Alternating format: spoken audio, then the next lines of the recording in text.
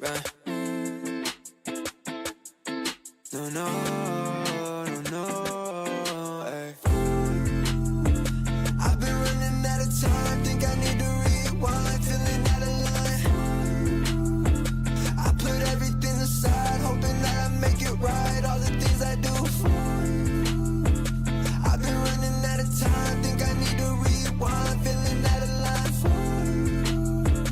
I put everything aside, hoping that I make it right, all the things I do. Nonchalant, wake up feeling like I'm righteous. In my mind, see it grab me with my likeness. Up till 5, no one working like this, I guess.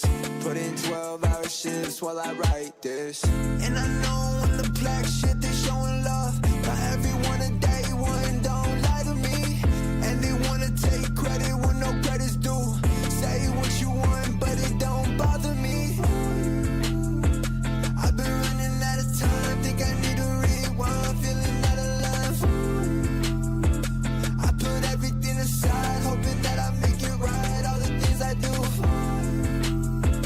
I've been running out of time, think I need to rewind, feeling out of line. I put everything aside, hoping that I make it right, all the things I do. Nah, no Sersky, baby girl be talking sweet but used to dirt me. Wanna take a few snaps for a story. Wasn't showing no love when we was hurting, it's funny now. Nah, no Sersky, baby girl be talking sweet but used to dirt me. Wanna take a few snaps for a story. Wasn't showing no love when we was hurting, it's funny now. I've been running out of time, think I need to rewind, feeling out of line. I put everything aside, hoping that I make it right, all the things I do for you. I've been running out of time, think I need to rewind, feeling out of love. I put everything aside, hoping that I make it right, all the things I do for you. I've been running out of time, think I need to rewind, feeling out of line. I put everything aside, hoping that I make it right, all the things I do. I've been running out of time, think I need to rewind, feeling out of love. I put everything aside, hoping that I make it right, all the things I do. I've been running out of time, think I need to rewind, feeling out of line. I put everything aside, hoping that I make it right, all the things I do.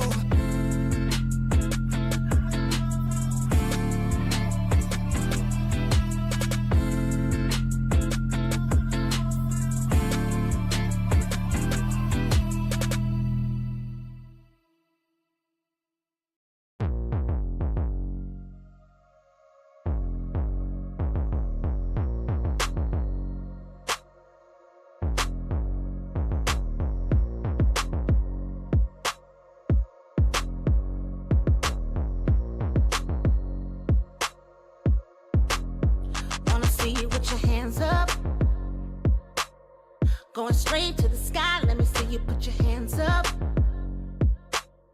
Cause we do till we die and we on another level.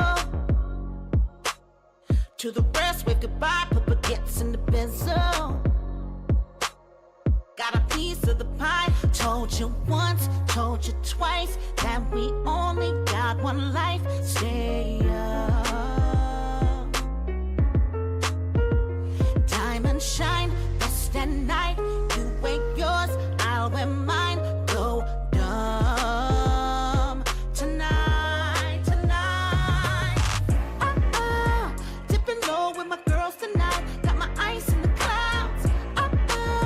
Cali Dro got me feeling right with my ice in the clouds. Dipping low with my girls tonight. Got my ice in the clouds. Cali Dro got me feeling right. Wanna see you put your hands up. Pointing straight to the sun, everybody lift your bands up. Celebrate cause we won, we stay on another level.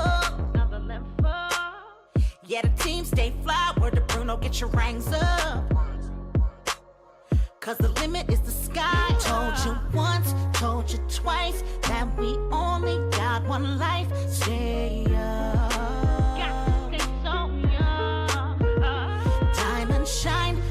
at night. You wake yours, I'll wear mine. Go dumb tonight, tonight.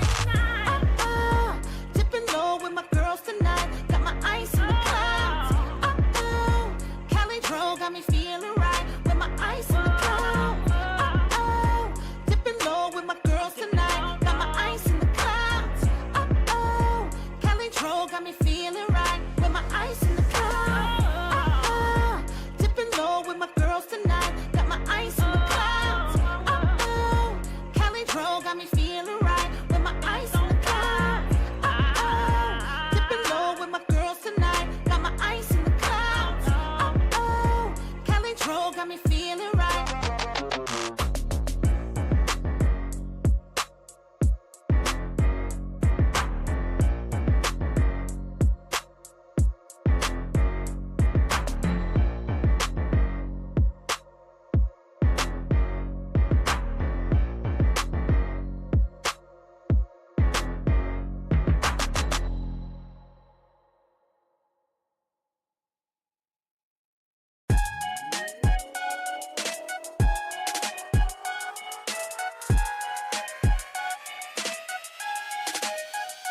This ain't what you want. I've been living out hotels for a month. I don't take any means out of lunch. I've been spelling all my sneakers, I don't jump. Me and mine only tryna double up, yeah. Me and mine tryna build, come up front, yeah. Measure twice, cut once, what we on, yeah. Measure twice, cut once, what we on, yeah. I've been reading Proverbs on the walk, yeah. And I've been shutting down the stars, yeah. Cause when it rains and it pours, yeah. And I'm ready for some more, yeah. And I've been reading all the war, yeah. And I've been shutting down the stars, yeah. Cause when it rains and it pours, yeah. And I'm ready for some more, yeah. And I've been reading all the war, and here I go again. I hope y'all never ever get the chance to win. I'm Westbrook and I'm staring at the rim, yeah. Does anybody really wanna jump with him? Yeah. I got agents who talk like friends, yeah. I got friends only wanna talk business. I got expensive, cause winning's expensive. I got expensive, cause winning's expensive. I've been reading all the war, and I've been shutting down the stars, yeah. Cause when it rains and it pours, yeah. And I'm ready for some more, yeah. And I've been reading all the war, yeah. And I've been shutting down the stars, yeah. Cause when it rains and it pours, yeah. And I'm ready for some more, yeah. And I've been reading all the war, and I've been shutting down the stars, yeah. Cause when it rains and it pours, yeah. And I'm ready for some more, yeah. And I've been reading all the war, yeah. And I've been shutting down the stars, yeah. Cause when it rains and it pours, yeah. And I'm ready for some more, yeah. And I've been reading all the war, yeah.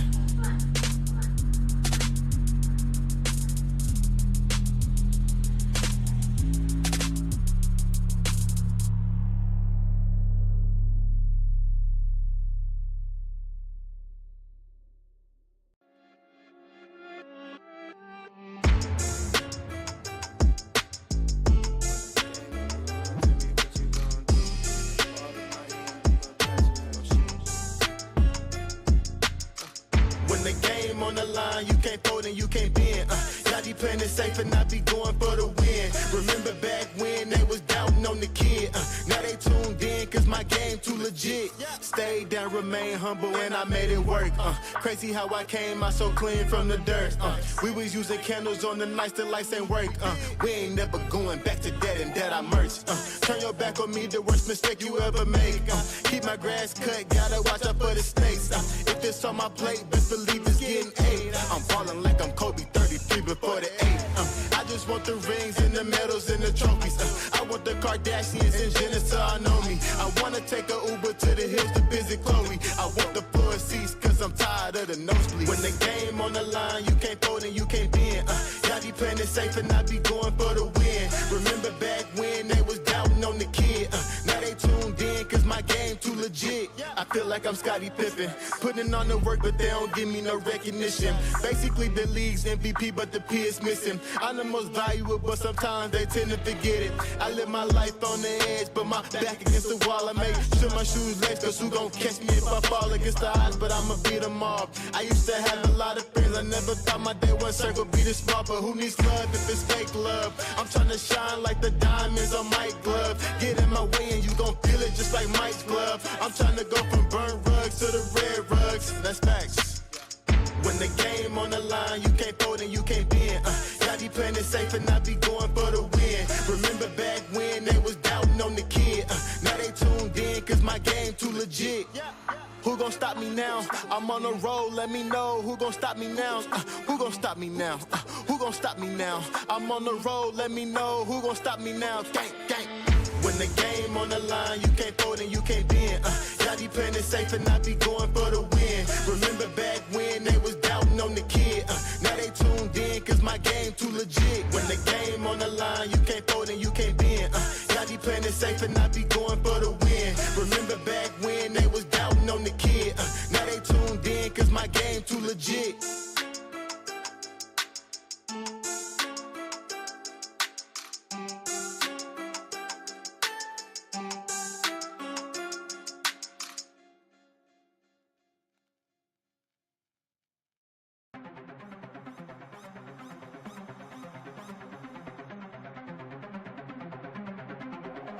They wanna count me out. Next time pick a higher number. Next time you should run for cover. Next time let the giants slumber. They wanna keep me down. No amount of your words get humble.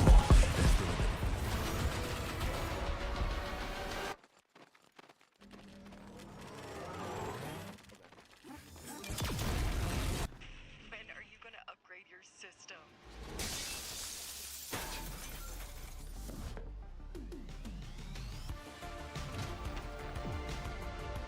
Alright, let's do this. Once there was a hunter who saw what others could not. With a magic case in her backpack, she roamed with wild abandon into the great unknown. Her gaze inescapable, her reflexes lightning fast. When armies swarmed, she went through. With eyes open wide, hands steady, holding, watching, capturing everything in sight.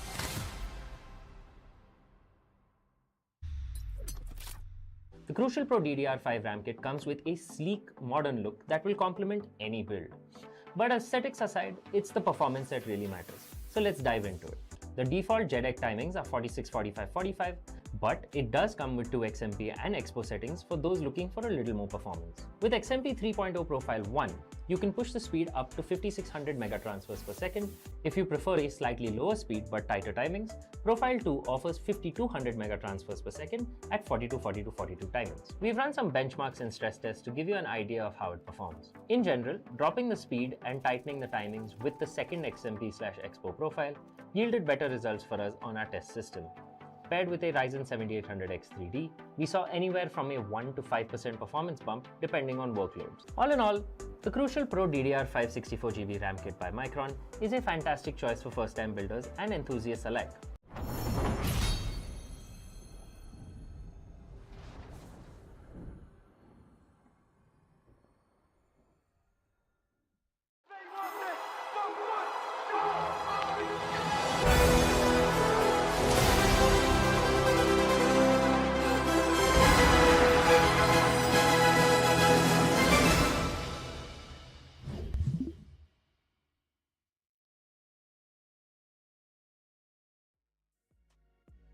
Guys, welcome to Crucial Micron presents Harsh Khelraay Community Clash. We're back at it today, now in the grand finals of this event. It's me, Madness, alongside Fireball today, and I have to say, Fireball looking very good with that fresh cut with him today.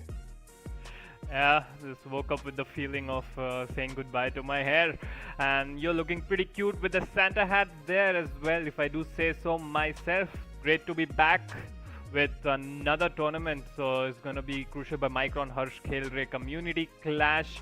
right at the business end, the grand finals. It's going to be a best of 5 between two teams which have set themselves up as like one of the regulars in the later stages of the tournaments in Phoenix Gaming and SENG Warriors. So both of these teams have been doing pretty well, and in the 50,000 tournaments especially, these are the teams which we see in the semi-finals and the grand finals more and more, and they find themselves here yet again.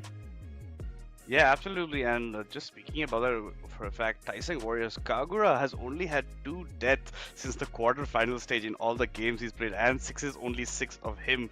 So they are low death, high kill prioritization, and they did honestly dominate yesterday in their own semi-final. Phoenix Gaming did struggle a bit against WeTried in the beginning half of the matchups. Later on, the nice macro calling from Casa did lead to their victories. Also, with that being said, we do have a slight substitution coming in. Now, Casa will be playing the top role instead of Hydra, and we have Q2 coming in for the mid. So maybe this will also affect how their game plan goes on. Don't know why these substitutes are coming in. Maybe just some irregularities in timings. But yeah, this will also add some spice to it. We haven't seen Q2 much this tournament, so it's going to be nice to see him in this grand finals.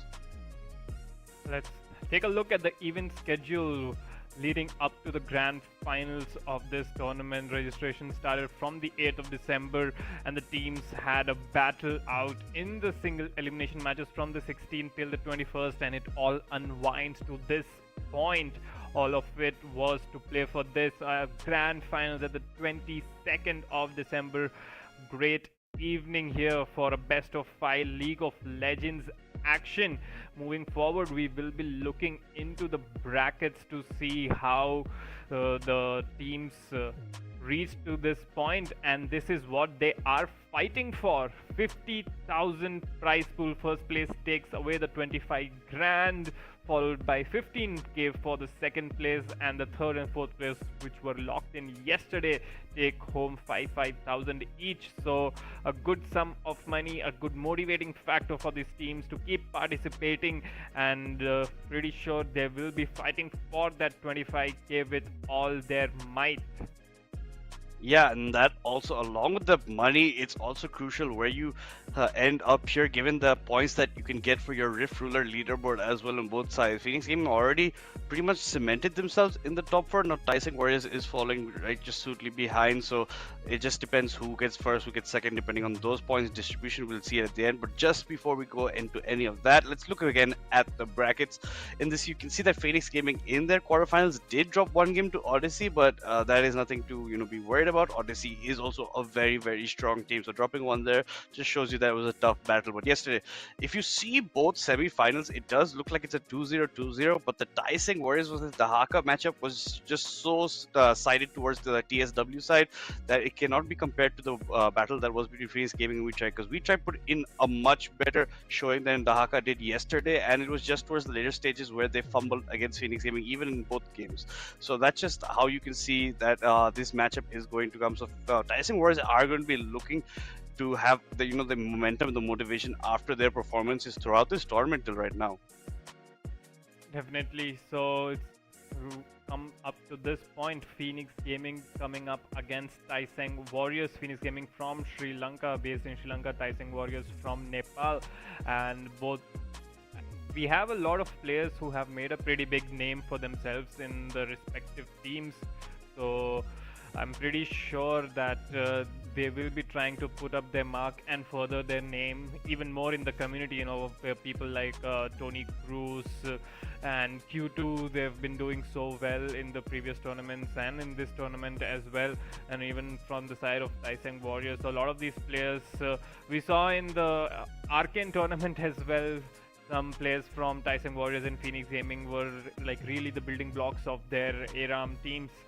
So I'm very excited to see how these players have developed as we have gone further into these tournaments. I think it's a good third, fourth or fifth tournament these players would be playing by this point. So have a lot of competitive experience under their belts already, and it has shown in our games as well. We do see teams trying out a lot of new things, and just the quality of games have increased so much from the first few tournaments that we have, and that just shows that League of Legends is actually evolving in our scene. Yeah, absolutely, and it's just going to keep on evolving. That being said, we do also have a giveaway for you guys going on in our LOL INSS Discord server. This link is in the description below. You click on it, you hit to the channel, you get one of the reaction roles, and all you have to do is then tag 3 of your new friends that you've invited to the server and mark them, or tag them according to how the format is given over there, and you have a chance to stand to win 1,000 RP, which is always free money. Who's gonna say no to that? Free money with the free skins along with it. So yeah, we do have things like this. We'll even have a streamer event coming up from tomorrow to the 25th as well. There's a short segment on that where streamers will have their own kind of teams, a little on the lower side of viewership, but all the heart nonetheless the same in them. So that's going to be something that you have to watch out for. Without further ado, we'll be jumping into the champ select, the draft phase of the first game of this best of 5 in the grand finals of Crucial by Micron presents Harsh Khelraay Community Clash.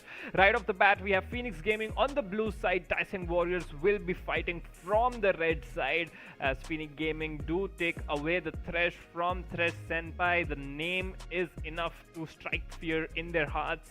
Decisive Warriors reply with a Ziggs ban. They don't want Booyah to be playing that at any cost. And now let's see what Phoenix Gaming reply with. Yeah, and this is very smart choices, given that yesterday Thrisham in the first game he did not get it, but he played against it and played so well as a Renata. Booyah on the Ziggs himself was got an MVP performance in the game 2 that was played from Phoenix Gaming side, but that's nothing right now because they're out of the picture. Now Caitlyn ban is also a nice one over here right now in the current meta, so that's gone out the window. The Kindred will be denied from the Shy Boy. And it's just yet to be seeing how Kasa and Q2 line up with this, change a bit in their roles. Q2 is more familiar to the mid. Kasa is there as well. Now without Hydra, you have Kasa going top. So it's going to be something that they look forward to. Last time we also did see Phoenix Gaming did pick Ezreal as a first pick, and so did Decisive Warriors yesterday when they had their blue side. So that's going to be an interesting thing to see what the first pick of Phoenix Gaming will be now that they have blue side. And instead they have banned the Ornn out from Abdo Rising. As one is left for Decisive Warriors, his last ban of this phase, and a lot of ADCs are still open up over here. And we do see Sixes actually loves to go for these carry sort of ADCs in the Kaisa. I think he has picked up Vayne once. He has gone for the Zeri in the previous tournaments as well. So they end up locking in the Victor. So first picking their mid laner right off the bat. I am not sure if Victor is that far ahead in the meta right now, but Phoenix Gaming put no thought behind that. Q2 was like lock in that machine man as soon as possible. So they have picked up the Victor. That gives Decisive Warriors a lot of options to draft away from it if they wish to do so, and they have gone for the Jarvan first lock in for the side of Dead Eyes. Let's see what their P2 is gonna be, and it's gonna be the Ezreal, which was so highly contested amongst these teams yesterday. And now Phoenix Gaming probably, this is where they should be looking to pick up their ADC and jungler, I would assume. Let's see what they are cooking up in the comms right now. 5 seconds on the clock, no hover yet as the Shy Boy takes his time, locks in the AD carry in the Xayah. Solid pick, in a very good state right now, safe AD carry, and can be very, very lethal when ahead. Yeah, can be very lethal well ahead, but let's talk about those first 2 picks that Phoenix and Decisive went for. Yesterday we saw Kagura, and both games did play that Victor, so now they have chosen to take it away from him, but they leaves open that Jarvan, that Decisive did have a phenomenal performance on his day, as well as the Ezreal that Sixes got an MVP on, had like 1365 damage per minute kind of stats on it, like 14-1 as well. But now it looks like Phoenix Gaming have locked in the Braum support along with that Xayah. Now hover for the Syndra mid for Decisive Warriors. So the Syndra will be playing against that Victor in the mid lane, and this opens up some more bans against the jungle side for the side of Decisive.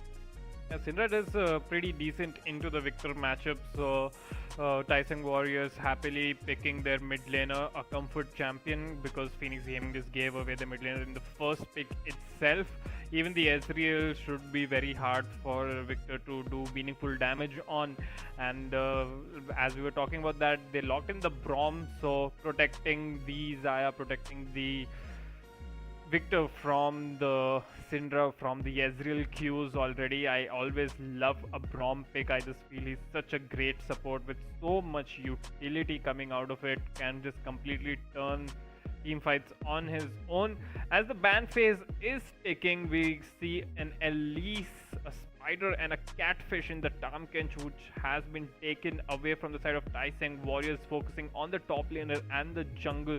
Phoenix Gaming reply with a bunch of support bans, though. They take away the Renata Glass and they do take away the Malphite as well. So both of the bans, both the teams' bans spread all across the roles. And now for the side of Tawang Warriors, we are looking at a top laner and a support to finish off their composition.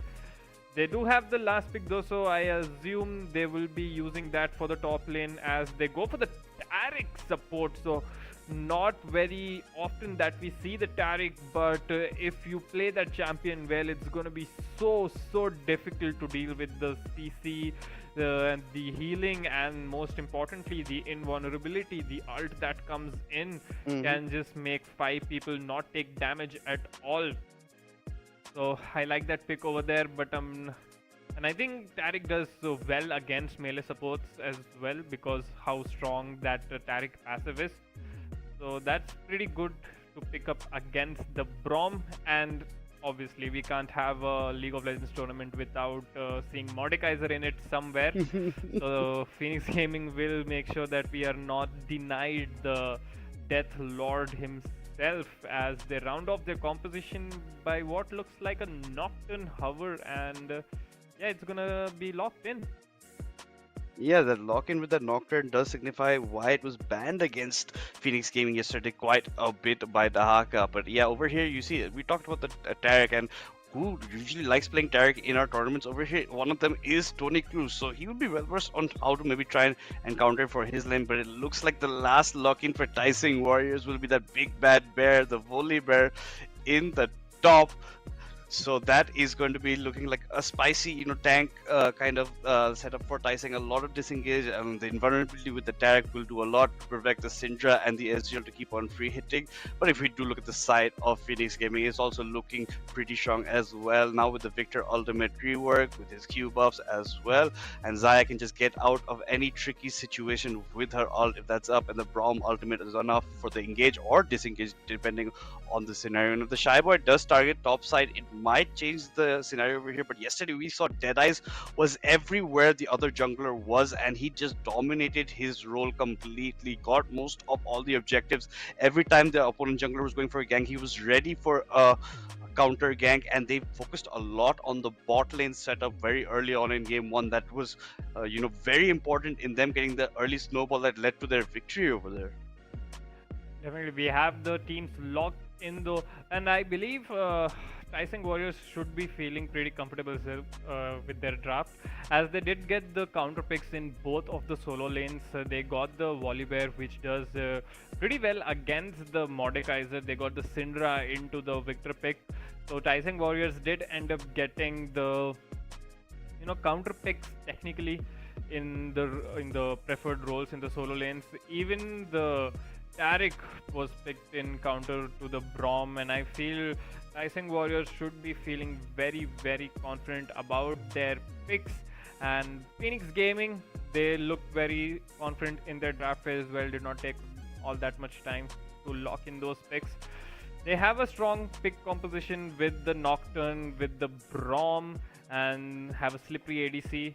We saw after the rework, Victor does so much damage as well, with his ultimate just growing in size, and Mordekaiser will just be Mordekaiser with the split pushing in the side lanes, and in team fights will try to kidnap someone. And both of these teams, from a far away bird's eye perspective, I think not not much stronger. Like one team is not much stronger Yep. compared to the other.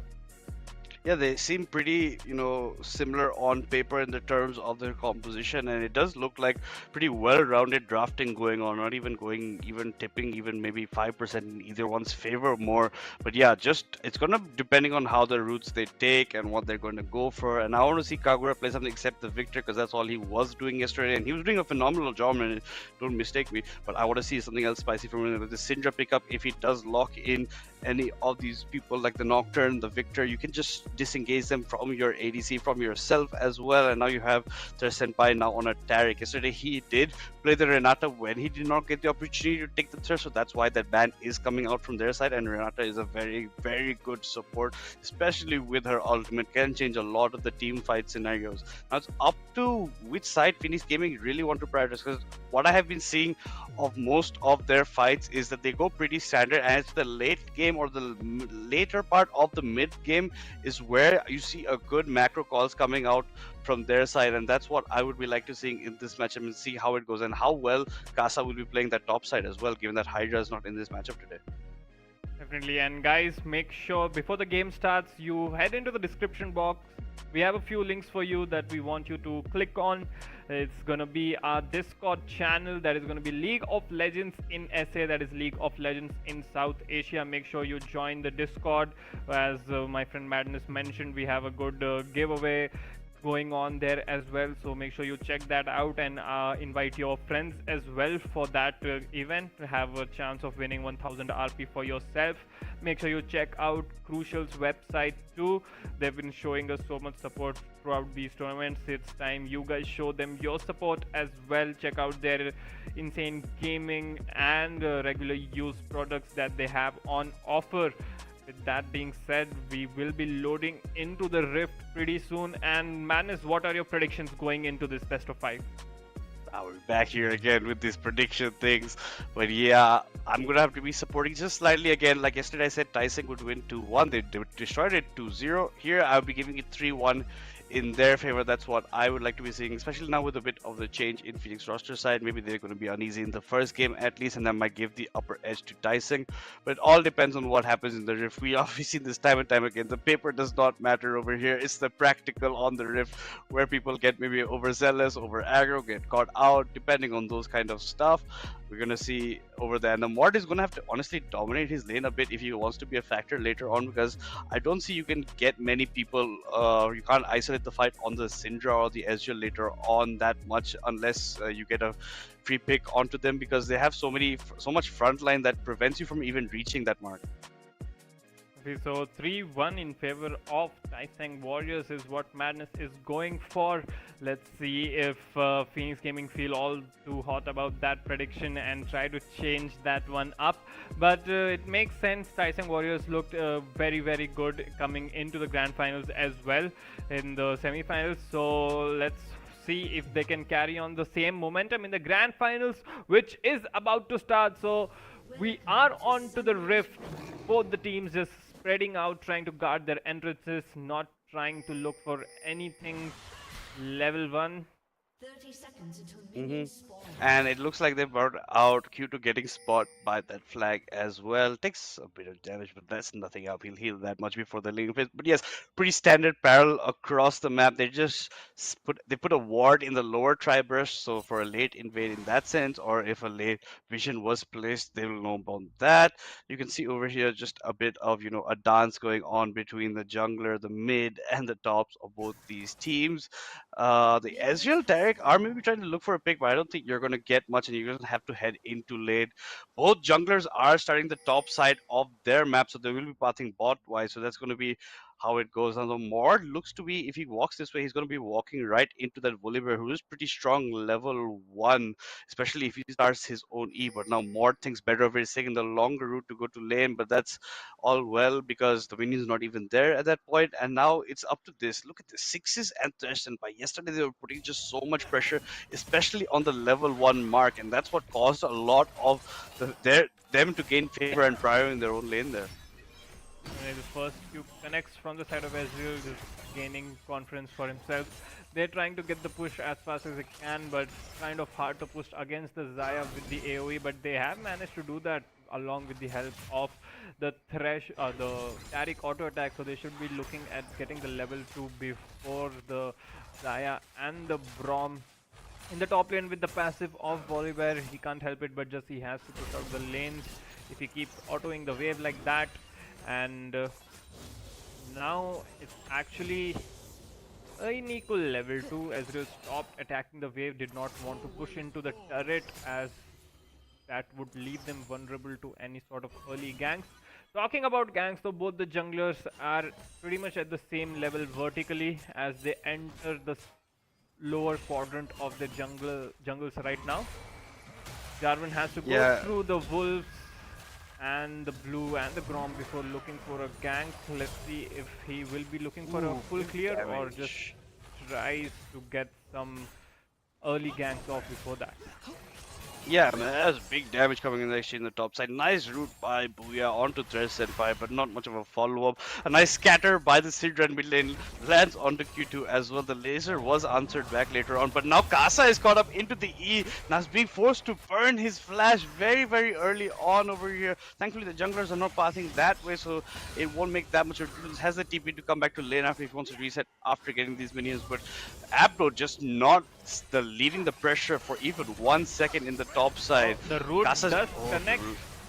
The Brom passive is sticking, but it's not gonna be enough to tag that one as Sixes disconnects in the middle of the fight, so that's unfortunate. I was wondering why he is pathing forward, though it did not look like he was under control, and that disconnect just answers a lot of my questions. So it's fortunate that he did not die right there as he could have under the disconnect, and honestly couldn't blame Zaya and the Brom. They had no way of knowing.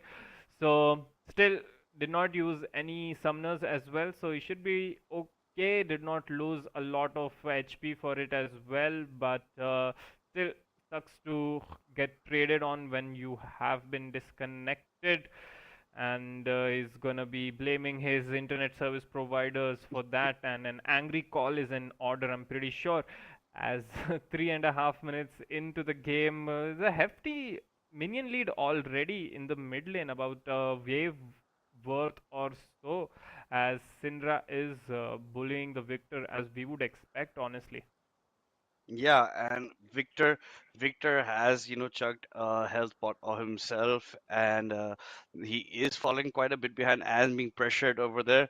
And yeah, while we take a bit of this break, let's look at the top 5 summoners currently before we see much more of this grand final, so that you can see the earlier standings and then we'll see the later on how it matches up. And as you can tell, 4 of the 5 of these top 5 summoners are playing currently on the Rift right now. Booyah, Sixes, the Shy Boy, and Kagura. And that's what I was highlighting very early on.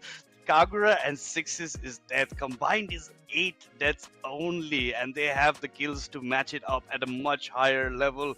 But Booyah still has the kill lead, 1 up right now on Sixes, but it's going to depend on how this match goes to see who will in the end take that complete victory for them. The lone member not playing on the Rift today is Anubis from We Tried. He did put on a phenomenal performance, but unfortunately his team is out of any fighting chance right now, so he will not be able to improve his stats in any way. But yeah, just these boys right here just show you why they are in the top 5, given that it's the top 2 teams currently right now battling it out for the 25 grand. So, and the order in which they have set up as well, Phoenix Tyson, then Phoenix Tyson again, so shows that both of these teams have been dominating their way till the grand finals, as they have a lot of these members in the top 5 list. Very, very close though, Booyah and Sixes. I think those two will be the ones fighting for the top spot in this series, and I'm pretty sure they would have thought about this somewhere in the back of their head, that this list exists, and will be trying to better on that, as Sixes is a player who has been, catching my eye since a very, very long time. He was in the Team Sway, I believe, for the Arcane Uprising tournament as well, and just such a good ADC. He's very, very reliable. rarely puts out bad performances. There might be games in which he's not able to hard carry, but there are very, very few games in which he will be far behind, always lifts his own weight, and I just have been very, very impressed looking at Sixes for the previous many tournaments. So it's no surprise seeing that Sixes is on the list and just one death, one kill behind the number one spot, but the KDA is like how you touched up on it is just so great to see. Just 2 deaths across an entire tournament. I mean, how do you even do that?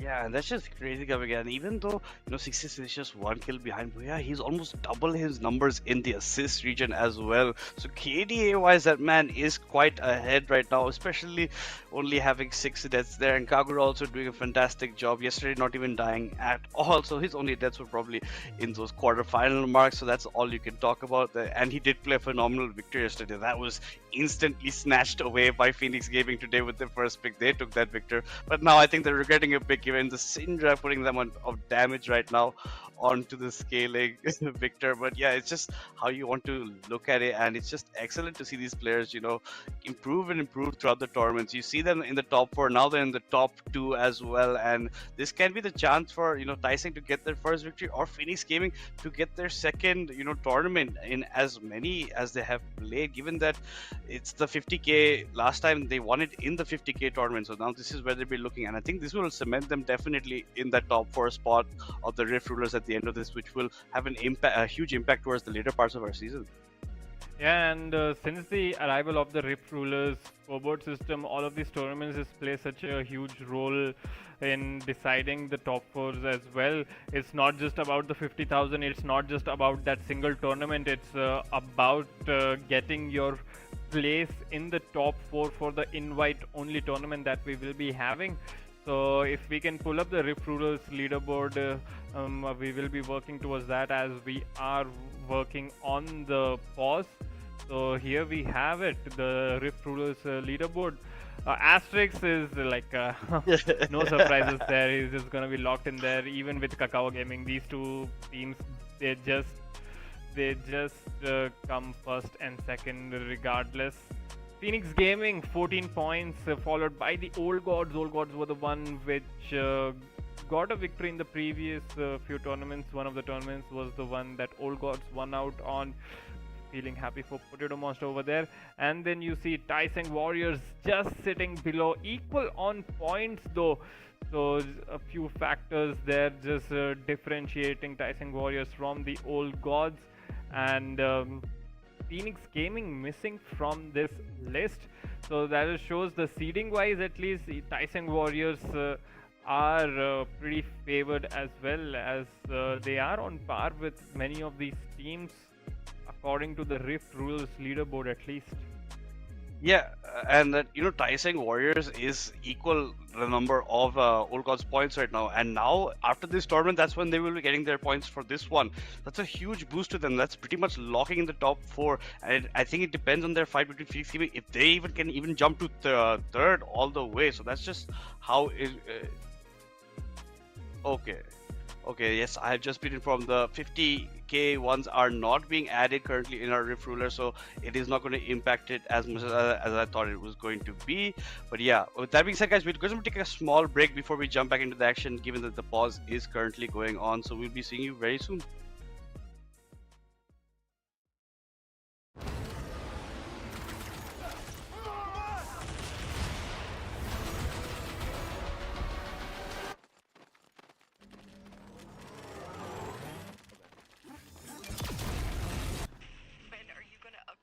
System.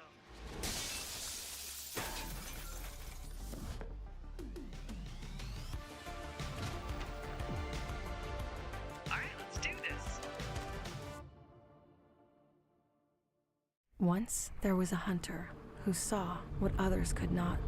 With a magic case in her backpack, she roamed with wild abandon into the great unknown. Her gaze inescapable, her reflexes lightning fast.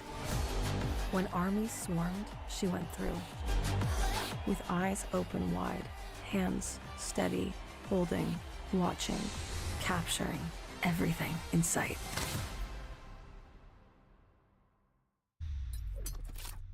The Crucial Pro DDR5 RAM kit comes with a sleek, modern look that will complement any build. But aesthetics aside, it's the performance that really matters. So let's dive into it. The default JEDEC timings are 46, 45, 45, but it does come with 2 XMP and Expo settings for those looking for a little more performance. With XMP 3.0 Profile 1, you can push the speed up to 5600 megatransfers per second. If you prefer a slightly lower speed but tighter timings, Profile 2 offers 5200 megatransfers per second at 42, 42, 42 timings. We've run some benchmarks and stress tests to give you an idea of how it performs. In general, dropping the speed and tightening the timings with the second XMP/Expo profile yielded better results for us on our test system. Paired with a Ryzen 7800X 3D, we saw anywhere from a 1 to 5% performance bump depending on workloads. All in all, the Crucial Pro DDR5 64GB RAM kit by Micron is a fantastic choice for first-time builders and enthusiasts alike.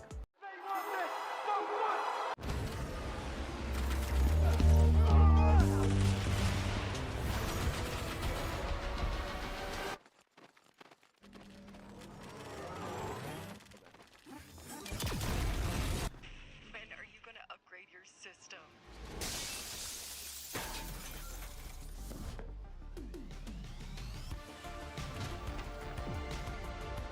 Alright, let's do this. Once there was a hunter who saw what others could not. With a magic case in her backpack, she roamed with wild abandon into the great unknown. Her gaze inescapable, her reflexes lightning fast. When armies swarmed, she went through. With eyes open wide, hands steady, holding, watching, capturing everything in sight.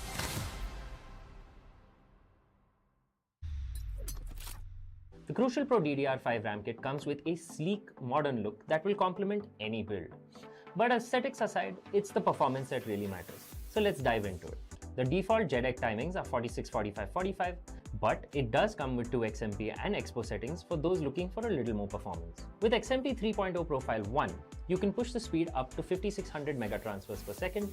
If you prefer a slightly lower speed but tighter timings, Profile 2 offers 5200 megatransfers per second at 42, 42, 42 timings. We've run some benchmarks and stress tests to give you an idea of how it performs. In general, dropping the speed and tightening the timings with the second XMP/Expo profile yielded better results for us on our test system. Paired with a Ryzen 7800X 3D, we saw anywhere from a 1 to 5% performance bump depending on workloads. All in all, the Crucial Pro DDR5 64GB RAM kit by Micron is a fantastic choice for first-time builders and enthusiasts alike.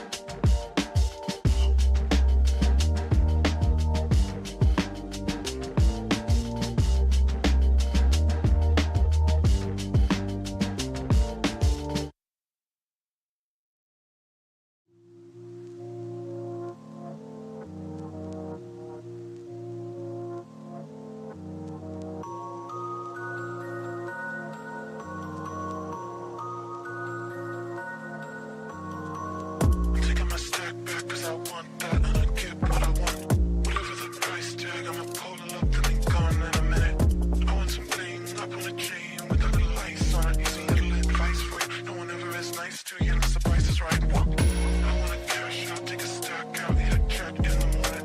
Riding the waves, making them waves. No time for crying and mourning. Rolling the blaze, catch of the day. Just got this morning. Taking my time, you'll be amazed. Yeah, I got it, I got it.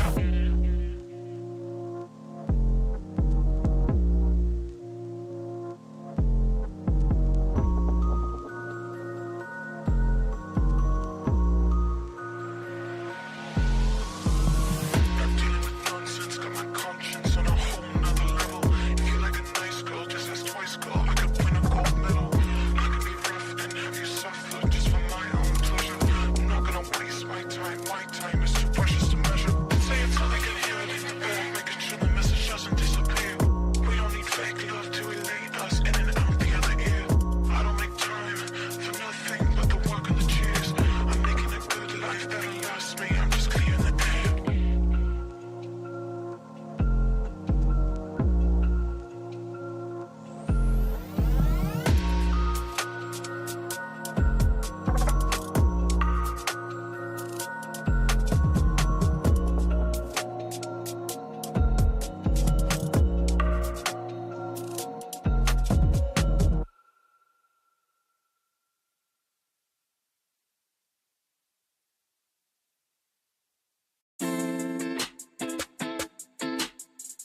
Hey, run it, run. No, hey. I've been running out of time, think I need to rewind, feeling out of line. I put everything aside, hoping that I make it right, all the things I do. I've been running out of time, think I need to rewind, feeling out of line. I put everything aside, hoping that I make it right, all the things I do. Nonchalant, wake up feeling like I'm righteous. In my mind, see it grab me with my likeness. Up till 5, no one working like this, I guess. Put in 12-hour shifts while I write this. And I know when the black shit, they showing love. Not everyone a day one, don't lie to me. And they wanna take credit when no credit's due. Say what you want, but it don't bother me. I've been running out of time, think I need to rewind, feeling out of line. I put everything aside, hoping that I make it right, all the things I do. I've been running out of time, think I need to rewind, feeling out of line. I put everything aside, hoping that I make it right, all the things I do. Nah, no sirski. Baby girl be talking sweet, but used to dirt me. Wanna take a few snaps for a story. Wasn't showing no love when we was hurting. It's funny, no sirski. Baby girl be talking sweet, but used to dirt me. Wanna take a few snaps for a story. Guys, welcome back. So unfortunately we had a light issue with Sixes, so he has reconnected though, and we are ready to jump back into the action right away. As reminding the guys that the point we disconnected, we had a short brawl in the bot lane when Sixes was unfortunately disconnected. Did not use any summoners, did not die, so not losing a lot over there. But jumping right into game as Sixes has come back. God bless the electricity department of his town, as he is able to boot up his PC once again, and we are back on the rift. Yeah, back on the rift, the action has broken down. Now both junglers are towards the top side of the map. Last time we did see them bot side, so now something can be worked around it. Deadice is looking to do, but he only takes basically a minion away from Apto at that point with his flag.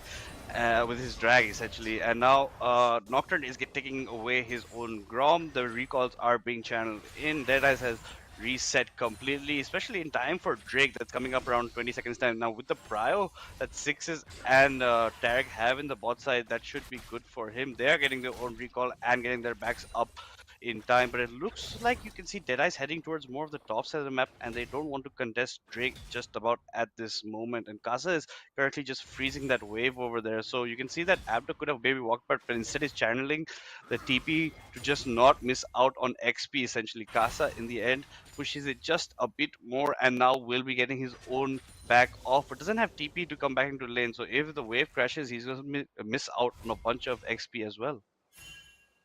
5 minutes 20 seconds into the game, the Hextech Dragon is on the rift. It looks like Phoenix Gaming are the ones with the inside track on it, and they have started that one up for themselves as 3 members are hacking away at that Hextech Dragon. Q2 will just keep the mid laner of Tawang Warriors away as the bot lane just now joins, and they are looking to start up a fight straight up. The smite will secure the dragon. A great stun connects onto the backline that allows the Javan to jump in. Nocturne being forced to flash away, but Tony Cruz could not do that in time. Aggressive flashes coming on. Stun connects onto the Zaya. Booyah running for his life as Jarvan picks up 2 kills for himself, and Phoenix Gaming, they get the dragon, but at what cost? Yeah, it is a huge cost, you know, over there for them. They do pick up their Drake. 2 kills though do go over towards Dead Eyes, who now try to be snowballing that for himself, and is instantly going towards the grubs after the back. Nocturne's heading there as well, but the Taric is a step ahead of the Braum in that aspect, and I think that's going to be a lockdown for Tawang Warriors, getting the grubs, the first spawns of grubs for themselves. At the top, it's still pretty standard even in CS numbers. Now Kasa has become strong enough to contest fights against the Volibear. Volibear seems to be going the Rod of Ages path for him. The Rod of Ages in the very flicker bit, something like that, but cannot connect his Q onto Kasa. No stun, cannot get him in the E, not enough damage, and now you can see a brawl is being set up, and I don't think Phoenix Gaming want any of this smoke, and now it looks like Tawang Warriors are trying to invade right there onto Shy Boy. Nice catch of the win into the stun, but the spell shield is just enough. But there's a Volibear, there's just so many stuns, not much the Shy Boy can do, and then Shy Boy is just gonna slowly wither away in that fight, and that's where he goes down. Did use up his flash in the previous fight in the dragon pit to try to escape, and was not able to use that again, as the stun flash connect from the Volibear was enough for the side of Tawang Warriors to take him down. So that just means they should be able to secure the 3 grubs for themselves. So they end up losing the dragon, but they get 3 kills and 3 grubs, and they should be feeling good about themselves as Thresh Senpai pays a visit in the mid lane, just showing Q2 some of his love, as Q2 very bravely holds on to his flash and will just walk away from the gank of the Taric.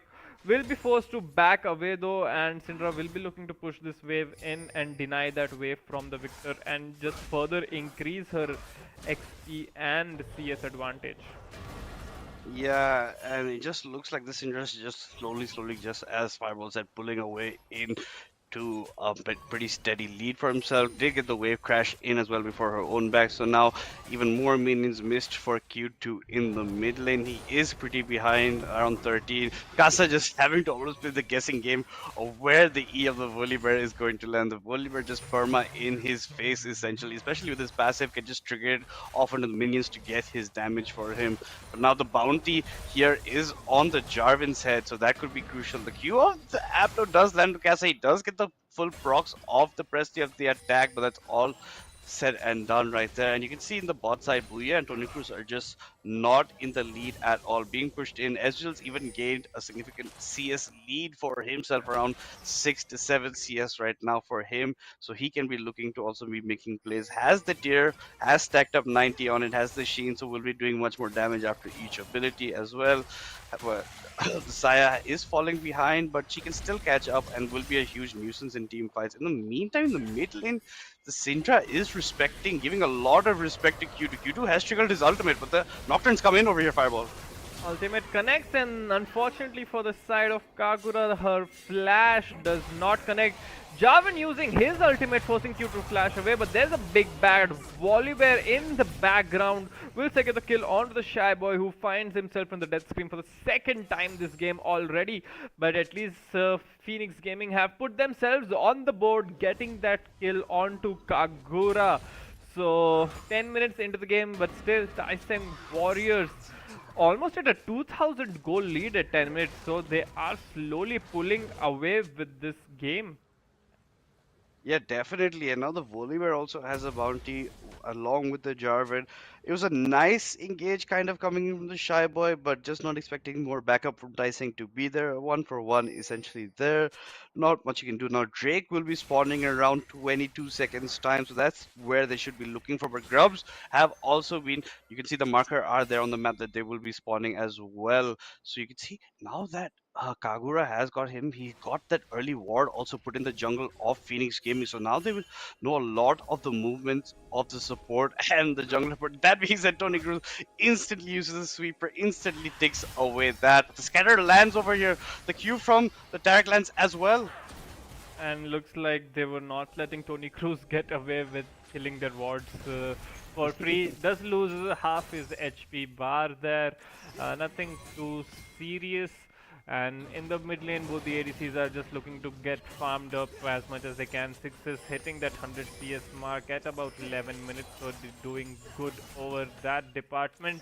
As Zaya is struggling a little bit to match the push, and I never thought I would be saying that.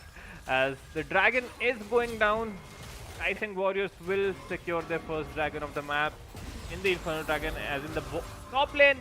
A brawl just bursts into a complete fist fight.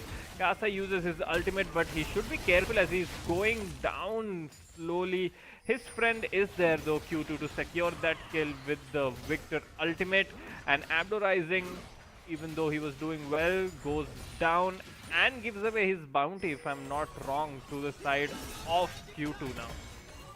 Yeah, Q2 does pick up the 100 gold bounty for himself, but they do end up giving 4 grubs to the total of Tawang Warriors. So they have that working for them with their goal lead that has around, still hovering around the 2k, just a bit lower now, around 1.4, but it's just a huge lead as well. Plus you have grubs, and now Abdo is instantly onto Q2's back. The gravity well enough to position for Q2 to run away, but where will he go? Every single member of Tawang Warriors is trying to collapse onto him. The Tarek stun lands. Q2 is just about dead over here. It's taking a bit of while. He's buying some time though, and it can be allowed for the mid turrets to get damage, and you can see the mid push is coming in as well over here.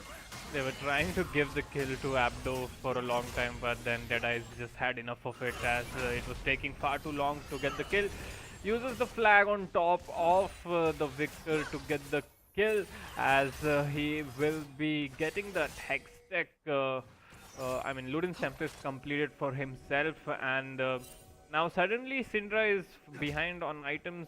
I'm pretty sure like she will be looking to get the recall and has the item available in base, but till then sitting on an item disadvantage in the mid lane at least, as Abdo Rising 101 CS at 13 minutes has the completed Rod of Ages, and now I think is building towards the Nauri Flicker Blades. I think that's the build.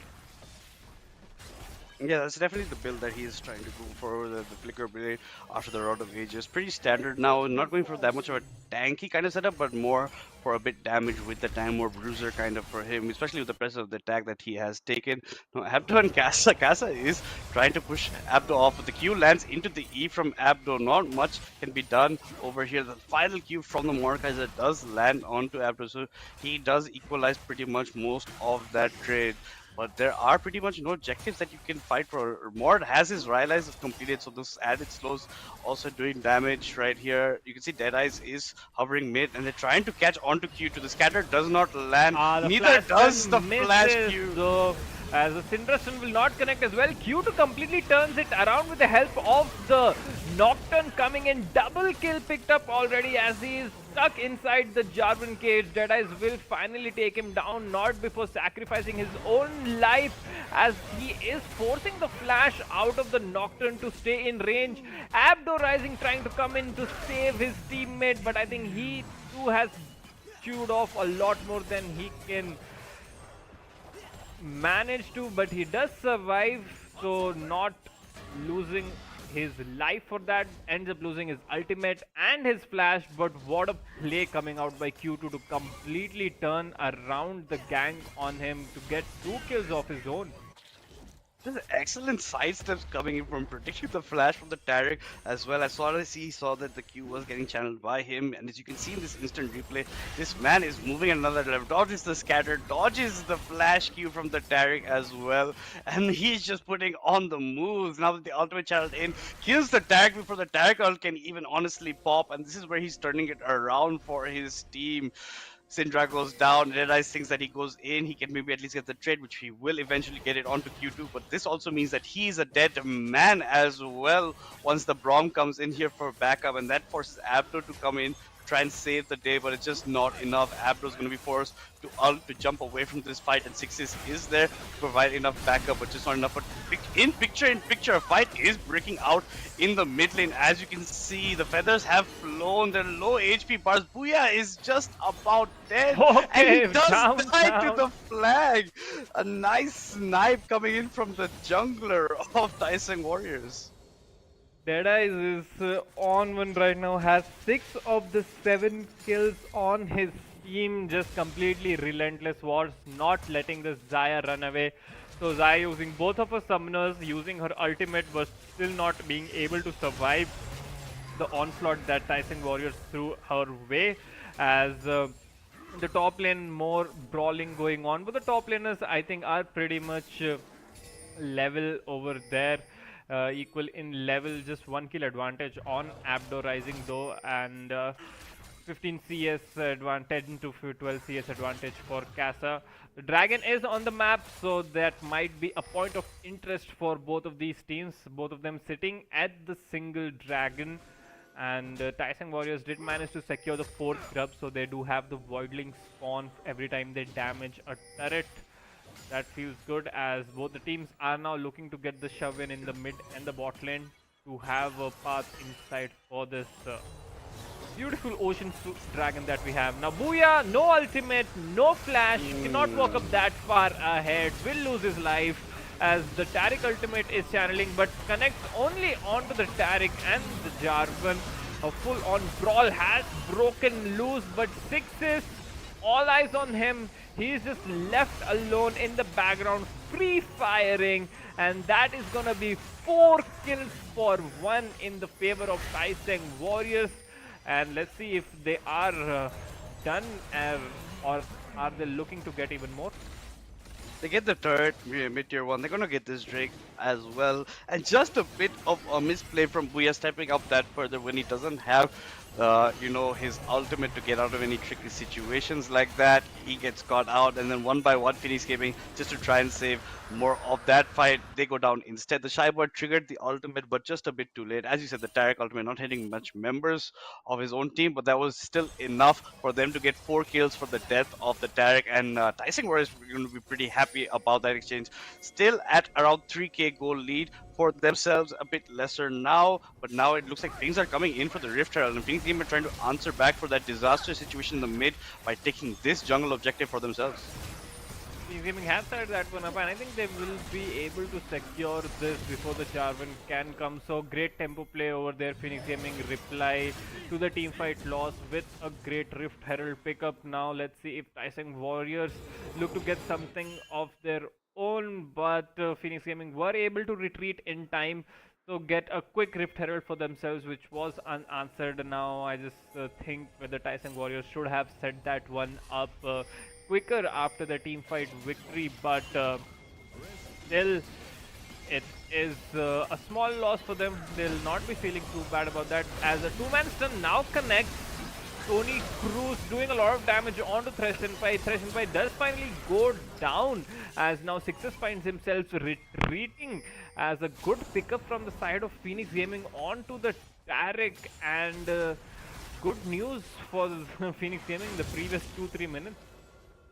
Yeah, that was a pretty good exchange for them. Shyboy triggers the ultimate. Instantly, they take down the tag before he can even channel his own. So they get that advantage for themselves. Now they have the Rift as well. They're spawning it right now in the mid side. Let's see who's going to be driving that right now into the turret. Sixes is trying to give enough DPS from afar. But look at this, the Jarvan's come from the Jarvan side. ultimate connects onto 3 people as Booyah is stuck inside the Jarvan pit and will finally go down as Sixes secures the snipe. They pick up 2 kills for themselves over there. The Rift Herald not being able to take down the turret in the mid lane, and Tawang Warriors are looking to walk towards this Baron on spawn. A very, very strong call coming off. They do have the damage though. Jarvan has 2 completed items. Ezreal has 2 completed items.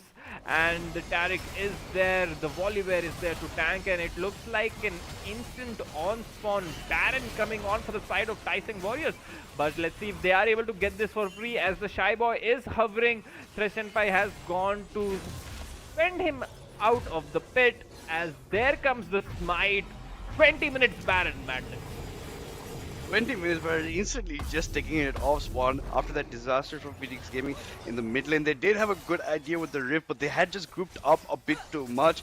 And as soon as Deadeye sees that opportunity, jumps over with the Cataclysm, gets them locked in, and that's where Tawang Warriors instantly take the driver's seat over here in this matchup. Now swelling up their goal lead also quite significantly, around 4.2 goal for themselves. They have 2 tricks, they have the Baron buff right now, they can work with it, they have 4 grubs. And like I said today in the pre-show, like you can't let Deadeyes just dictate this jungle like this. You have to challenge it, otherwise this is one of the paths that Tawang Warriors uses to snowball against their opponents. And now Sixes is also so incredibly strong, already has the Trinity, already has the Mura mana as well. Last Whisper complete with the Ionian boots. Just so much coming out from him, and almost nobody can actually reach him. So he's being a huge factor in these team fights as well. Definitely the carries from the side of Tawang Warriors sitting on 2.5 items.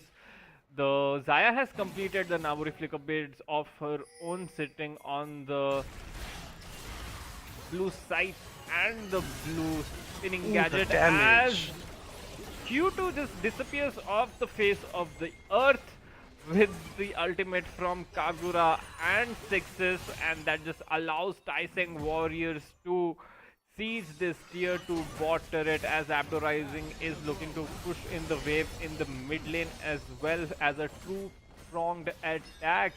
Treshenpai flash forward onto Tony Cruz. Does not have the flash of his own, does go down instantly. The Taric ultimate is channeling, will provide the protection at the very end to make sure he does not go down, as another pickup in the mid lane by Abdo Rising for the tier 2 turret, and this Baron power play is coming in huge for the side of Tawang Warriors. Yeah, but this is a flank TP from Kasa, but he gets caught out instead. He does channel his ultimate. There's not much where you can go, Kasa, and you're going to go dying after your TP. At that point, the gravity well from the victor does deter the members of Tawang Warriors to back a bit. Now, Dragon is also spawning in 2 seconds time, so that can be what they're looking for right there. If they get that, they'll be on soul point for the ocean, and that's one of the things that will just propel them to a point where there's no coming back for Phoenix Gaming. And even the last point where Q2 just gets, scattered in the wind by the Syndra into her ultimate, into Six's ultimate, plus a WQ from Six's, just instantly melts him off, and then the rest of Phoenix Gaming were just getting caught out. And this Jarvan is hitting some Cataclysms that are out of this world, always getting at least 2 members in them.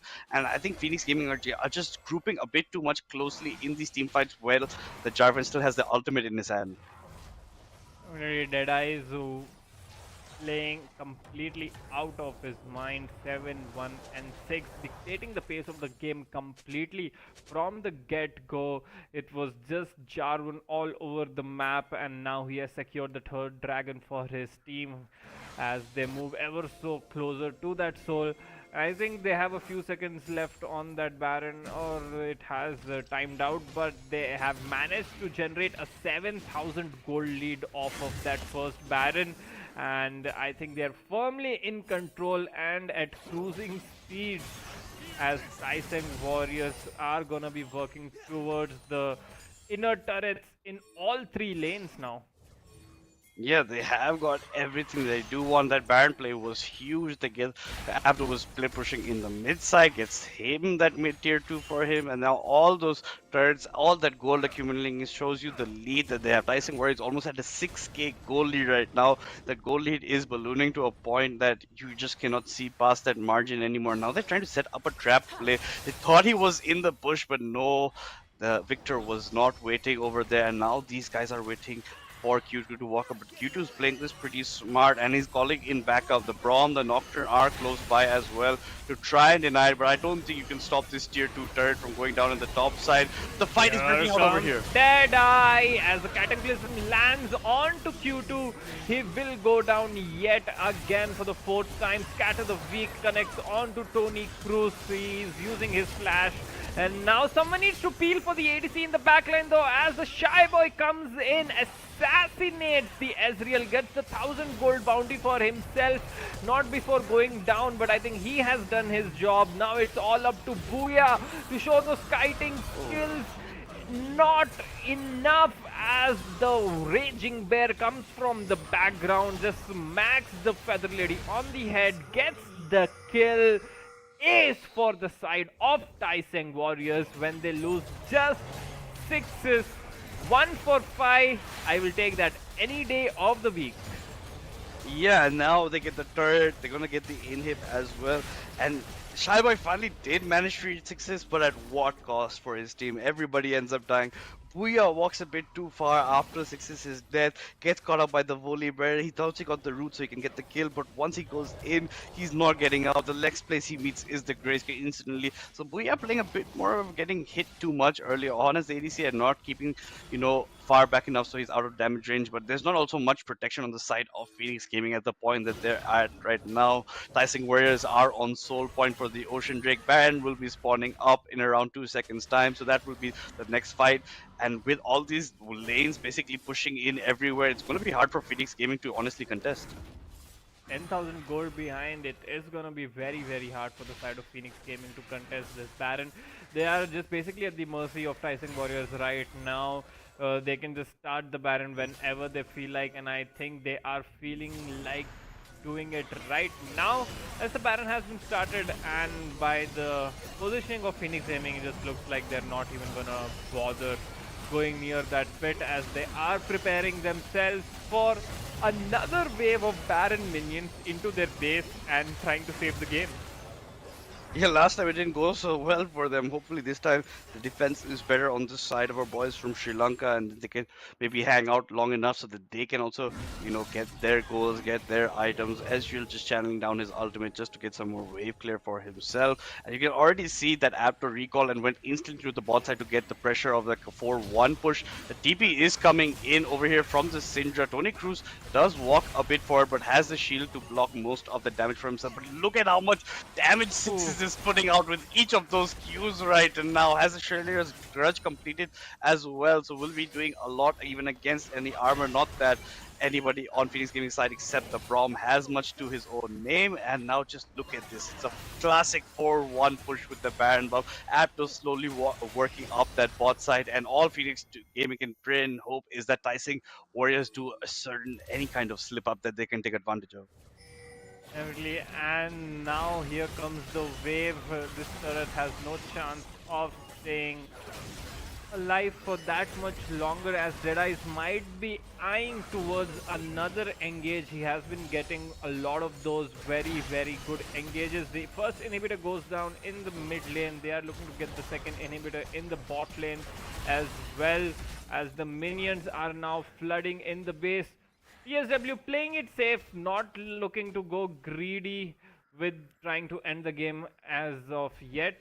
Why not just secure the soul, Ocean Soul of all things, and that is just gonna feel so good when you have the Volibear, you have the Ezreal, even the Taric who is very mana hungry. Like Ocean Soul, one of the best souls that they could have gotten this game, and they will be looking at securing it right about now. Yeah, picking up Ocean Soul at 29 minutes. Already by 29 minute mark have got 2 Barons also to their name. not much Phoenix Gaming can do except, play base defense at this point and try and set up maybe some traps, maybe in bushes if any member of Tyson Warriors walks up too early. But it's just not seeming like Tyson Warriors is going to give that kind of an opportunity. They are not slipping at all. All three inhibitors taken by Tyson Warriors, and super minions will be flooding this base anytime soon. Now they're just going to try and group and pretty much go for the end. I think the next fight will be the ultimate fight over here, and Phoenix Gaming just maybe have to look to get something in this. Booyah has to keep his distance. Honestly, Booyah has to keep his distance. He does have his ultimate right now, but if he is the one who ends up getting caught out, not much damage right now on the side of Phoenix Gaming. And look at this, all 5 members of Tyson Warriors here with the Baron buff. Triple inhibited with the Baron buff. I think the minions are just enough to end the game at this point. Tyson Warriors don't even have to go near the turrets. The super minions just flooding into the base. 6 of them at every wave coming in. And look at the damage coming in. Deadeye's looking to get a quick in and out as the Taric ultimate connects onto 4 people. The turrets go bye-bye, and it's just the Nexus which is gonna follow. Not before they try to get a few more kills for that Sweet Summoner Spotlight. And there you go. First game picked up by the side of Tyson Warriors in very, very convincing fashion. Right from the get-go, I think just at 6-7 minutes is where they started building up their gold lead. They were already 2000 gold ahead by minute 10. And by minute 30, when they are ending the game, they were like some 14,000 gold ahead. So that just shows this game was not close at all, as Tyson Warriors put out a statement performance in the opening game of this best of 5 series, and they are looking to just take away the entire tournament at this point. Yeah, and it was just not the right time for, Tyson, I would call the side of Phoenix Gaming to contest for objectives. Even when they got their first Drake and their only Drake of the match for themselves, they did sacrifice 2 kills in that fight. It leads Tyson Warriors to get basically free grubs because Tony Cruz does not move up for it in time while the Taric and Ezreal are there for that fight. So this nice macro play for them. They just take everything and they ended very comfortably. No haste at all in their end. They get 2 Barons. Even after they getting the second Baron and getting that in mid, they chose, wait, no, let's get the Ocean Soul, take that as well at the 29-minute mark, and then they just march it in from all 3 sides, basically all those waves crashing in under the turrets, and just nothing Phoenix Gaming can do at the point, and they're gonna have to honestly rethink a bunch of their game plan over here. Emily, and it's gonna be a little demoralizing for them, but that's where the beauty of best of 5s come into play. They have to just stick together, forget about that game and just take away any positives that they had and work towards their draft to make up a plan, a strategy coming into the draft for the second game, as they look to equal this series up 1-1. And second game is always very, very important. Let's talk about it more as we look at the crucial moments of the first game. Everything was looking fine, but as you mentioned, this dragon fight where Tyson Warriors, they did lose the dragon, but they were not letting Phoenix Gaming go away for free. Even these aggressive flashes coming in to follow the flashless ADC, and that's where Deadeye's got the push in, double kill, and after that he just did not look back at all. This was, I think, the highlight play for Q2, and unfortunately after this there was not much that he was able to do. Still, Phoenix Gaming, I think they are experienced enough to not be deterred by such a loss, and they should be looking to bring it back in the second game, because as we have seen historically, we have never seen a reverse sweep happen. So if they go 0-2 down, it's almost like the final nail in the coffin. I'm pretty sure Phoenix Gaming do not want that to happen. Yeah, but Phoenix Gaming, I think, are pretty good old players, veterans of the scene. They are not honestly going to be deterred by one loss. They're going to pull it back and maybe rethink some of these picks for themselves. Booyah on the Zaya was not what you desired over here. Kasa could not get any proper isolations that he went for, and Q2 did do phenomenally pretty early on, but after that fell off. The Syndra, Kagura Syndra getting multiple scatters every single time for the engages, basically for Tawang Warriors that opened it up. This is just another beautiful cataclysm from the Jarvan, one of the many that he has landed throughout this entire game one. And then just the follow-up. Six is only getting caught basically once over here, basically, when you can see that the Shy Boy does go for him, but just it's not enough at the end of the day. The Shy Boy will chase Sixes, they get that kill, but everybody else just falls apart after that. He just follows in, goes really deep, picks up his kill, but burns his flash as well, has to burn basically everything to pick up that kill, and what for the rest of his team to die as well. You can see Booyah goes over, he has to flash away from the Volibear, lands the root with his E, walks up a bit too much, hit by that flag and drag, and that's him meeting the green screen. Casts in the ultimate against the Jarvan, but just not enough damage at the point with just the dry lies and not the completed rift maker for him, that he cannot do much. That being said, guys, let's take a look a bit at the scoreboard over here. 1-0 in the grand finals towards Tawang Warriors side. Not their fastest game, given that they went for 22 and 23 minute games yesterday, went to all the 30 minutes, but this is when they took it at a comfortable pace. 24 kills to that 9 of Phoenix Gaming. The goal difference swelling, and just kept on swelling at the 13k mark. 11 towers to 1 of Phoenix Gaming. Just not much even in terms of jungle objectives. All 4 Drakes, 2 Barons going over. They get the better of the grubs, the 4 compared to the 2 of Phoenix Gaming. And all Phoenix Gaming could do was get that Herald, and even when they tried to use that in the mid lane, it just was not enough for them, Fireball. It was not enough at all. They got the first dragon for themselves, and it was just downhill after that, as Phoenix Gaming will be looking to forget this game. But a player from Tawang Warriors will not forget this game for a long time. The crucial MVP for the game 1 of the grand final is gonna be dead eyes on that Jarvan. Man's going insane with those cataclysms, ending the game 9-1 and 12. So 21 KDA in a grand final. I mean, that is just insane. 600 damage per minute, had a really good influx of gold, and this guy just dictated the pace of the early game, the mid game, allowed his laners to, you know, flourish as well. And I think this game just showed what all a jungler should be doing, and Deadeye should be feeling very good about his first game, as he will be looking to replicate that in the coming games as well. But I feel Phoenix Gaming needs to work on their draft as well, because they did lock in the Victor just first pick, allowing the Syndra counter pick, and you saw how much of a difference Syndra put there as well. They left the counter pick for the top lane as well. So usually when you expect the Mordekaiser, you know, to be the lane bully, he was the one who was getting bullied against the Volibear. They just made huge mistakes in the draft, at least in my opinion. So let's see if they can come back stronger in the second game, fix those things up, as we will be heading into a short break. Don't go anywhere. We'll be back with the second game of Crucial by Micron presents Harsh Khelraay Community Clash.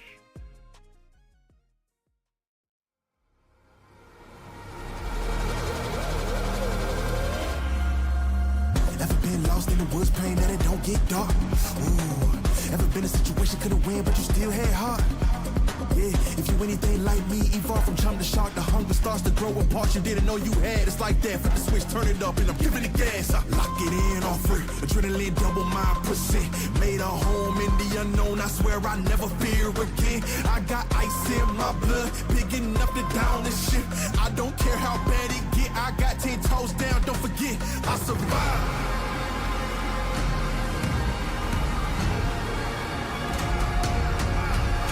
Survive.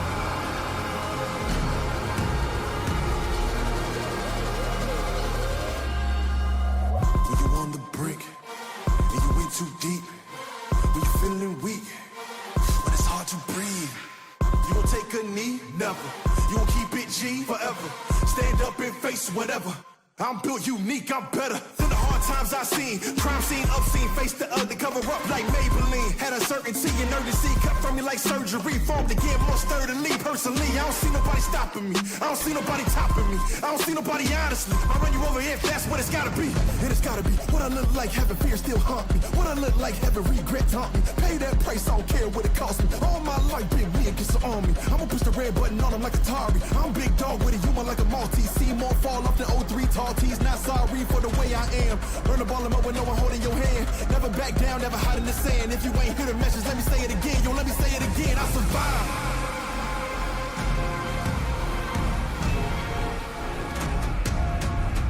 I survived.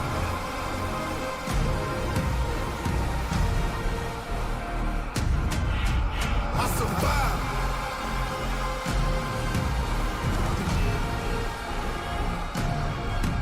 I survived.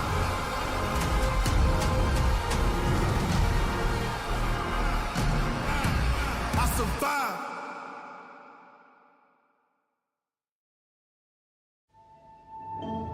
Barely breathing, don't let go. Hear the whispers, listen close. I know you've never strayed from the fold, but that's how freedom begins. Bended knees and broken bones. A bleeding heart never bleeds alone. I am one of many cries. We are far from the ashes. Rise up, break the cage, be the lion. Be the storm, be the strike of the lightning. Rise with the dawn, rage like the sun. This is what we came for. Revolution. Burn your bridges, make your choice. Fight your demons, raise your voice. They're only silent if we're making noise. So let the battle begin. Bended knees and broken bones. A bleeding heart never bleeds alone. I am one of many cries. We are far from the ashes. Rise up, break the cage, be the lion. Be the storm, be the strike of the lightning. Rise with the dawn, rage like the sun. This is what we came for. Revolution.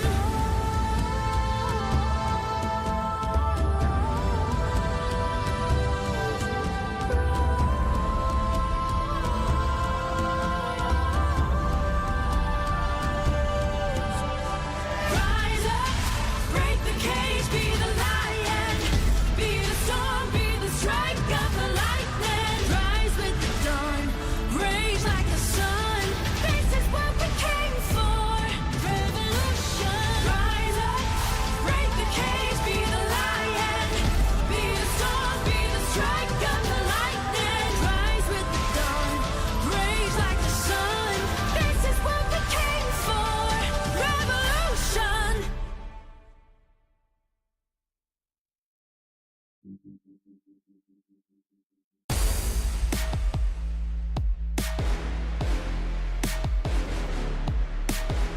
Yeah, I was undercover, wrote me off like the others, but I had secrets inside. You didn't pay attention, like an experiment. No, you're gonna pay for your crimes. I'll change your perspective, I'll teach you a lesson. Look at me now. Oh, look at me now. Try to take me down. Lost but now I'm found. Used to be the victim in the dead of night, but I can be a villain in the moonlight. Look at me now. In the moonlight. I'll make it my mission. Oh yeah, I'll have you wishing you could go back in time to never test my limits. Nothing you say will fix it. I'm too out of my mind. You're riding high, but I've got you this time. Oh, look at me now. Oh, look at me now. Try to take me down. Lost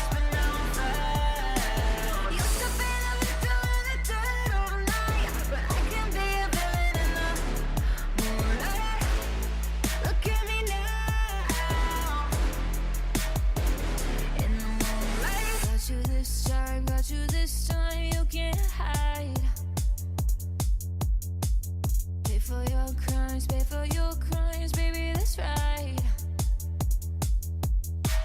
Got you this time, you get it.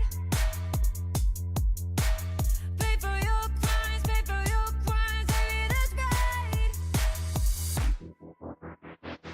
Oh, look at me now. Oh, look at me now. Try to take me down. Lost but now I'm found. Used to be like that all night, but I can be a villain in the moonlight. Look at me now. In the moonlight.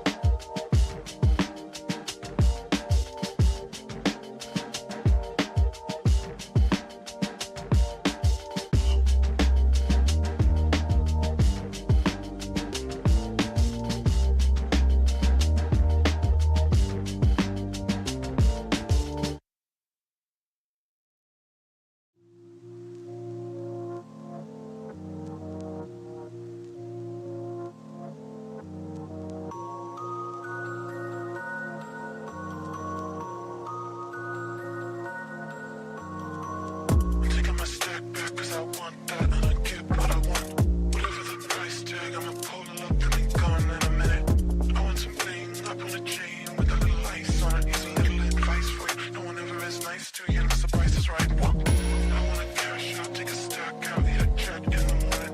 Riding the waves, making them waves, no time for crying and moaning. Rolling the blaze, catch of the day. Just got this morning.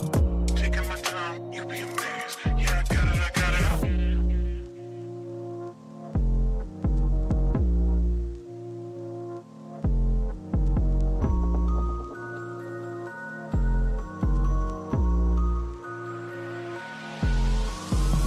Not dealing with nonsense, got my conscience on a whole nother level. If you like a nice girl, just ask twice, girl. I could win a gold medal. I can be rough and have you suffer just for my own pleasure. I'm not gonna waste my time. My time is too precious to measure. Say it so they can hear it in the bag, making sure the message doesn't disappear. We don't need fake love to elate us in and out the other ear. I don't make time for nothing but the work and the cheers. I'm making a good life that'll last me. I'm just clearing the air.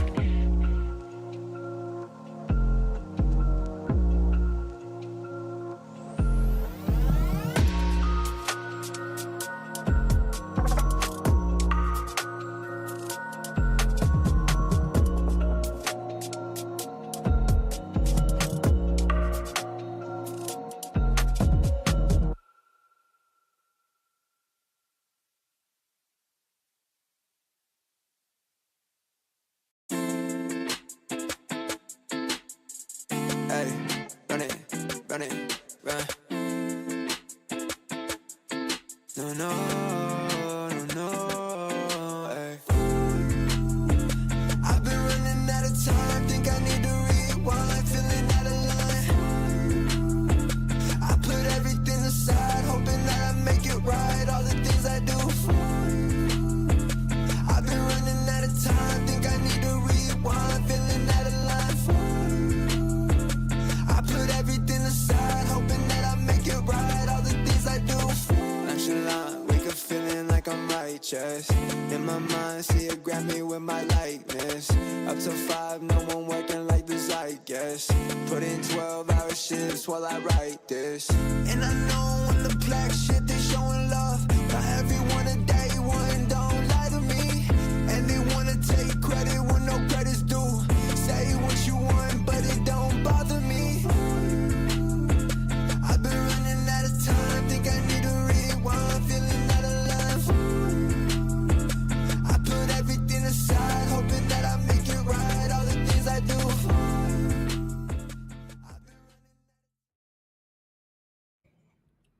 Hi guys, welcome back to the grand finals of Crucial by Micron presents Harsh Khelraay Community Clash, and with me is none other than the man, the myth, the legend, Bishi, who has been working so hard in the background and in the foreground of a gaming community in India, and it's just so much fun whenever you're around.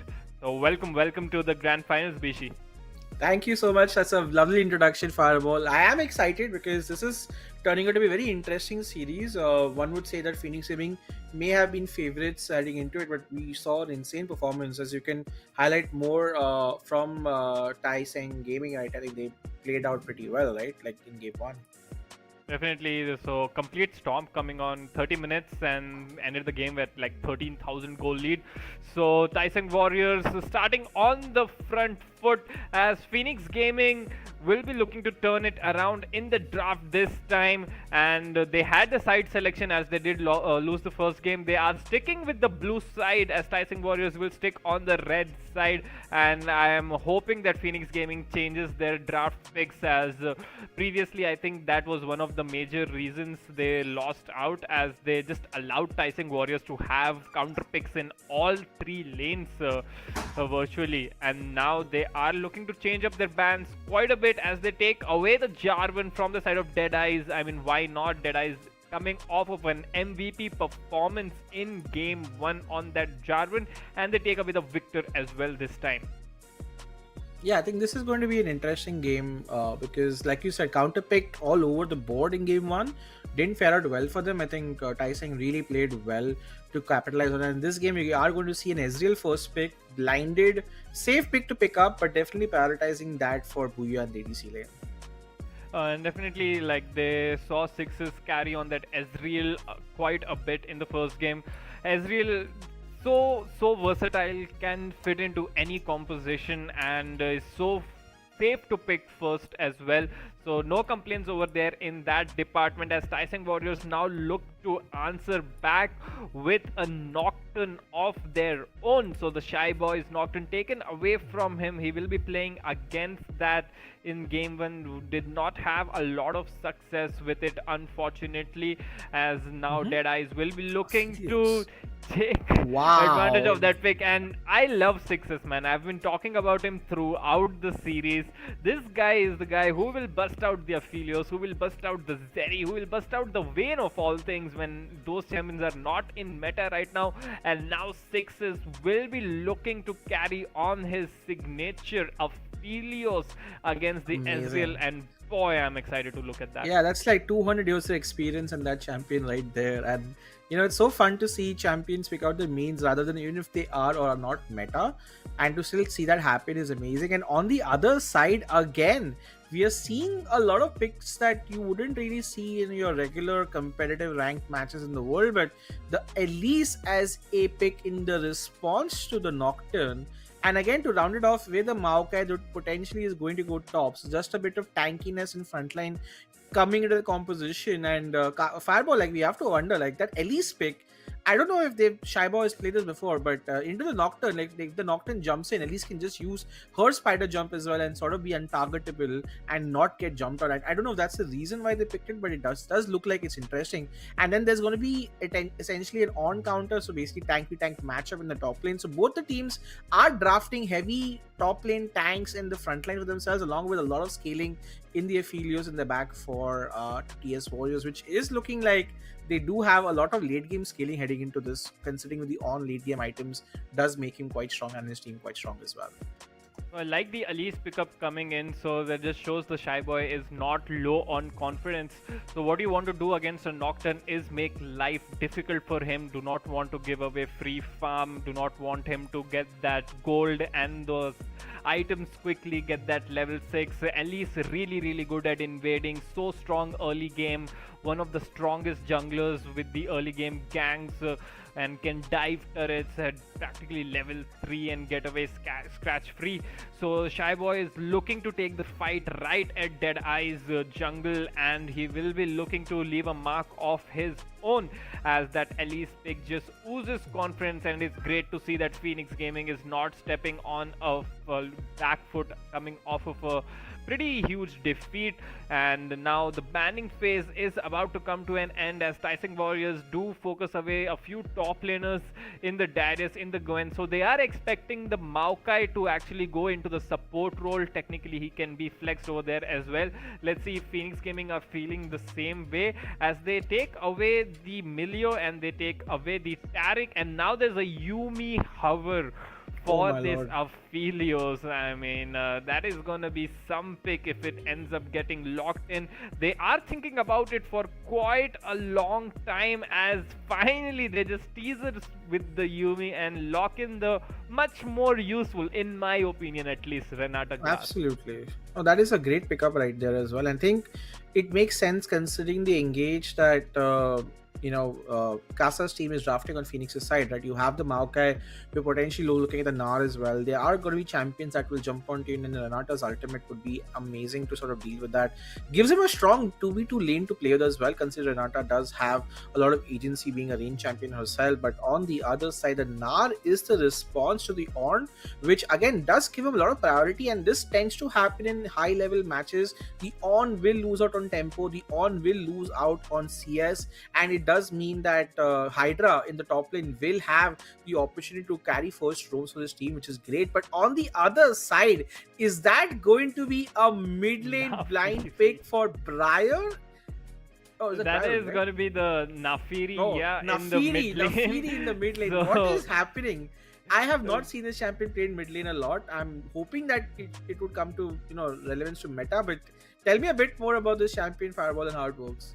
I mean, she is a very strong mid lane AD assassin who just has a point and click jump lock on to champions. So considering you have the Aphelios who is pretty immobile, you have the Nocturne who is kind of squishy as well, even the Renata Glass. So Q2 has a lot of opportunity to go in, get those executes and run out, has insane amounts of healing, has a lot of damage in the kit as well. But picking it blind is very risky, as you see Decisive Warriors just reply with a Hue, and Hue with the fear, with the root, with the long range. I think Hue should be just so comfortable against that Naafiri in the mid lane. So I think the only opportunity Q2 has now is to quickly look for these roams, and Naafiri is a champion who can roam pretty well as well. But even though in the bot lane you have the Renata Glass, which can dissuade, disengage, and probably one of the strongest disengages champion available in the game right now. So very ballsy pickup coming in there with the Naafiri. But let's see how it works out, because I think Naafiri is one of those champions that has a niche spot. Only the hardened one tricks who have hours and hours of that champion under their belt will end up playing that. So maybe Q2 has some tricks that we are not aware of. Absolutely. I think this is going to be a very interesting mid lane matchup. I feel again, we are seeing the same things come out, right? On the side of TS Warriors, you have a very strong comp that also scales into late game, but also has decent agency in the mid lane to survive. Like, I don't think Wei is gonna have a lot of issues against Nafiri. I don't think Aphelios or Renata are gonna have a lot of issues against Maokai Ezreal.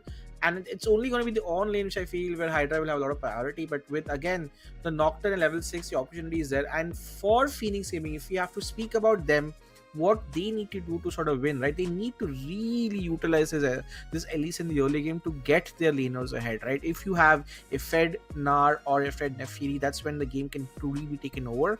The clock's really on them. Like, it's on Phoenix Gaming to make sure that they utilize the Elise well enough in the early game to create opportunities and tempo for themselves to take all the right objectives. If Elise starts going on pretty strong while Nocturne continues to power farm, and then they get the Scuttle as well as the Herald as well as the Grubs as well as the Dragons, I think that's where they will have that scaling heading into late game. But I personally feel if I had just look at the compositions themselves, then TS Warriors have drafted a very, very well-rounded composition for themselves, right? It's also, we haven't spoken much about the on and Nocturne synergy, right? The moment Nocturne goes in, at the same time you also have the on knockup just catching you right there along with the way too, right? So it's actually quite lethal in the right hands. But then again, you also have champions who can sort of survive that pretty well on the side of the Ezreal, as well as Nar too, as well as Nafiri. So it's going to be interesting to see how this plays off. The game is 1-0 in favor of TS Warriors. It is a best of 5, mind you, so 2 more and they get the victory. We were looking at Phoenix Gaming sort of coming back, but just having a look at how the drafting has gone, Fireball, I kind of can't help but feel that this might just be another game for TS Warriors should they not make a lot of mistakes in the early game. Definitely, and I think the side of Phoenix Gaming have just put all of their eggs in the early to mid game basket with the Elise lock-in, and they are just trying to snowball this game from the get-go. They do not want the on to scale up. They do not want the Nocturne, the way the Aphelios to scale up. So the champions, they are weak at the early stages of the game. Technically, that is exactly where the Elise will shine. That is where the Nafiri will be looking to do as much damage as she can. But that is such a double-edged sword to play with as well, because if they are not able to, get the advantage in the early stages of the game, there is just absolutely no way even for them to come back or outscale and on and Aphelios away. That is just not happening.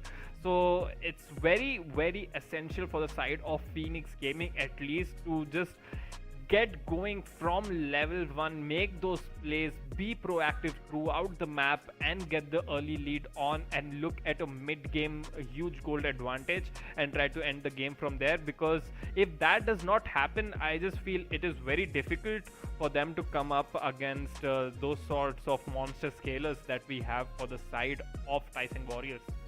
I agree, and I think that's where my eyes will be on the Elise in the early game. Let's see what pathing she ends up taking. Let's see if she can build up a formidable CS advantage in the jungle. But then again, you also have Nocturne, who's not that bad at clearing himself. So I do feel the advantage in drafts especially goes over to TS Warriors. Now execution again is another thing. We have seen bad drafts win and good drafts lose. It just depends on how well the team plays. But having said that, guys, we are heading into game 2 of this amazing finals, and we are watching this and seeing that potentially you could see a 5-man grouping coming out on the side of TS Warriors. Do you foresee any sort of shenanigans coming out, Fireball, with this team? So Tawang Warriors grouped up as 5 members will work their way into the tri-bush, and the Maokai might be looking at a face check into 5 people. Looking at the CC department though, is this gonna be Renata Glask with the root if she ends up leveling that ability first, and potentially with the on as well. With the on as well, if the on does end up maxing or starting with his third ability or the second ability, he can also land a stun to sort of supplement that play right here. But for some reason, I don't think that is going to be the case. People are looking to back out. Yeah, it And looks like the Maokai is pathing away. They do not want to be face checking the Tribush now, as we did have a small pause, so we should be jumping back into the game pretty soon. So it's the Ezreal who ends up face checking. The handshake connects, forcing him to unlock the E level 1. So great presence of mind over there, at least. To not level up any ability as soon as you leave the fountain. This amazing display of why to never level your ability at the start of the game True. and wait for the game situation. Booyah, yes, did end up face checking that, but also using his presence of mind to dash away. And yes, he does start off level 1 with a bit of a awkward start with just his auto attacks and not his Q, but better than at least losing his flash. Doesn't do a lot of change in the tempo of the lane. I still feel like Aphelios do not have the push because it's a Maokai level 1, can't really do anything else. And jungling start, it does seem that both of them are starting on the rest of the map. However, it does look like On is going to help out the Nocturne to just get him a little faster as we head into the game. And Nar is in that bush trying to be pokey right here, but that doesn't seem to be happening. But Fireball, let's talk a little bit more about these individual lanes now. Right, we're seeing the Nafiri versus the Way, but we're also seeing in the bot lane, you have the Ezreal Maokai versus the Renata Aphelios. How do you foresee these lanes going? I mean, definitely Aphelia is gonna be pretty weak earlier on compared to the Ezreal and Maokai at least, but it's not gonna be that bad because even Ezreal needs that Sheen at least to start ramping up. Now Nafiri with the AoE, with the pack behind her, is gonna get the early push on, but I like how Abdo went out and helped Deadeyes in his jungle because he would be expecting the Elise to just fast clear and look for some invades into the Nocturne's jungle. So just speeding up Nocturne's clear by a few seconds so that he is on par with the Elise at least, or even ahead. So I like the call coming up there as Q2 doing a lot of early poke damage onto the Hue.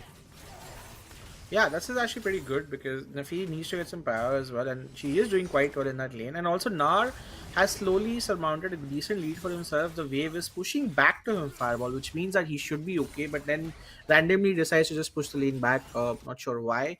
But off to a very standard start at this point, not something I tend to see a lot in illegal lanes. And see, having said that, Q2 just goes in and yeah, that is the point and click jump that the Nafiri has. But again, level 3 Hue can just always insta-fear the Nafiri as soon as she jumps in. That is why Hue is so good into the Nafiri. And as soon as the levels start coming in, Hue should be more comfortable as Thresh Senpai pays a visit to the mid lane, forcing the flash out of the Nafiri, and now she's looking like a prime target to get ganked. As the fights may not have ended as of yet. Flash forward, handshake connects. Mana is not there for the Nafiri, but he will barely survive as Kagura did not have enough damage to secure the kill for himself. As Thresh Senpai is putting in the work in the mid lane already. Absolutely, and you have to give so much credit to this bot lane, like you said, because it was a lane set. Never mind, top could be in trouble. Hydra has just lost all of his HP. Beautiful sort of engage coming out from Abdo right here. And Fireball, more fights are happening. Yeah, Nocturne looks to gank the bot lane, does not have the range for the fear, so Tony Cruz and Booyah are just gonna walk away from him, not losing anything, as in the top lane Hydra was about to go down. Abdo Rising got that smack combo with the Forged Anvil, and he is pretty far behind on CS though, as we would expect against a ranged top laner, but I think On should be in a pretty decent spot even if he has flash for himself. And also we have to talk about the roam in the mid lane that that was happened by Renata, right? The fact is that you have so much priority and you use that priority to your advantage, right? That's what Thresh Senpai did, right? He used the advantage that he had. Handshake connect. The Gravitum root locks on to Booyah as well, but the Essence Flux is available to just take some time off as the flash comes in by 6s. I think that was a little too aggressive, forcing the barrier out of Booyah, but you're playing Aphelios. I'm pretty sure you want to hold on to that flash, as the Elise now might be thinking of paying a visit to the Aphelios in the bot lane.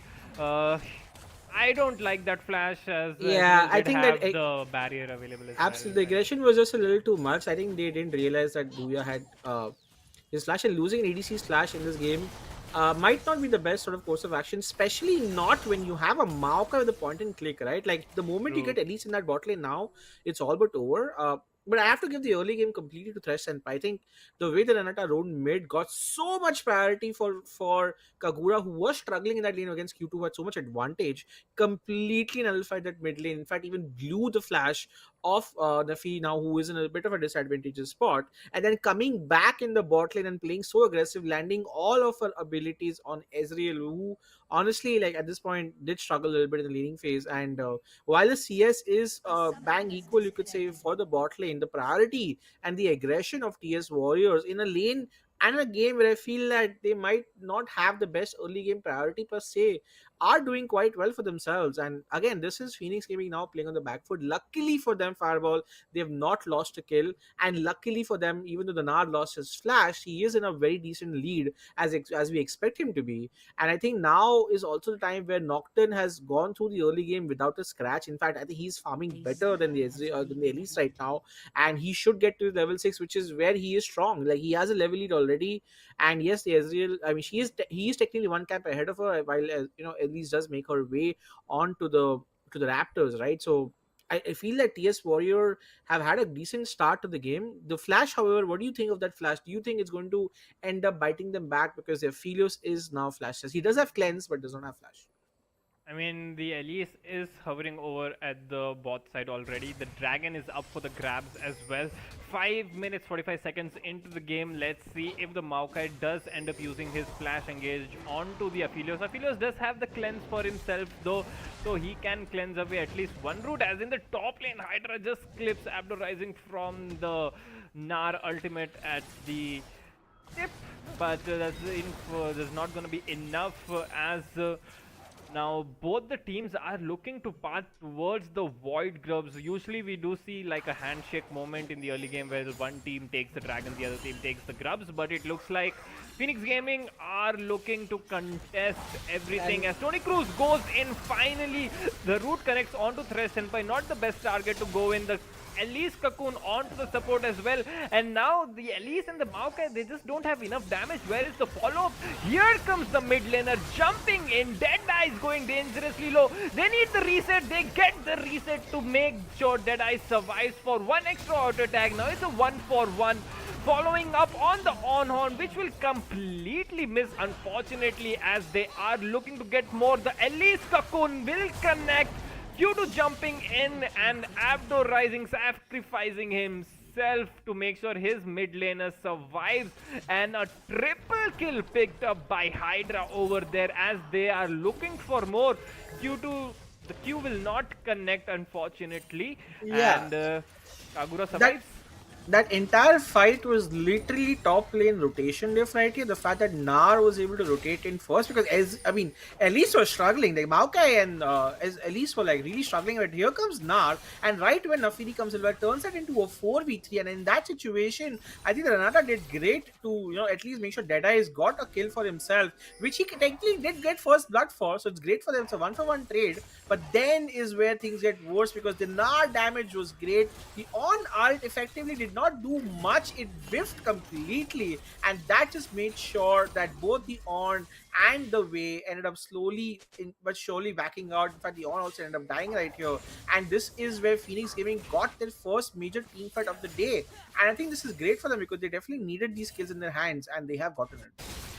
Yeah, Phoenix Gaming, definitely the perfect scenario for them. They get the 3 grubs, they get the 3 kills, they get the early game advantage, they have the tempo, and now the dragon is up for the grabs as well. Tawang Warriors are the ones who have started it up before though, and the Shy Boy completely on the opposite side of the map, so it looks like Phoenix Gaming were just not looking to contest that, and I'm not sure if I like that, as they did just win out a huge team fight. All the summoners were down from the side of Tawang Warriors. They should have just looked to path towards that dragon, as a fight is breaking out in the bot lane. Tony Cruz gets rooted up as Thresh Senpai will go down, and it's a 1-for-1 trade as The Nocturne in the background will secure the dragon for himself as well. And now the Nocturne is hovering in the area, has the ultimate He available. can. So Absolutely, he if they should look are to looking gank for mid any lane. ganks, yeah. Yeah, they should look to gank the middle lane for some reason. Nocturne deciding not to because they got a 1-for-1. Again, kudos to Maokai for just making sure he went in. Ezreal followed up as well. I don't think that was enough at this point. You can see they were trying to get the revive back, but it just took a second longer. By that time, Thresh Empire was dead. He put that ability on himself. However, they got the dragon. They just gave so much free farm to Nafiri in the mid lane, who is now taking towers for herself. And this is where things are again going in favor, I would say, of Phoenix Gaming, because yes, they lost the dragon, but they got a 1-for-1 and they are getting priority in the mid lane. And this is now the point where Booyah has his flash, has his barrier. All he needs to do is survive this 2v2 lane. Let's see if Nocturne decides to gank and make it difficult for him, because if Nocturne does ult, I think that he dies regardless of whether he has flash or not. We'll have to wait and see what happens right here, but I think this is a pivotal moment in the game. Let's have a look and see what happens. But I think screen is it frozen for me or just I mean, yeah, it's the pause. After the pause, we have a few seconds. It's just how the LOL replay system still stuck in the 2010s. But it's looking at Ezreal does have both of his summoners up, so the Nocturne is just gonna be walking towards his crab. yeah, Nocturne just did very questionable rotations right here, but he chooses to go after the Finally. Nafiri. He goes in onto the Nafiri though, For just what? making sure Nafiri is not getting any free plates, but that is not gonna do anything, as now Kagura tries to join in the fray, as Nocturne just uses his ultimate. I mean, For Fireball, we have to absolutely question no this. reason, yeah. That felt like the worst ever Nocturne ult to use. And it's not like you have a completed item. It's not like you're playing against a very squishy mage in the mid lane. You're playing against a Nafiri. She was more than happy to tank the Nocturne ult for herself and give more than damage the Nocturne gave to her as well. And you have Flash, the forward. Cocoon lands. Spoon connects, Q2 jumps on, but the fear is good. The ultimate is sticking, as the Elise will just jump in, secure the kill for himself and survive. So great pickup coming in to the mid lane as Kagura goes back to the base. And boy, it's not looking good for Tawang Warriors, as 2000 goal lead is what Phoenix Gaming have managed in 10 minutes, and it's exactly what they were looking for. And a great cancel over there by Abdo Rising. Abdo's mechanics on seem a little clean right now. On the bot side, you have another fight happening. Another fight breaking out, the exhaust onto the Aphelios. Ezreal solo! Flash forward from Booyah to secure the kill. The damage is there as Tony Cruz uses his ultimate just to make sure Thresh Senpai, if he tries anything funny, he'll be locked in place. But another 2v2 kill coming on for the side of Phoenix Gaming, and now suddenly they have 6 kills to 2, 11 minutes into the game, 3000 goal lead, and this is going all according to plan. Absolutely. We spoke about how this is going to take individual prowess, because draft, while obviously in theory is very important, and sometimes you would say even half of the game is decided by draft, but the other half is decided by execution. And what is happening right here is Phoenix Gaming, after losing game 1, are playing quite good right here, right? I mean, great gang. The Flash Cocoon at least lands. It was a risk, but it paid off. They knew the Wave Flash wasn't there. The amount of damage was more than required to kill off the Wave, but hey, they got the kill. And in the bottom as well, beautiful play. The Maokai spawned in click with the Flash being down. Sixes had his summoner spell, chooses not to use it, and eventually the Flash in coming from the Ezreal for the last auto attack gets the kill for them right here. So strong performances coming out from Phoenix Gaming. This is what we need to see of them, because they need to keep the tempo up. They need the rest of the 3 grubs, which they are going for right now, Fireball. And now with the Gnar also being 3-0 up, he's in a great spot team fight right now, and now is again going to be a point where TS Warriors have to be very, very careful not to get caught up, but they might get caught up. Tony Cruz goes in there, slowly starting the fight as the Nocturne ultimate onto the Ellie is not a great idea, as she can just jump away, but they do manage to take her down though as the fight continues. Hydra comes in from the back with the flank, 2-man ultimate connects, the on-horn being blown, does not manage to knock up a lot of people, so they are just happy with the single pick that they got, but it was a jungler, so that means they should be able to secure these 3 grubs for themselves. So Tawang Warriors coming in, getting the pick onto the Shy Boy, securing the 3 grubs, making sure that Phoenix Gaming do not get that buff from the 4 grubs. And now looking for a lane swap into the top lane, putting sixes there as Hui has teleported bot to pick up that farm, and they will be on their way. I mean, I think that was really smart on the side of TS Warriors. That even in the first Herald, with the first Grubs fight, we did see that the Maokai and Elise were struggling. It was only when the Nar came and the Fili came is when they did well. But this time, they struggled again and they got the kill onto the Elise. And this was very bad for them. And what happened is Ezreal never joined the team fight. He was pushing bot lane. So the fact that they took a 4v4 whilst knowing that their AD carry is not with them was a bit questionable. And because we had teleport, like all he had to do was get back into the lane and they got that. So good advantage coming from TS Warriors.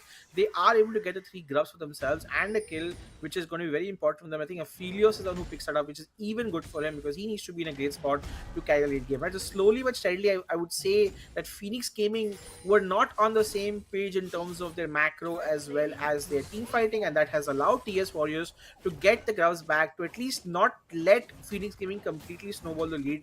Yes, they still have a 3,000 goal lead for themselves and they are strong, but this is what is needed from TS Warriors. They need to play this in the right way, take the right team fights, and eventually they are looking to outscale the enemy, but they just have to not give up. Success! He finds himself in the death trap as bit of an overkill with the Maokai ultimate, but hey, anything to secure the kill as the Elise picks up the second kill for herself.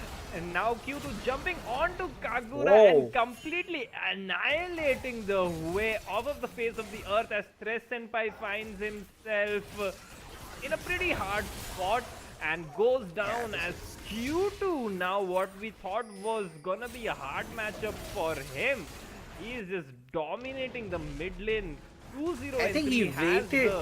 Yeah, he waited for his first right. At the moment he got that, he was just completely all in. And look at the amount of damage Nafiri can give once she jumps on the champion, right? And again, it felt like TSW was just walking in a park without any idea of where the enemy was. First, it was Aphelios getting caught in the bush right there. Then it was Kagura just underestimating, Nafiri's damage, which I think is very pivotal. And now it does look like, with the picks coming out right here, Phoenix Gaming are just in such a great spot. They got the first tower, but here comes the Nocturne looking to go for it. But he is on a Maokai, mind you, and I feel like this is still going to be a kill. Tony Cruz does what he can to survive, but it will not be enough. And this is going to be a kill finally coming out for the Nocturne, first of his kind. Finally, one of Nocturne's ults works out well for him. So now with the Herald now being taken, the objectives are being taken as well on the side of Phoenix Gaming right here. And now I think things is when things start getting more fun because the Herald can be used to get the second tower of the game. Ezreal's in a great spot, has a bounty, and the Nar is doing fantastically with the Triforce as well. And Phoenix Gaming just seem to be is doing quite well in the lane too. And I feel like things are looking difficult because slowly but steadily you are going to start losing out on everything, and the Herald has been used from the side of the Raptors, mind you, just to get some more priority. And Fireball, like, this is now a game that is slowly but very steadily going heavily in favor of Phoenix Gaming. Yeah, Phoenix Gaming did draft for the early mid game, and the early mid game is going heavily in their favor, so they should be very confident in their ability to close this one out, as they should not be looking to slow down on their tempo. Already 4,000 gold ahead at 15 minutes. That is not a small amount of gold lead at this point of time. As Q2 on the Nafiri, he got the dog in him as he is annihilating the competition in the mid lane. The champion just becomes very, very ridiculous if got ahead, and she has gotten ahead. Let's see what Tawang Warriors have in their back to reply with. I mean, they still have the opportunity to just keep on dragging it, sandbag till the on items start rolling in, till the Aphelios is sitting at 3 items, till the Hui is sitting at 3 items, and I think at that point they might be looking at an advantageous game state for themselves, but till then they have to devise a plan to just effectively turtle and not give away so much that they just auto lose the game. Absolutely. I think this is where it's also on Phoenix Gaming to continue keeping the tempo of them. The mid lane is so low. I think there should be an opportunity for them to get the tower if they just look for gank again. And in the top lane, like while the On is doing on things, right? Like he is 34 CS behind. This is expected from him on that side. But he is getting to his items. He will end up scaling. He will give on upgrades to all of his team members. But that is like a long way in the future, right? You need to be level 14 before you start doing that. And he is still just entered level 11. It's going to take another 5 to 10 minutes for him to get to that point. And Ezreal as well, highest CS in the game so far, doing a great job, Booyah, on that Ezreal. And again, sixes, right? Like he has gotten a few success. He has a collector in his hands, but it's not going to be enough. And I just feel like now the game state is a bit chill because there's no objective in the map, but the dragon is going to spawn very, very soon. And this is where, team fighting is now, I'm a bit concerned because when you are 5,000 gold ahead with the kind of pick potential that you have, and Shy Boy, they want to go in, but the fight might have just broken down. The ultimate used little prematurely as there was no follow-up. Now they're missing a very important ultimate for the follow-up fight if there is any, but there is gonna be none. And by the time the dragon spawns, I believe the Maokai ultimate should be pretty much back up. And as they are looking now to invade the jungle of Deadeyes, Shy Boy will just cheekily smite that one away using the cocoon, forcing the flash out of the Nocturne. So they're just happy with that, but Deadeyes is not gonna let the Maokai go for free as Abdo Rising comes in for a flank, but he's just not on the same page as his team as he just throws away his life essentially for free. And now a great ultimate connects from the whale. Lot of AoE damage going in. Tony Cruz's health bar taking so low.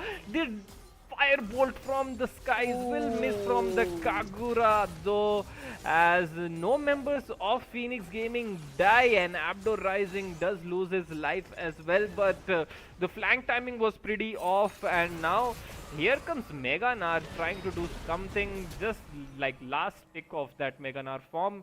And at the end of the day, it was a stolen red buff for the side of Phoenix Gaming and one kill for them. So they should be pretty happy with that. And blowing flash for Nocturne, and blowing flash for Aphelios, and blowing flash for On.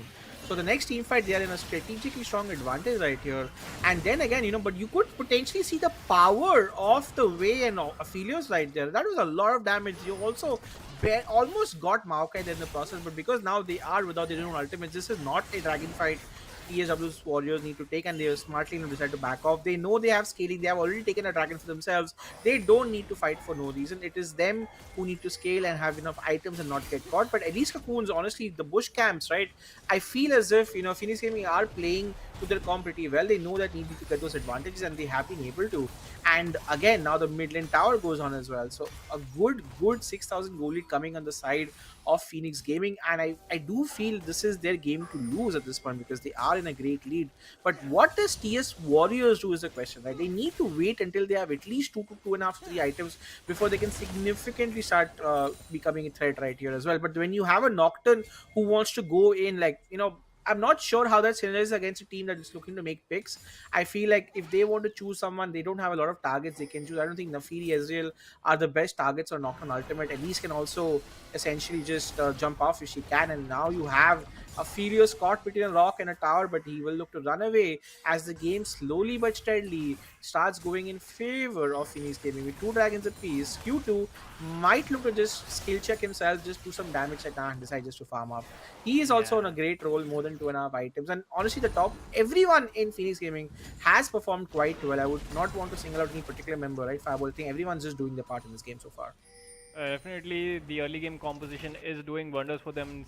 6,000 goal lead at 21 minutes, that is huge. And now the Baron is up on the map, so I think Phoenix Gaming should just keep up on their tempo and start that infamous Baron dance. Just force Decisive Warriors to face check them near the Baron and force a fight. I'm pretty sure they are at a very strong spot compared to Decisive Warriors, and they can just either win the fight straight up or get the Baron if Decisive Warriors decide not to contest on that. I think that's what they should be looking at doing right now, especially when they have item advantages across the board. So Aphelios is working towards that Infinity Edge. I'm pretty sure they would want to take a fight before Aphelios completes his Infinity Edge, before the Hue works on the second item as well. So prime time right now for Phoenix Gaming to set something up and look for a fight, force a fight. They have the advantage, and they should all just be walking towards this Baron to get that advantage, I believe.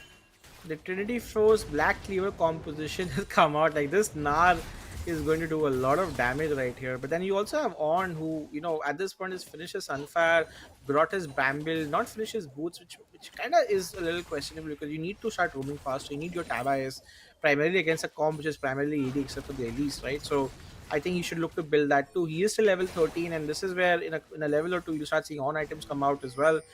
Scaling is happening slowly but surely, but Prao is completely in the hands of Phoenix Gaming. Right? They are just so far ahead that they have all vision control right here. They've completely blackened the Baron pit right here. No idea what TSW can see in the map right now. They are scared to walk on their own red side of the jungle. The top lane tower will be the next call, and like you said, Fireball, pings on Baron have started to come, and slowly but steadily, you know, the spidey senses on the side of TSW is also there. Too much time to pull the trigger. I feel they're just not feeling confident. Now the Aphelios has completed his Infinity Edge. The On items have started to roll in for himself at least. I feel what they are doing right now, they could have started to do about 2 to 3 minutes ago. But still, even now, not forcing a Baron fight, I mean, they should realize they're just so far ahead compared to the team. They are playing the early to mid game composition. Just force fights. You are going to win out just on the basis of the raw item advantage that you have, but they are playing it steady and slow, and in the past 3 to 4 minutes there's nothing that Phoenix Gaming have achieved, and they should realize that as well. Every second that passes, their win on just keeps dropping down. They are in a race against time, because no matter how much ahead you are, if the Aphelios gets to 4 items, if the Hue gets to 4 items, if the On upgrades are there, they are gonna hurt. So Phoenix Gaming need to keep the pressure of like how beautifully they've been doing up till this point. Yeah, I mean, it does feel like, you know, they're playing a bit too safe, where they had the right opportunity to go for Baron right here. They chose not to, decide to just farm it up and instead go for the Dragon right here. I completely agree with you, Fireball. It feels like a wasted opportunity.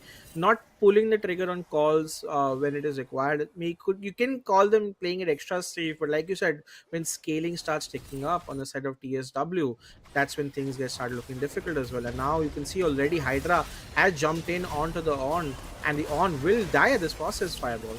On taking a lot of damage, but he is so tanky. They are just using a lot of these abilities for the On, who is full tank, and he ends up surviving, and they take a revenge kill onto the jungler of Phoenix Gaming. So a misplay coming on right there. On should never be a target. You throw 3-4 ultimates on, and every single ability used up on Abdur Rising, who has his flash. He's just laughing on his keyboard right now as he just flashes away, lives, takes the life of the jungler from the side of Phoenix Gaming, and they just allow Tawang Warriors to pick up the second Drake for themselves.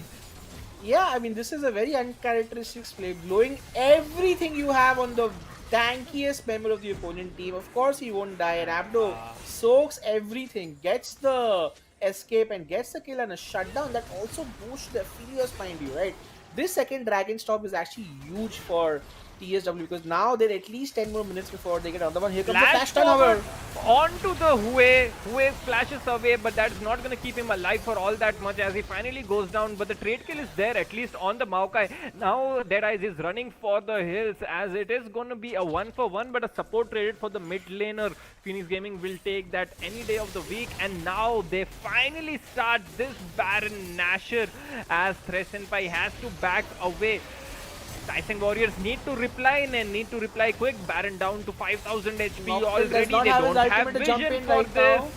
They do not have the vision to go in, as the blue team will secure the Baron. But now let's see if they can escape. Q2 dangerously low. Shutdown going in the favor of the Nocturne. Abdur Rising jumps in. Deadeyes jumps in with his ultimate as well. The knockups are connecting, but the damage, is the damage there? No, it's not gonna be enough, as Gnar and Booyah just slap them around, and Abdur Rising ticking down. Phoenix Gaming pick up the Baron. Phoenix Gaming secure 3 kills for themselves, and now Phoenix Gaming are looking at a 10,000 gold lead and looking to siege. It took them a wasted dragon to realize, guys, we need to pick up the pace. And man, when they pulled the trigger, they just went in. Started off with Tony Cruz on the Maokai, flash stunning the opponent and getting a pick for themselves, using that advantage to just rush Baron. And once again, after Baron was rushed, split focus, Nocturne going top, and on the other side, you did see Aphelios as well as Way trying to hold fort in the back, but that was not enough. On ends up dying as well. Kills being picked up from both the Ezreal and the Na right here, and this is when we say Fireball, they have gotten what they wanted. They did play a bit risky with this early to mid game composition. They needed to get ahead, and somehow they have been able to. Yes, they are a little bit shy on dragons, but they need to really use this Baron to get a bigger lead for themselves, because it's still a Baron. It's not like they've got inhibitors yet, right? Like, they need to get a lot more, and that's why lane assignments are important. Like, you can see here, is very Maokai is looking to go in, and oh my god, the Nas going a little too hammy. He gets the kill. They do end up getting the kill from downtown. Hydra just doing so much damage and secures the kill for himself over there.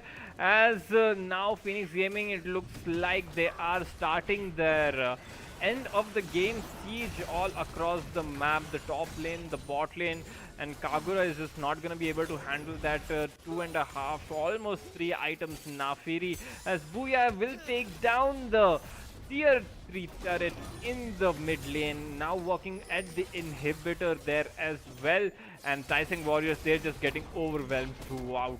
Yeah, I mean, that Nocturne just completely blew apart from the Na right here. You have to also credit Hydra. That first roam he did at the Herald, where he roamed before the On, using his advantage with the maximum, got him 3 kills. And now Maokai is just so strong, tanking everything and get the kill onto their feelers. Now the Nocturne could be in trouble as well.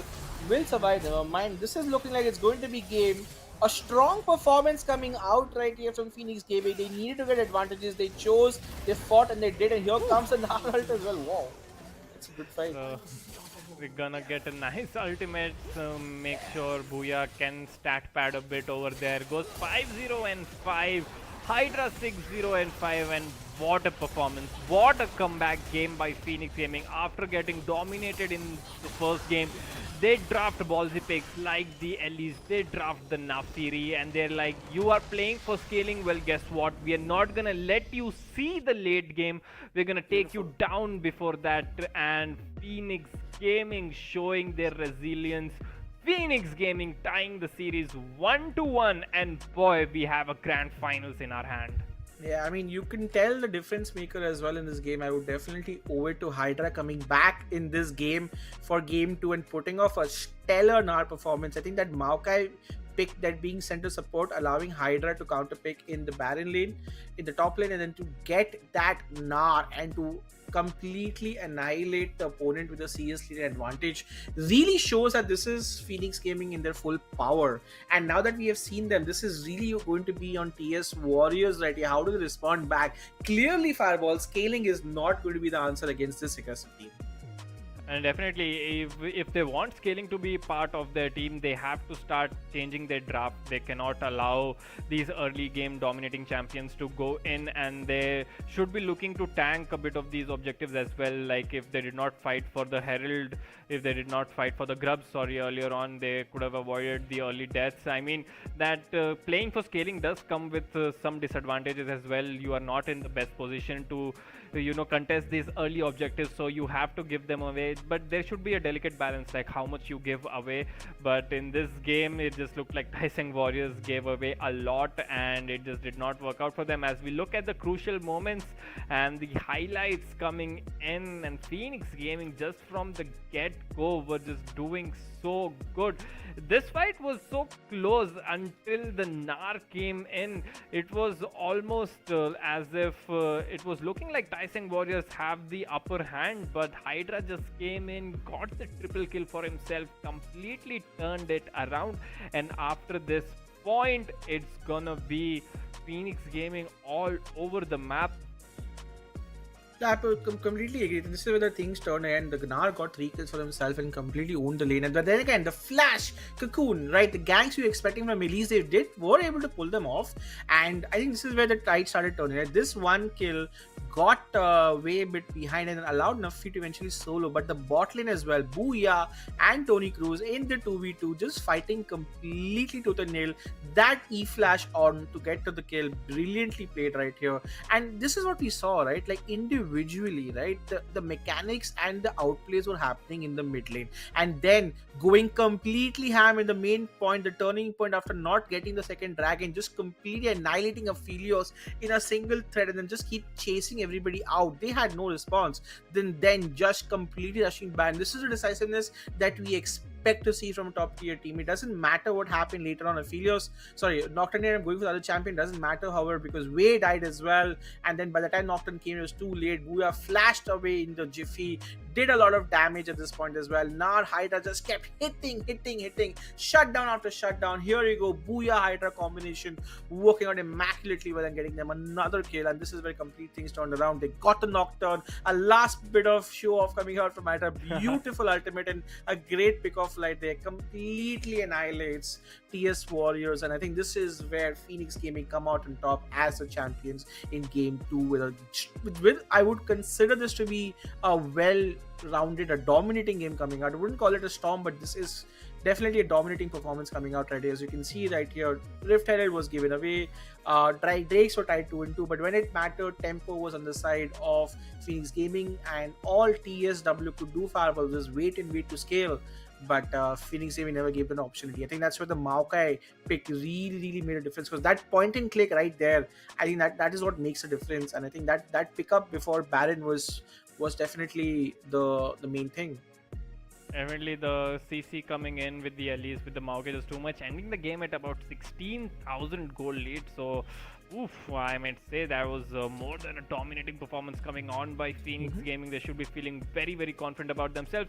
Looking at the crucial MVP for this game, though, every single member of Phoenix Gaming had such a great performance, but for me it has got to be Hydra.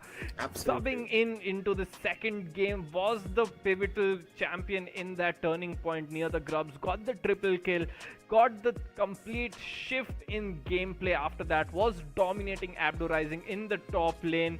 This Nar, deathless, perfect game from him, 6-0 and 5. What a performance coming out by Hydra, and was this the missing link for PNX as they come in? And he is gonna look to replicate this performance in the coming games as well. But now for the series, we are tied up 1-1 in this grand finals water series we have in our hands, as both the teams now faced one loss, have one victory under their belt. Let's see if they are looking to change any strategies, they're looking to change any draft opportunities, and what and all they can look to get that advantage. So that's going to be end of game 2. We are tied up 1-1 in Crucial by Micron Presents, Harsh Khelraay Community Clash, and make sure you are glued to your seats, as we will be back for game 3 shortly. And don't go anywhere. Tonight, dipping low with my girls tonight. Got my ice in the clouds. Cali Dro got me feeling right with my ice in the clouds. Dipping low with my girls tonight. Got my ice in the clouds. Cali Dro got me feeling right with my ice in the clouds. Dipping low with my girls tonight. Got my ice in the clouds. Cali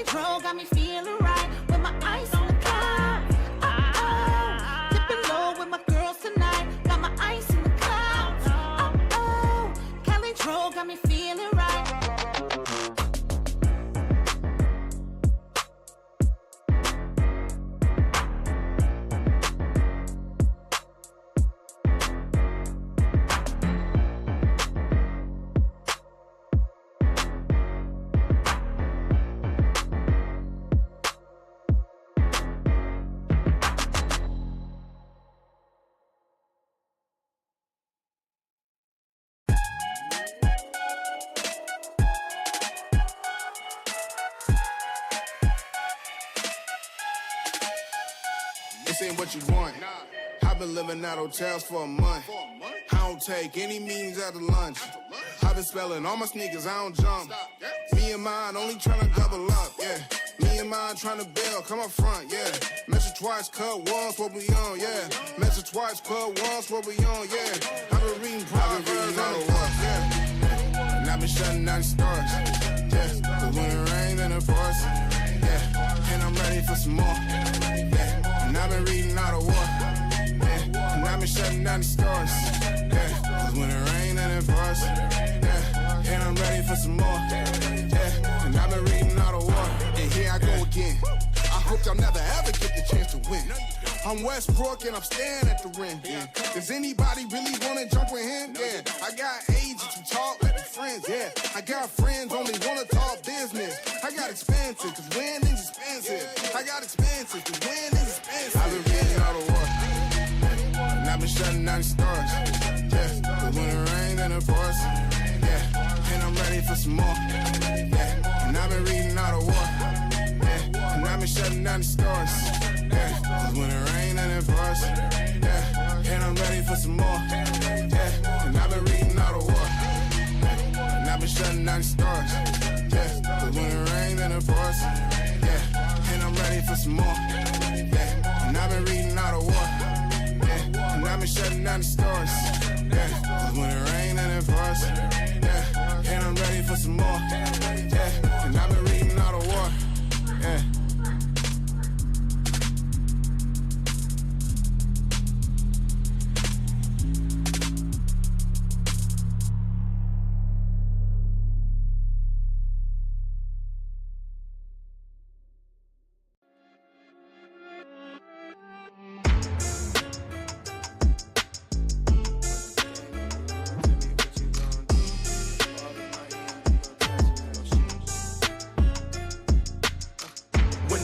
On the line, you can't fold and you can't bend. Y'all be playing it safe and I be going for the win. Remember back when they was doubting on the kid. Now they tuned in cause my game too legit. Stayed down, remain humble and I made it work. Crazy how I came out so clean from the dirt. We was using candles on the nights the lights ain't work. We ain't never going back to that and that I merged. Turn your back on me, the worst mistake you ever make. Keep my grass cut, gotta watch out for the snakes. If it's on my plate, best believe it's getting eight. I'm falling like I'm Kobe 33 before the 8. I just want the rings and the medals and the trophies. I want the Kardashians and Jenner so I know me. I wanna take a Uber to the hills to visit Chloe. I want the floor seats cause I'm tired of the nosebleeds. When the game on the line, you can't fold and you can't bend. Y'all be playing it safe and I be going for the win. Remember back when they was doubting on the kid. Now they tuned in cause my game too legit. I feel like I'm Scottie Pippen, putting on the work but they don't give me no recognition. Basically the league's MVP but the P is missing. I'm the most valuable but sometimes they tend to forget it. I live my life on the edge but my back against the wall. I make sure my shoes lace cause who gon' catch me if I fall against the odds, but I'ma beat them all. I used to have a lot of friends, I never thought my day one circle be this small, but who needs love if it's fake love? I'm tryna shine like the diamonds on Mike's glove. Get in my way and you gon' feel it just like Mike's glove. I'm tryna go from burnt rugs to the red rugs, that's facts. When the game on the line, you can't fold and you can't bend. Y'all be playing it safe and I be going for the win. Remember back when they was doubting on the kid. Now they tuned in cause my game too legit. Who gon' stop me now? I'm on the road, let me know. Who gon' stop me now? Who gon' stop me now? Who gon' stop me now? I'm on the road, let me know. Who gon' stop me now? Gang, gang. When the game on the line, you can't fold and you can't bend. Y'all be playing it safe and I be going for the win. Remember back when they was doubting on the kid. Now they tuned in cause my game too legit. When the game on the line, you can't fold and you can't bend. Y'all be playing it safe and I be going for the win. Remember back when they was doubting on the kid. Now they tuned in cause my game too legit.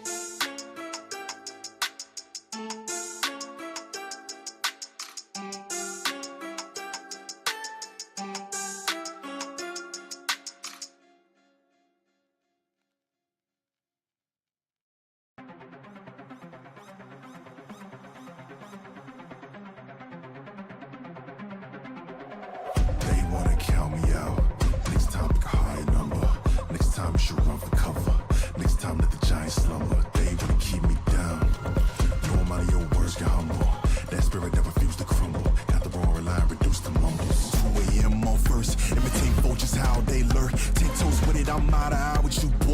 challenge the best with your worst. This my turf, way I move is inertia. Can't be stopped, it's unheard of. From the dirt, sweat got my feet muddy. Spend my wins, they might search you. On my word, path took plenty turns and broke my confidence in cursive. When submerged, I found resolving my purpose and tell you about it back on surface. I survived.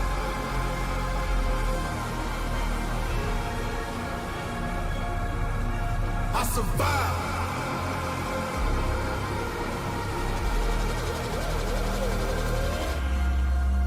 Ever been lost in the woods, praying that it don't get dark? Ooh. Ever been in a situation couldn't win, but you still had heart? Yeah, if you anything like me, evolve from chum to shark, the hunger starts to grow apart you didn't know you had. It's like that, flip the switch, turn it up, and I'm giving the gas. I lock it in all free, adrenaline double my percent. Made a home in the unknown, I swear I never fear again. I got ice in my blood, big enough to down this shit. I don't care how bad it get, I got 10 toes down, don't forget, I survived.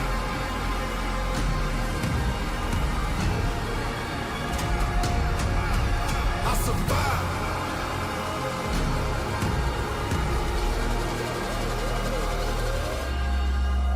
When you on the brink and you in too deep, when you feeling weak, when it's hard to breathe, you gon' take a knee? Never. You gon' keep it G forever. Stand up and face whatever.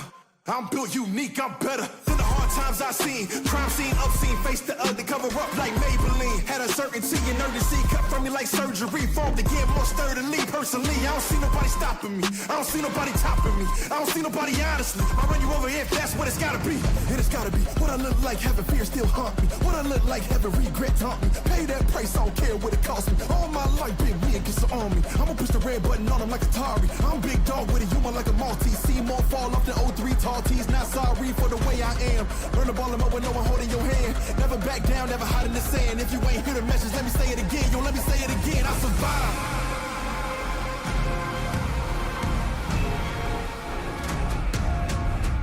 I survived.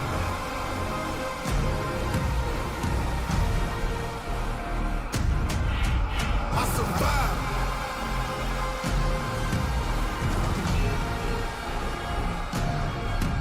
I survived.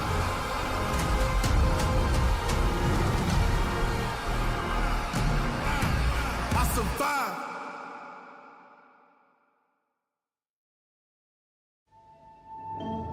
Barely breathing, don't let go. Hear the whispers, listen close. I know you've never strayed from the fold, but that's how freedom begins. Bended knees and broken bones, a bleeding heart never bleeds alone. I am one of many cries. We are far from the ashes. Rise up, break the cage, be the lion, be the storm, be the strike of the lightning. Rise with the dawn, rage like the sun. This is what we came for. Revolution. Burn your bridges, make your choice. Fight your demons, raise your voice. They're only silent if we're making noise. So let the battle begin. Bended knees and broken bones, a bleeding heart never bleeds alone. I am one of many cries. We are far from the ashes. Rise up, break the cage, be the lion, be the storm, be the strike of the lightning. Rise with the dawn, rage like the sun. This is what we came for. Revolution.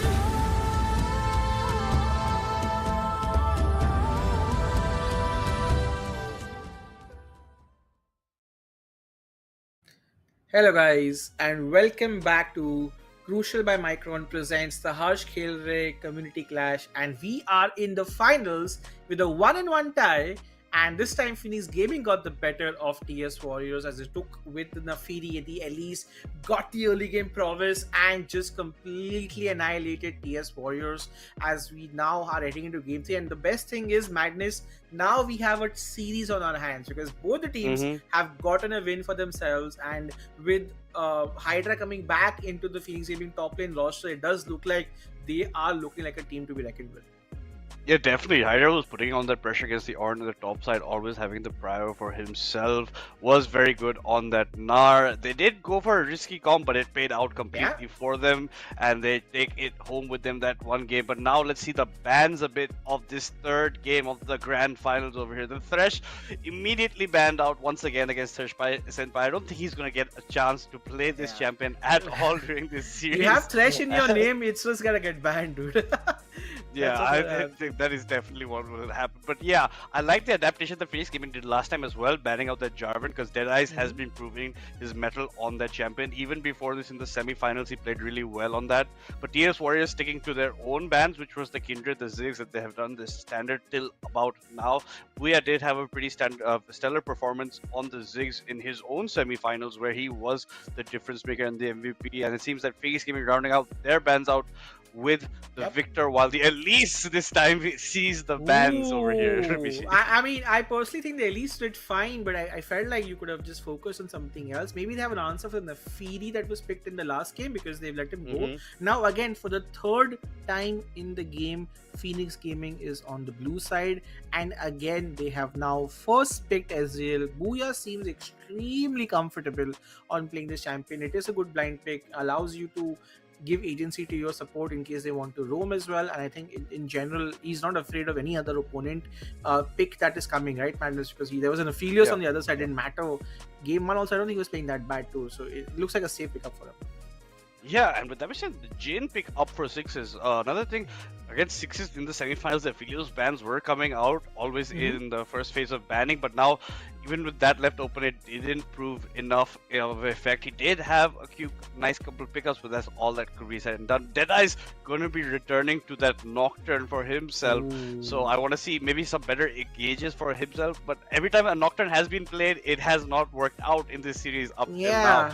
So maybe something else, but yes, this is the game plan that they're going for right now.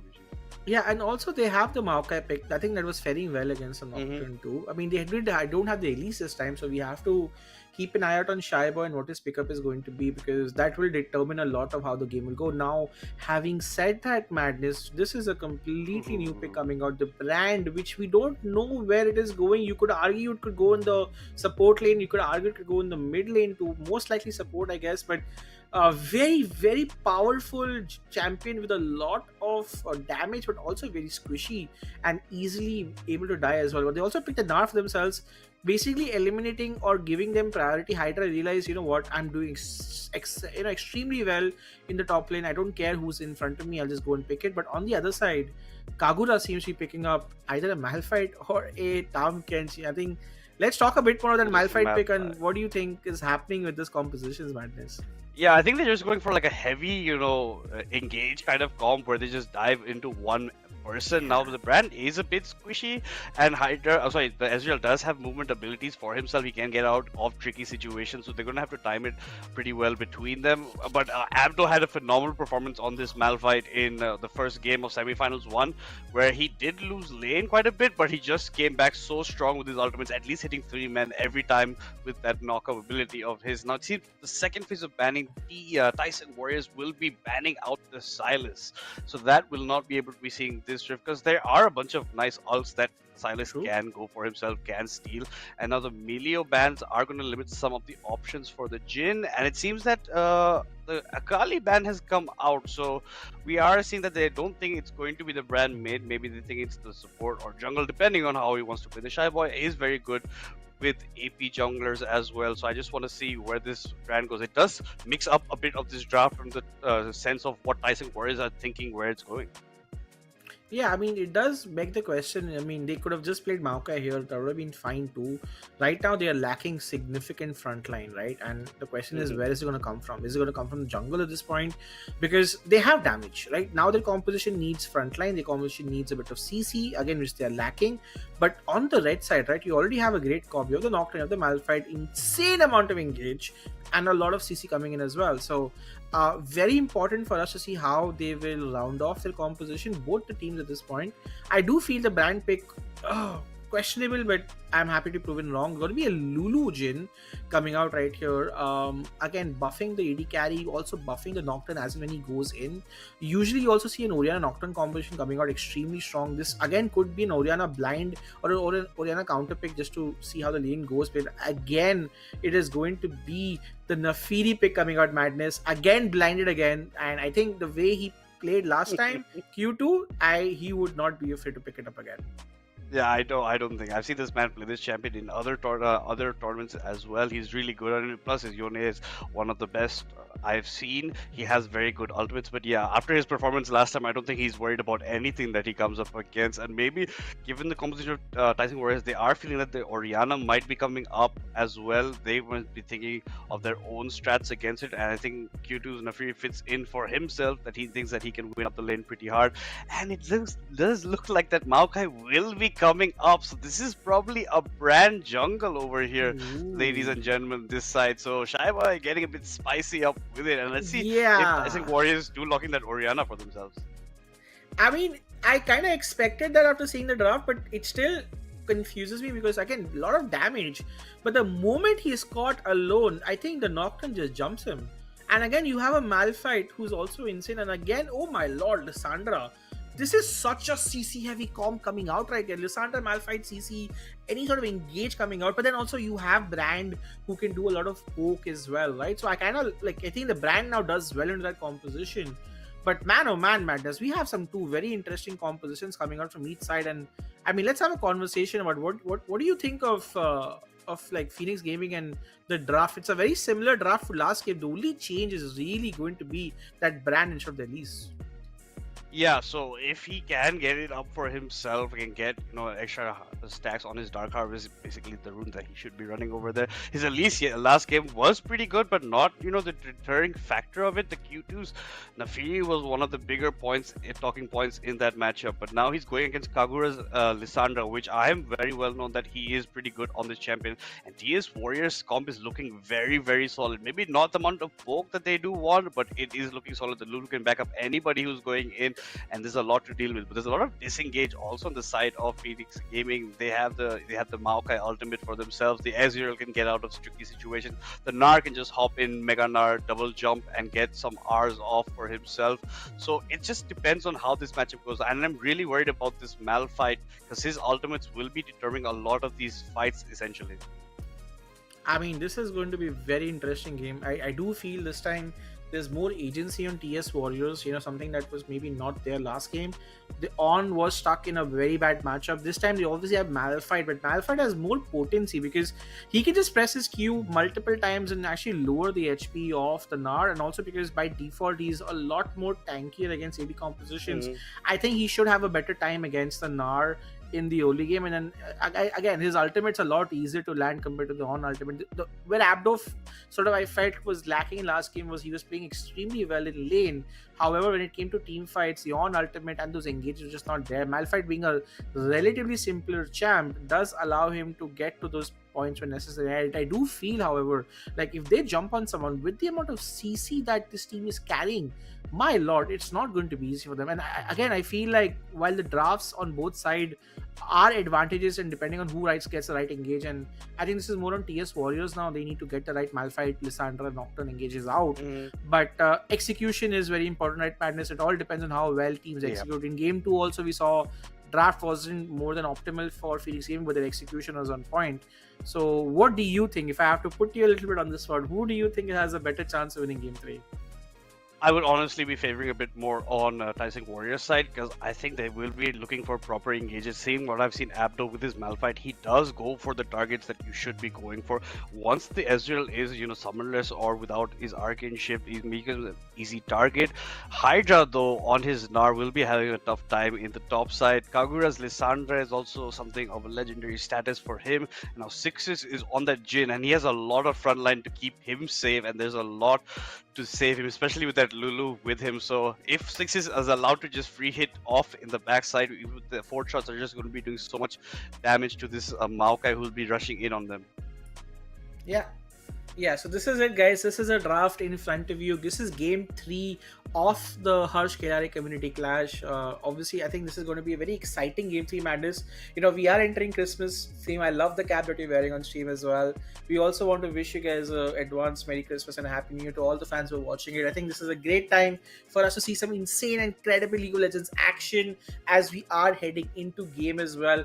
In game 2, we did see a bit of an invade coming out from TS Warriors, and now with the fact they have a Lissandra, you might never know. You could do another gank. Let's see what happens. But I personally feel like this is a game which will be series defining, because when you have a 2-1 lead, right, the pressure really gets to the team that is 1 and 2 down, and there is a way you can just run away from this series if you win this round, right? So potentially for me, this might be the the match turning game of the series, right? So you have to figure what pans out madness. But any particular player you are looking out for in the laning phase that you want to keep your eyes on? I'm going to definitely be putting my eyes on Kagura, Sixes, and Hydra, because I want to see how Hydra does in the top, essentially, for himself with the Gnar. Had some very good Gnar ultimates as well for him, and every time he had it up with the Mega Gnar, he was just going in on the Ornn, not letting pressure go. So I just want to see what this man can do on the Gentleman Gnar skin for himself. He was doing pretty well. I've seen Hydra play it also before, so this is one of his favorite picks. And now it seems like Phoenix Gaming have another pep in the step after Hydra has taken over the top role over Casa. So now with the entire full squad at their back, I think it's up to what they do in this early parts of the game, where they can, whoever gets the momentum. And as you did say, whoever gets this game will be having a huge buff in their series, because 2-1, anyone will be wanting that scenario. And 1-1 right now, it's Tawang Warriors who have more to prove, given that they are down 1 game since the last one. And now Phoenix Gaming just have to show me how good their macro is, because I've seen it before and it's usually brilliant. Yeah, I mean, I had the privilege to get to know these people through an interview that will come out very soon on the channel, and they call themselves a very aggressive team. I feel they feel that they have what it takes to be at the top, and if they want to be at the top, you have to beat everybody to be at the top, and this is where it is an expected outcome for them to be able to win this match. And as we head into the game madness, no shenanigans coming out this time. TS Warriors said, hey, you know what, let's just play it safe, we don't need to die or gank. But our eyes are again going to be on the junglers. I think it's important for us to keep an eye out on how the pathing is going, who's ganking where. But I do feel madness post level 6 with the Malphite ultimate, Nocturne ultimate. I think this is going to be extremely pivotal at Phoenix Gaming. In the first fight that may happen, need to make sure they don't just clump up and die to the Malphite ult, right? That's going to be very detrimental for them.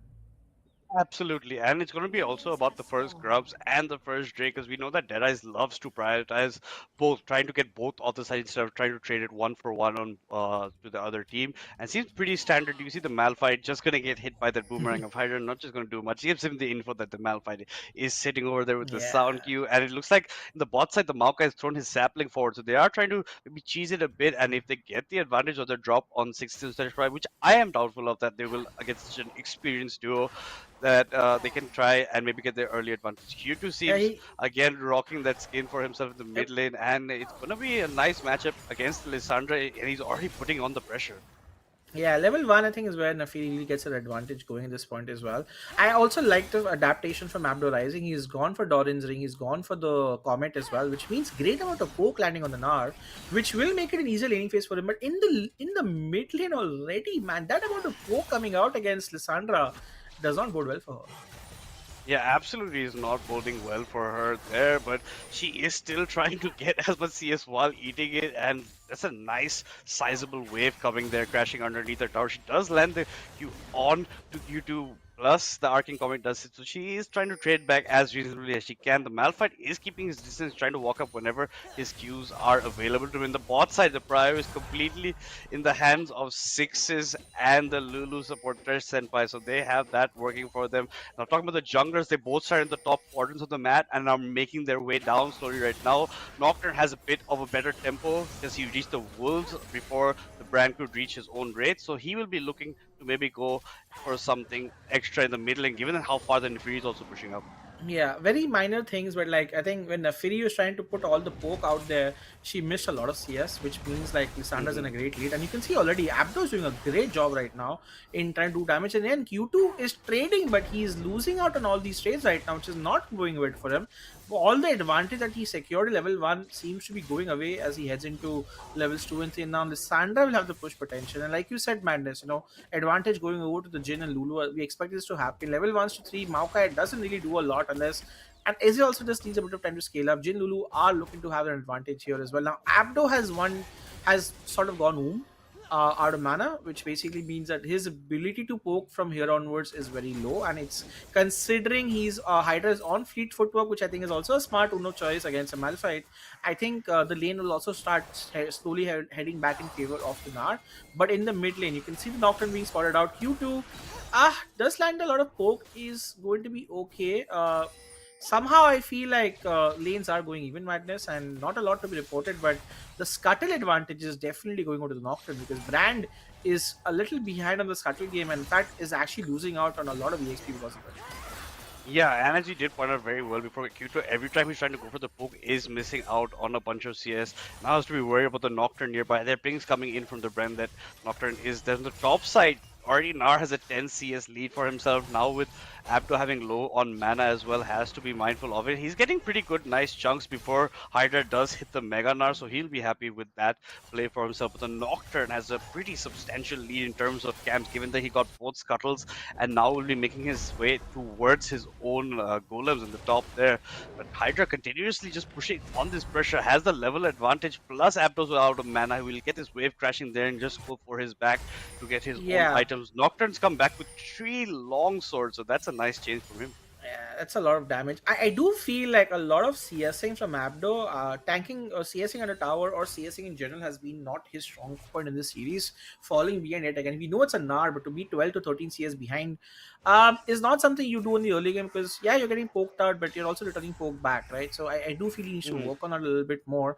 But like you said, Nocturne having that 3 long swords, he will be the first one to reach level 5 with the way he's farming right now. And Shy Boy needs to be really careful because the moment that level 5 happens, and if he's caught in long and hard place, and he is looking to just ward out, he does spot out the Nocturne. As you can see, the minimap pings have been sent. We both know where the junglers are. This does bode well for Sixes and Thresh because they know the junglers on the top side. That means they can play more aggressively, which they have been. But kudos to Booyah and Tony Cruz because in spite of the onslaught of pushing that is happening, right, they have been pretty much even Stevens and CS. I think that's looking well for them. Maokai has rotated top. He's left an AD carry. And here comes the Nefiri. He just goes in with an ultimate. No, not an ultimate. The main ability. And I feel that is not going to be enough. They will just look to run away and survive. But that's a decent amount of poke that has been landed. True, it was a good amount of poke, forces Lissandra to use one of her refillable potions, and now I like the roam from Cruz early on. They are going to be picking up their grubs given that they have complete top prior essentially.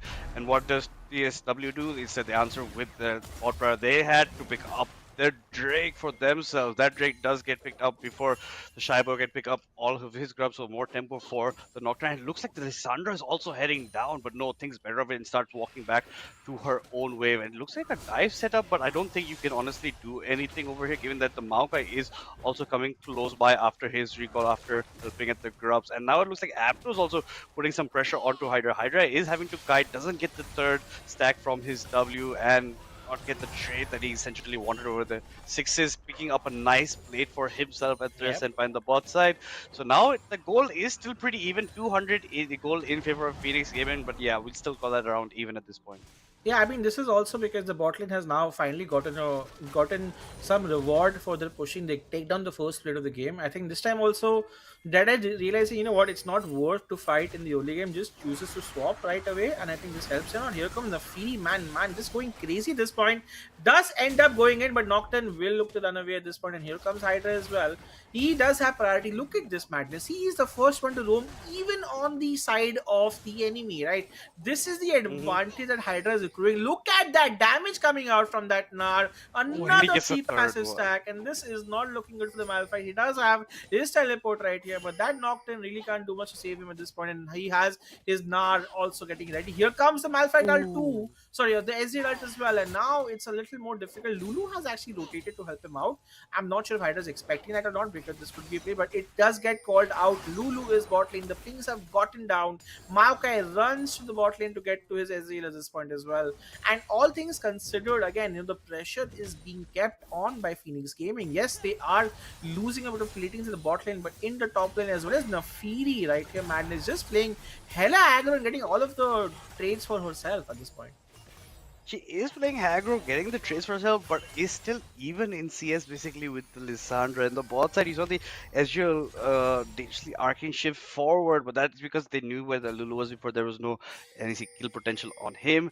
Jhin has a bit of a lead in CS on that terms, but Abdo is the one facing the brunt of all the troubles. But look at this, the middle lane, the Nocturne is coming in instantly with the ultimate. That looks like a very dead Q2, and that's first blood. Going over to the jungle, to the Nocturne of Tawang Warriors with an excellent gank over there.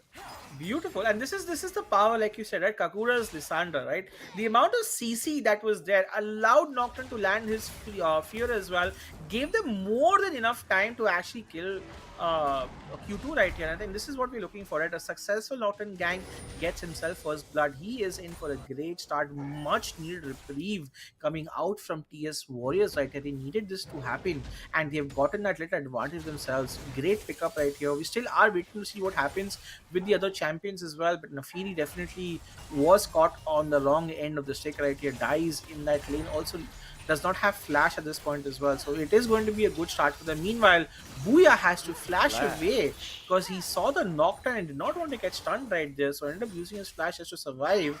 And that's yet another advantage coming out for TS Warriors right here. They get another flash off for their efforts, and Nocturne being that does help. Here comes the Malphite, however. Malphite coming in, hits the ultimate, the stun up by the Lissandra. Q2 cannot run fast enough. And that's Abdo picking up a kill for his troubles of roaming to the mid lane. And that's the second kill of the game, going over to Tawang Warriors. And now they do have the goal lead for themselves, even though it is insignificant at this point, but it's a goal lead nonetheless. Gnar was trying to get as much he can get in the top side, is up in CS, and after realizing that he can't do much there, he went for that excellent roam, picks that up, and now Q2 is struggling much more compared to what he was doing in the last game. No, absolutely. This was a great gank right here because he had nothing else to do, right? He doesn't mind missing a plate, but if it means getting Nafiri behind, which is crucial, right? Because in the last game, Nafiri was ahead and that allowed her to snowball out of control. Now, one of your champions that you need to sort of snowball is not going ahead. Malphite doing Malphiting. This was the first time in the last two games that actually Abdo was forced to a roam and made complete use of his Malphite. So good job from him as well. Gets a double buff for his efforts as well. Now he's happy to little trade here and there. But now with the Void Grub's coming madness, this is looking difficult because there is no ultimate on the Malphite, and everyone else does have their ultimate up. So let's see what happens. Yeah, and Jhin is walking up. The Nocturne comes in with his ultimate very early on. The Shy Boy goes down over there. The Maokai is looking low, but nice ultimate coming out from Hydra. Does end up picking up the Lulu, but the Jhin has triggered his ultimate from there near the river bush. And that's a double kill for the Nocturne. Another kill for Abdo. And with the last shot of his ultimate, Six is also picking up a kill on the Maokai. So a 4-for-1 in the favor of Tawang Warriors. And now this is where Tawang Warriors putting on the heat on Phoenix Gaming. They did not manage to secure most of the voids, only picking up one, but they're going to count it in their books as a complete positive.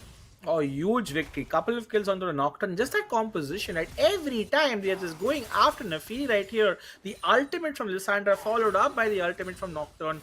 allows them to do enough damage, and you have a Jin from the back who's also with his ultimate just doing a lot of damage as well. And the Nar did came, but it just looked like team fight prowess. The champions, the abilities that they have are just much better in that situation. Now they also have gotten the second dragon of the game. It is going to be a Mountain Soul, mind you, makes it even more tankier at this point, which makes it more difficult on the side of Phoenix Gaming right now. Now I feel that they are caught in a hard place. That goal lead has now gone in favor of TS Warriors, and the Nar, while he has a CS lead for himself, there is 2 kills in the Malphite. His utility on that champion is unmatched. I think that Lissandra pick is so much more helpful in the way at this point. Look at the amount of damage and difference that has already made to the Nocturne. And Nocturne has gotten amazing ganks already, partly because of the Lissandra cease that has allowed them to happen madness.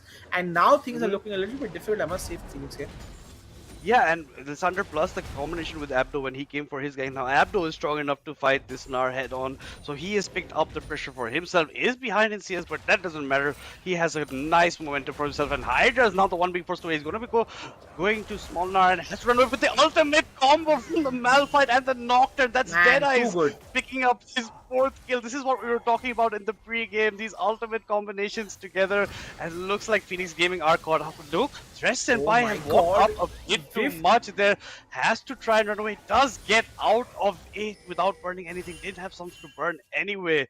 But yes, once again, talk about the top side. The Malphite ultimate into the Deadeye's ultimate after the Nar shifts from Mega Nar back to normal Nar, and just complete advantage taken over by TSW right now. Complete, like, Nocturne ult gets used the moment it's back up. I love that gameplay from Deadeye's, and this is how I expect the Nocturne to be played as well. But now, because he has so much agency in the game, right? There's a Malphite ult for you. There is a Lissandra ult for you. It is so much fun to gank lanes where there's supporting CC on your side, and he made the most of it. But on the other side, the Shy Boy is struggling on this brand. He had a free kill onto the Lulu. He whiffed both of his third and his second ability onto Lulu, and that was just his first and third ability onto Lulu, right? And that would have been a free kill for them, and they just completely whiffed on that. And it just shows you two sides of the story, right? One jungler is going in at every opportunity and getting kills, and the other has just not been able to make any impact.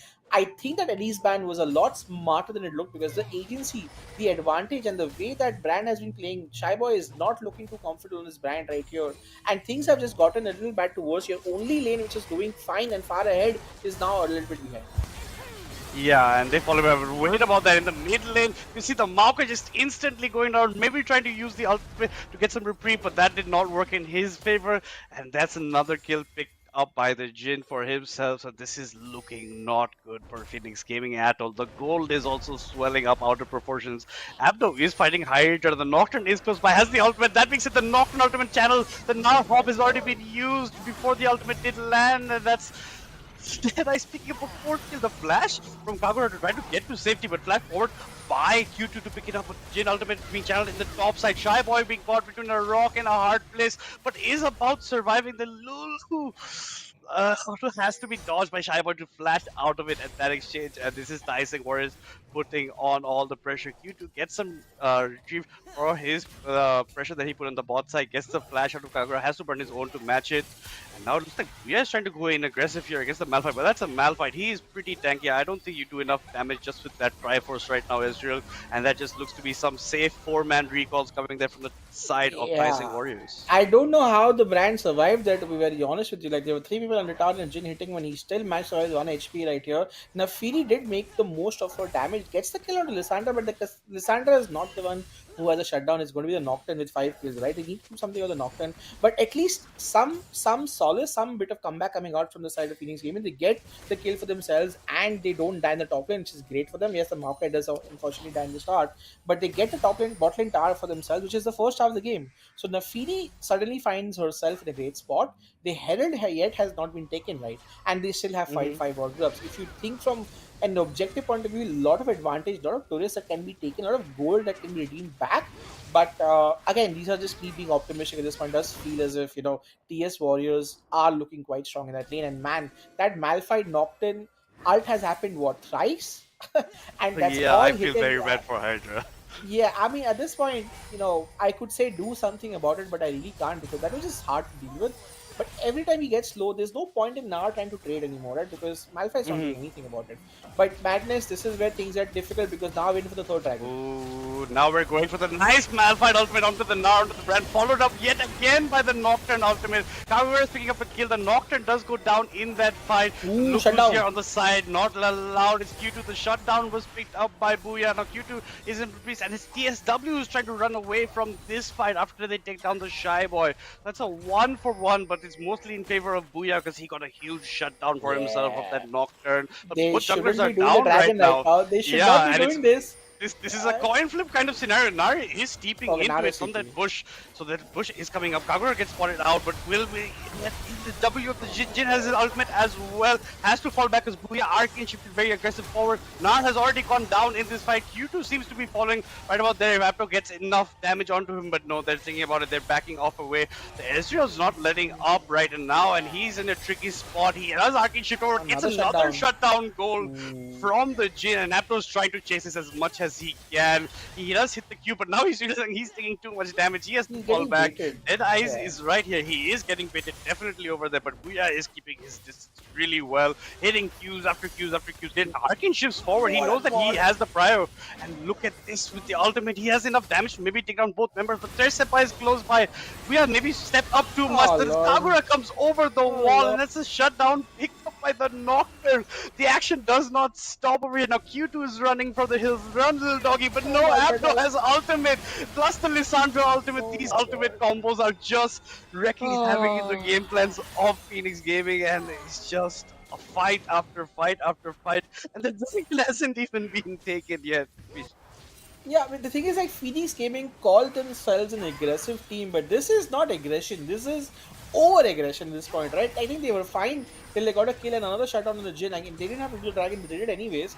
And now again they're fighting, and here comes a Nocturne this time. At this time, Nad will get his Mega Nut first, and he should look to get it out. He doesn't get it off. Madness, and this is going to be another kill going over to the Jin. Yeah, he does pick up the kill, and now I don't think they can even do this drink. Nice Decisive by Tony Cruz to dodge the W from Sixes. Now Sixes has to cleanse to get out of most of that damage, but Kagura has come over from the wall side. Dead Eyes is more focused on taking the drink. They pick up that drink, but Kagura's life has been sacrificed. Instead, look at this, Ezreal's gone pretty aggro forward, and he goes down in that matchup. Now Shy Boy has to run for the hills. I don't think you have enough to run essentially, but you might pick up the Malphite for your troubles. And look who's here, it's Q2, the savior of Shy Boy. And that was a bit of a bait by Phoenix Gaming. The Tawang Warriors fall for, they lose the Malphite, they lose 4 members for Booyah, but they do manage to pick up the Drake and are now on sole point for Mountain Drake. This is such a crazy game right here, Madness. The madness in this game is crazy. Talk about it. They just, for the last 2 minutes, we've just had fights. We've just had fights after fights. People have respawned, died, respawned back, and come back to Dragon. And eventually, yes, they got the third Dragon. They're 1 point away from Soul. But man, like, it's still so hard to see who's ahead in this game. Like, everyone has gotten kills. Ezreal was doing so well up until the point he felt like he was God, and then just ended up dying for no reason. Lissandra did quite well as well. Lot to unpack in that team fight. But the long and short of it is, like, they've lost a mid lane tower, but they've gotten the third Drake, which is crucial because they get the next one. Like you said, man, that's going to be Soul for them. So I would still say TS Warriors do look a little bit good heading into the next Dragon fight. But man, oh man, they both teams overextend in how. Malphite's ultimate came back up, Nocturne's ultimate came back up, Lissandra's ultimate came back up. That's how long the fights were, that they got to use their ultimates twice in the same Dragon fight. This is a clinical spectacle of LOL India, LOL South Asia, I would say, this point, where people just don't want to stop fighting, and true to their name, they say they like to be aggressive, and aggressive they are. But man, it's like, what do you think is the outcome here? Because it's so hard for me to like understand what exactly happened there. It felt like both teams were doing well, but man, oh man, that team fight went on for a while. Yeah, it did go. There was a lot of overstaying from both sides of the teams, and now instantly had TP'd back in, instantly goes down in that fight.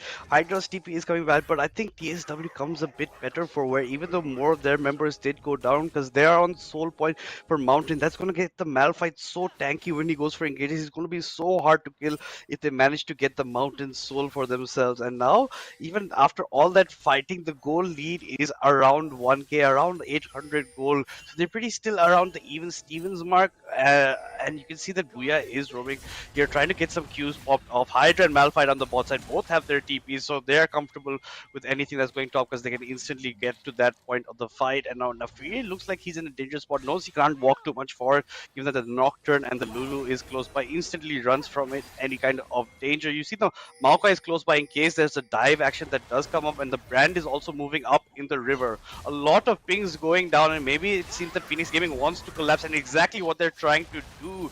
But I think Tyson Warriors are a bit more smarter than that, and they're backing off from this kind of dangerous kind of coin flip scenario at that point. The Ezreal and the Jhin are just free farming in the mid lane. Jhin has got his Lord Doms and the Infinity Edge, so is pretty strong. He does have Fleet Footwork and not Dark Harvest, so it doesn't have that extra added, late game scaling kind of with that. But yes, still very, very powerful. And just these three ultimates on the side of Tyson Warriors, Malphite, Nocturne, Lissandra, is just such an amazing combination that it's very hard for Phoenix Gamer to honestly answer without, prolonging the fights. Completely agree, because look at this, right? In any team fight, how the hell are you going to pierce through Lissandra, Nocturne, and Malphite? The agency to fight first, the agency to you know take a team fight will always sit on the side of TS Warriors, because they have these point and click abilities, they have these super strong CCs that they can use to win out, right? And most of the times there has not been a Malphite ult or a Nocturne ult in this entire game which has not led to a kill.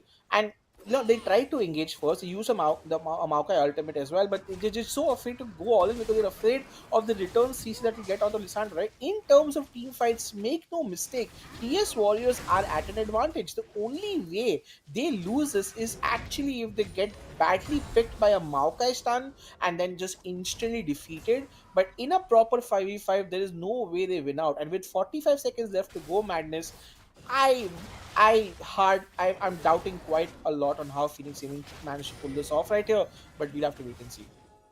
Yeah, it's going to be definitely tough for them fight against the Drake call that's going to be coming up right now. You're going to have to maybe try and get here earlier to get more prior on the spacing over there, and maybe try and go for, as Vichy said, some of those traps where the Tony Cruz goes for one of the deadlier members of Tyson Warriors and instantly neutralize him before fights break out.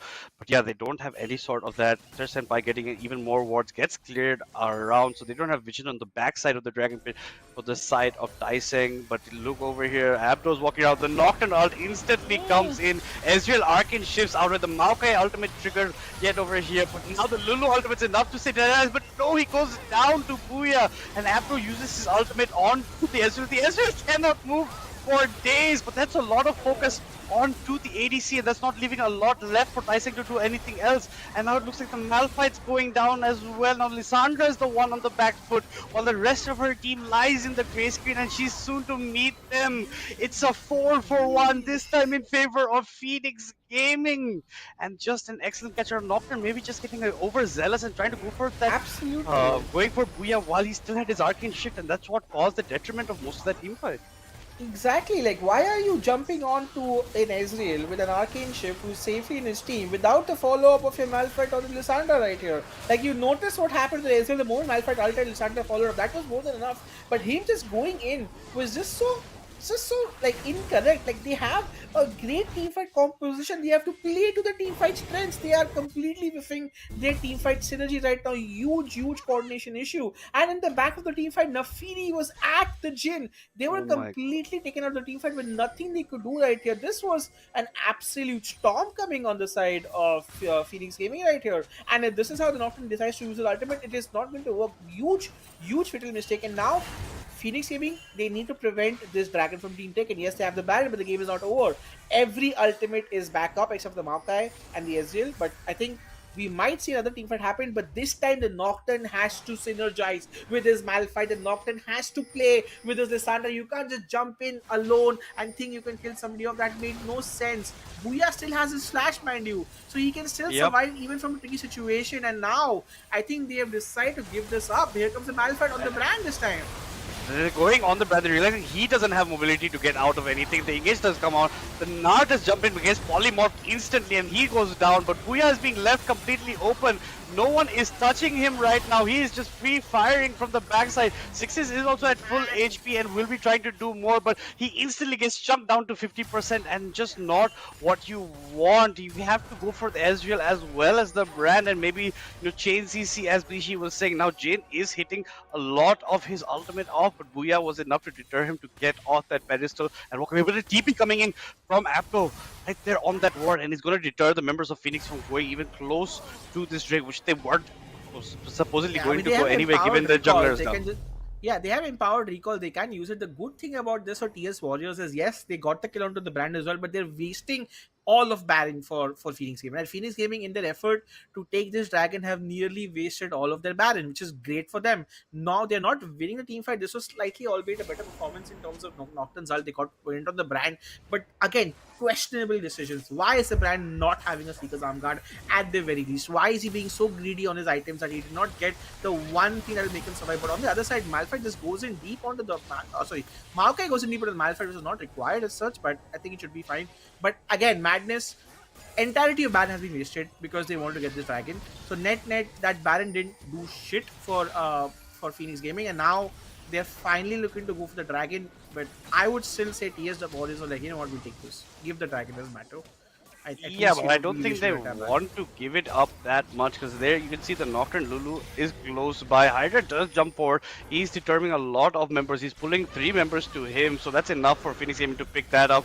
And now you can see the Nafiri just jumps in onto Tresap, but the Lulu ult is not enough to save him, and he goes down. They pick up the Drake and another kill for themselves, and now it's where Phoenix Gaming are the ones in the driving seat, having the goal lead as well, and now have picked up at least 1 Drake to their name and deterred TSW from going even further up the marks. Oh my god, Abdo's sitting silently in that thing. Nocturne has his ultimate. Here you go. A 2-man ult onto the Ezreal. Ezreal Arcane shifts out of it yet again without the Lissandra. Just not enough in that sense. And that's Dead Eyes going down for the Troubles. While the rest of Decisive Warriors is chasing that Defree in the top side. TSW are picking up that tier 2 in the bot. The Lissandra ultimate does freeze Q2, but the blasting cone does prevent him from getting hit by the W. Now Q2 is on the running mark. I don't think there's much you can do, but the shutdown picked up. But look at what TSW are losing for all of that fighting, right? Over here with those 5 grubs, you can just instantly melt this turret. You're going to be picking up this bottom inhibitor as well. And so now it just looks like Phoenix Gaming are out macroing Decisive Warriors essentially. I mean, Nafiri's pressure, right? The moment that fight was done, she teleported top, went and got a tower, kept the 2 main carries of TSW busy with him, and when Nocturne jumped into the Malphite, there was just no damage. And I feel this is also where, you know, they underestimated their own damage prowess at this point. The Ezreal survived, and they got the kill, and they got the inhibitor as well. So this is a net positive for Phoenix Gaming. Yes, he lost a shutdown onto the Nafiri, but the Nafiri has created so much pressure in this fight, right, that has allowed them to get the inhibitor as well. So Phoenix Gaming, you know, they're making this Nafiri work right here. And, you know, Booyah has played an excellent game. I have to be honest with you. When things were looking tough, it was his poke and his damage output that was keeping Phoenix Gaming in the game right here. And again, we are in for a banger of a series, ladies and gentlemen, because we are in game 3 right here, and this is still neck to neck. Yes, an inhibitor has been lost, but it is far from over. With the right team fight at the right time, it can happen. I'm still waiting for the Zonya on the side of Brand. Brand decided, you know what, screw it, doesn't matter. I don't need CC, I guess, not jumping on me, but we'll see how it works out. I think execution is very important as well. I feel as if TS Warriors can still win out this team fight and do well. But now, because of the inhibitor being lost, I feel like things are now slowly looking in favor of Phoenix Gaming.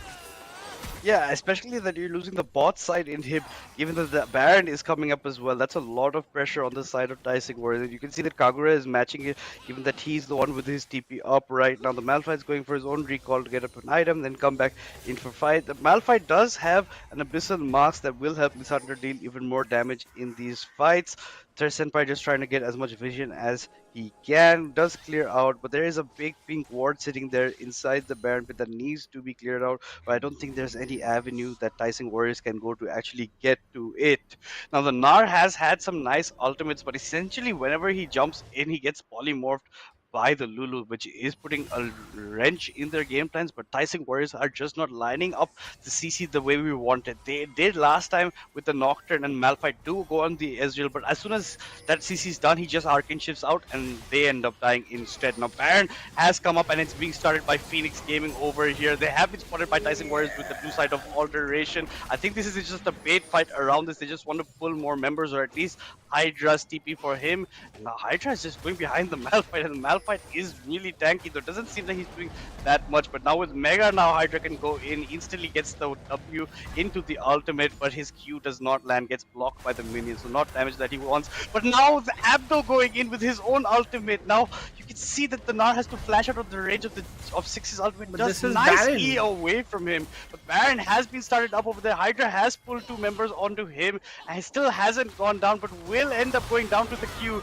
But look at what Phoenix Gaming are doing on this side of the map. They are going in onto the Lissandra, who's about Beautiful to zone, use, yeah. but she goes golden instantly right there. But the damage is just not prevalent on the side of Taiseng right now, and they can't Beautiful, get the Nafeel. members they do need. Sixes will be picking up Q2 at that point with the double kill, but look who's here. It's the Malphite after picking up the Gnar, and Sixes is the one doing the damage. No one has touched this man, and now it looks like Tawang Warriors are putting the pedal to the metal and chasing over here. Sixes does not want to be deterred at all. His W is up soon, dodged by the Shybot, but flash forward by Sixes, picks up the kill, but the Ezreal chunks him low, does burn to the Leandries of the brand and his passive, and look at Puya picks up there with the brand, but Abdo gets the last kill.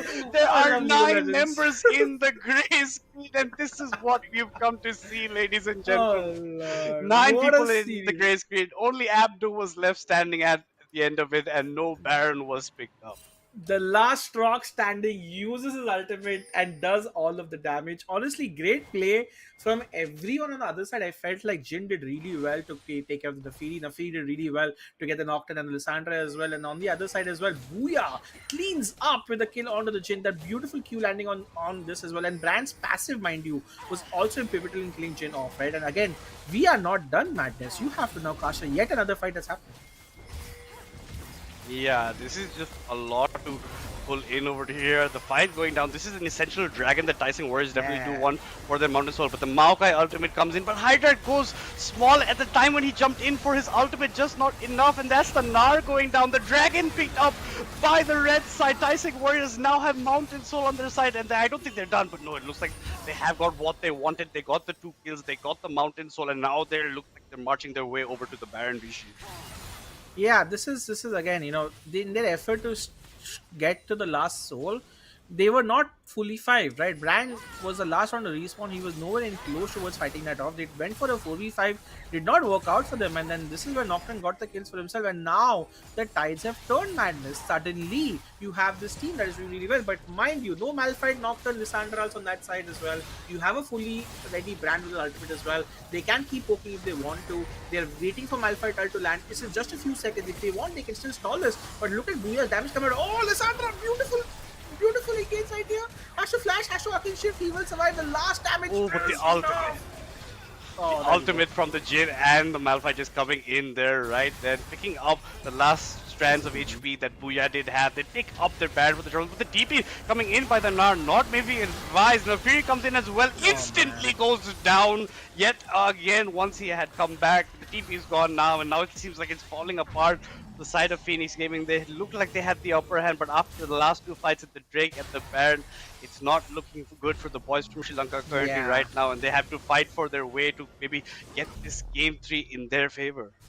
Absolutely. I feel as if, again, like they had the opportunity to poke, and this is something Kagura has done twice. Like, he's been flanking Ezreal to get the kill onto him, and I think that has really worked out in their favor, because the moment Ezreal dies, they just don't know anything to do. Like, Nafri teleported and died, Gnar teleported and just ran away. There was not a lot they could do, and they were just being late to each of these fights as well. Like, they should have just left the dragon because they were not going to be able to get it. Then they lost the Baron, lost more kills, and suddenly I feel now they're losing focus on the game, because now you can't do much when you have 3 people pushing, and this is exactly the state they did not want to be in.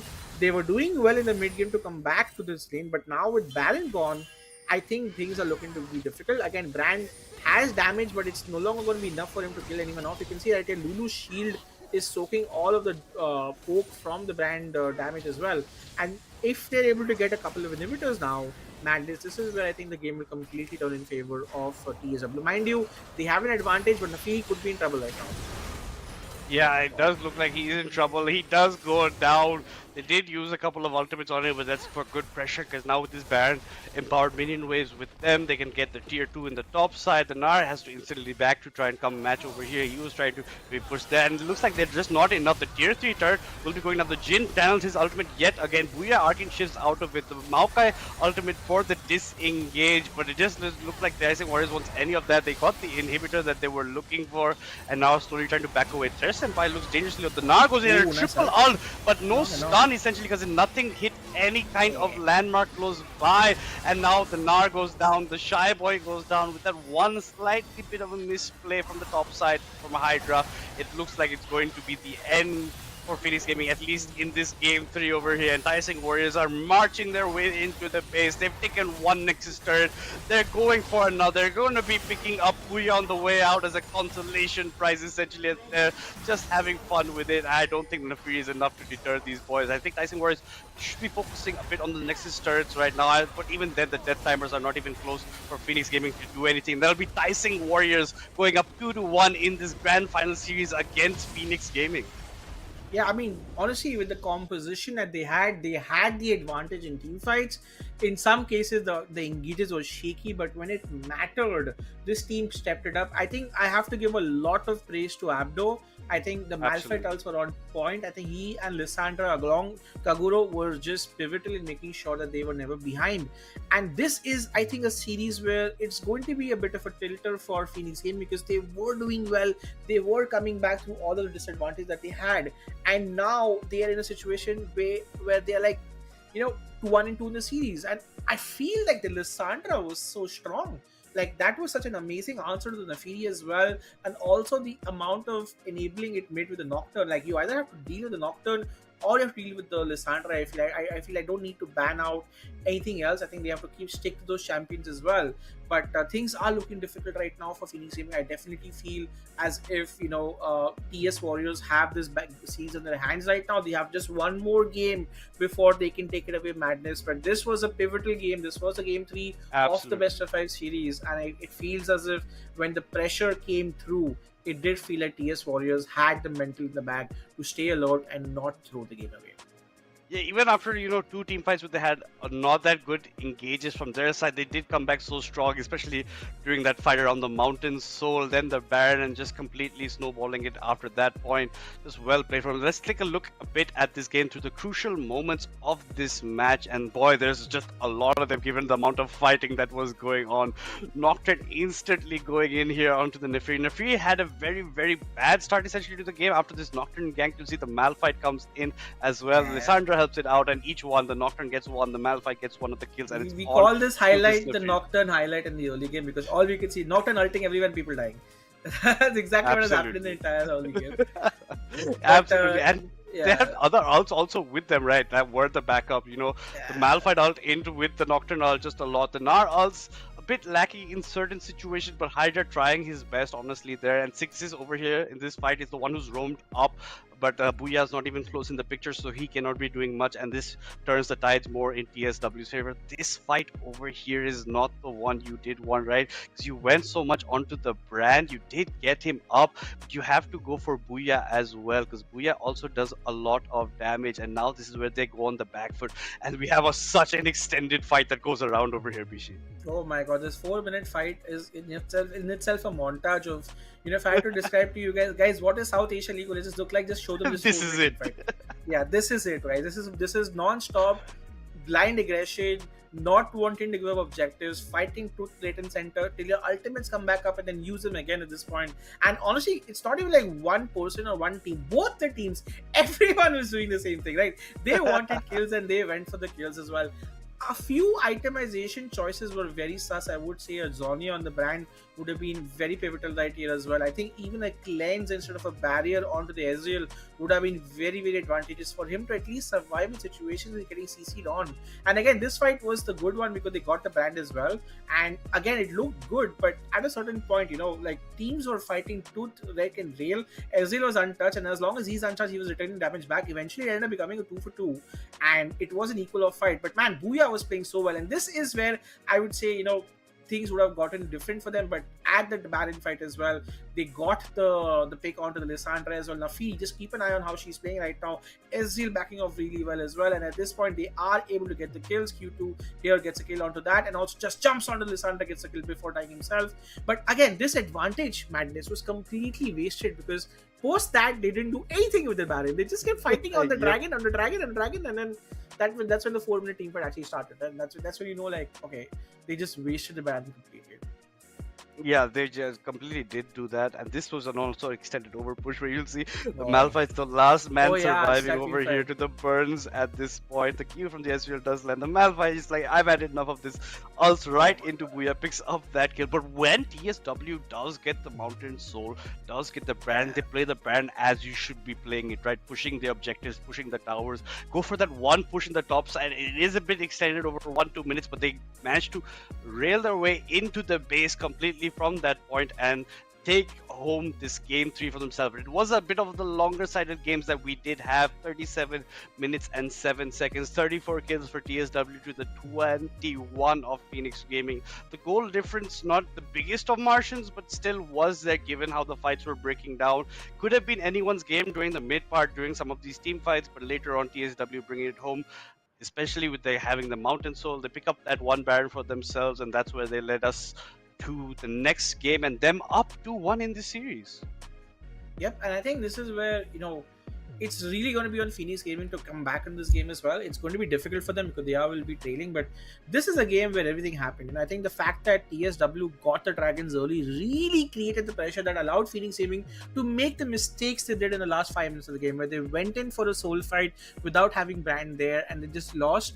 But you know, if you have to just look at the MVP of the game right now, it is none other than the Malphite. There we go. I was just hoping for the Malphite to come because honestly, they engaged was spot on. Not a single ult was wasted. He was rock solid in that top lane when required. Jumped on the Ezreal as well. Managed to gnar so well. Abdo had a stellar performance, and you said this, Madness. In game 1, he had a great Malphite performance, and in game 3, he had yet another great Malphite performance. Your thoughts on Abdo's performance in this game? My thoughts are just this is what he does. He definitely deserves the crucial MVP from this game 3 over there. Even when he was losing the lane to the Nart, takes that in his stride, goes mid lane, picks up a kill over there, realizes where he can become the pressure, and especially in the team fights, just absolutely spot on for him. The Nocturne still made some mistakes, but I didn't see any mistakes from this man in the top side. Abdo putting on a stellar performance. I think this is one of the champions that Phoenix Gaming will be banning out in game 4 at least, because every time Abdo plays it, it gets banned against him next game. Yeah, I mean, I think they need to deal with a lot of champions. The Lissandra looked really good too, and I think the Malphite did really well too, right? So they have to really look at the drawing board and see what needs to change. I think the bans need adaptation mostly on the side of Phoenix Gaming because I think TS Warriors are looking very comfortable right now. But guys, do not go anywhere. On the other side, we have game 4, potentially the last game, potentially not. We'll have to wait and see. But on the other side, game 4 of this finals is awaiting you.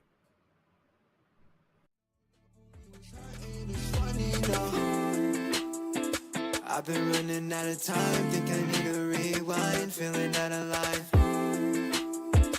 I put everything aside, hoping that I make it right, all the things I do for you. I've been running out of time, think I need a rewind, feeling out of life. I put everything aside, hoping that I make it right, all the things I do for you. I've been running out of time, think I need a rewind, feeling out of life. Aside, hoping that I make it right, all the things I do. I've been running out of time, think I need a rewind.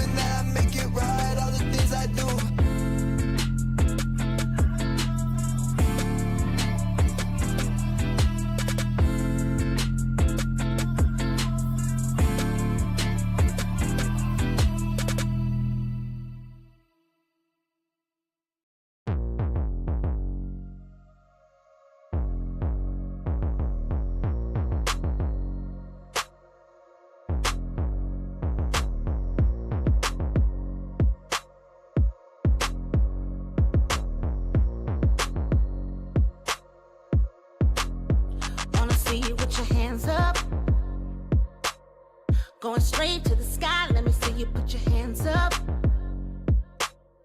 Cause we do till we die and we on another level.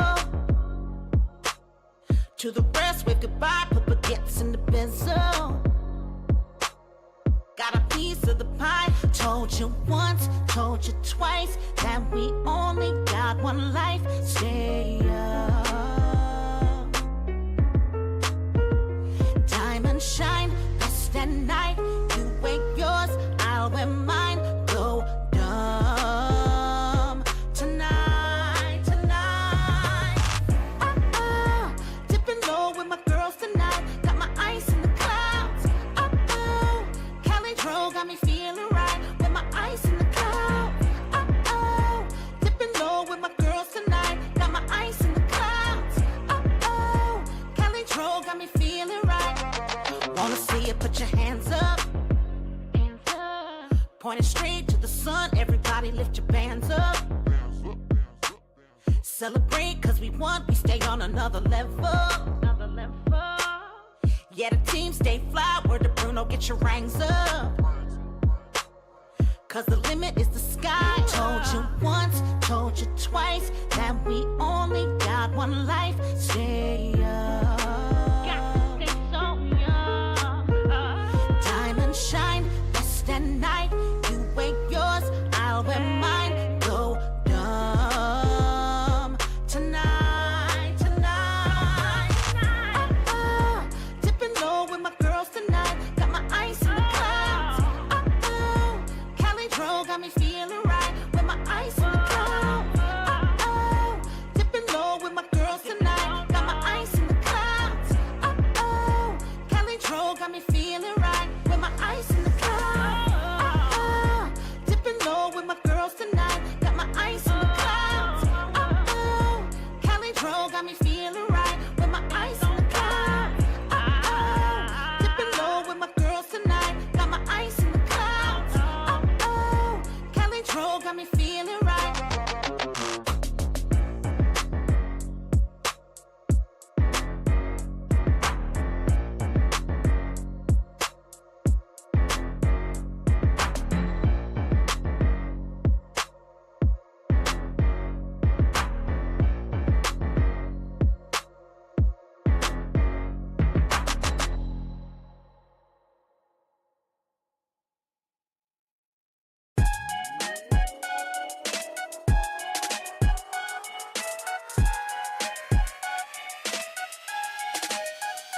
This ain't what you want. I've been living at hotels for a month. I don't take any meetings after lunch. I've been spelling all my sneakers, I don't jump. Me and mine only tryna double up, yeah. Me and mine tryna build, come up front, yeah. Measure twice, cut once, what we on, yeah. Measure twice, cut once, what we on, yeah. I've been reading Proverbs on the walk, yeah. And I've been shutting down the stars, yeah. Cause when it rains and it pours, yeah. And I'm ready for some more, yeah. And I've been reading all the war, yeah. And I've been shutting down the stars, yeah. Cause when it rains and it pours, yeah. And I'm ready for some more, yeah. And I've been reading all the war, and here I go again. I hope y'all never ever get the chance to win. I'm Westbrook and I'm staring at the rim. Yeah. Does anybody really wanna jump with him? Yeah. I got agents who talk like friends. Yeah. I got friends only wanna talk business. I got expensive cause winning's expensive. I got expensive cause winning's expensive. I've been reading all the war, and I've been shutting down the stars. Yeah. Cause when it rains and it pours, yeah. And I'm ready for some more. Yeah. And I've been reading all the war, yeah. And I've been shutting down the stars. Yeah. Cause when it rains and it pours, yeah. And I'm ready for some more. Yeah. And I've been reading all the war, and I've been shutting down the stars. Yeah. Cause when it rains and it pours, yeah. And I'm ready for some more. Yeah. And I've been reading all the war, yeah. And I've been shutting down the stars. Yeah. Cause when it rains and it pours, yeah. And I'm ready for some more. Yeah. And I've been reading all the war, yeah.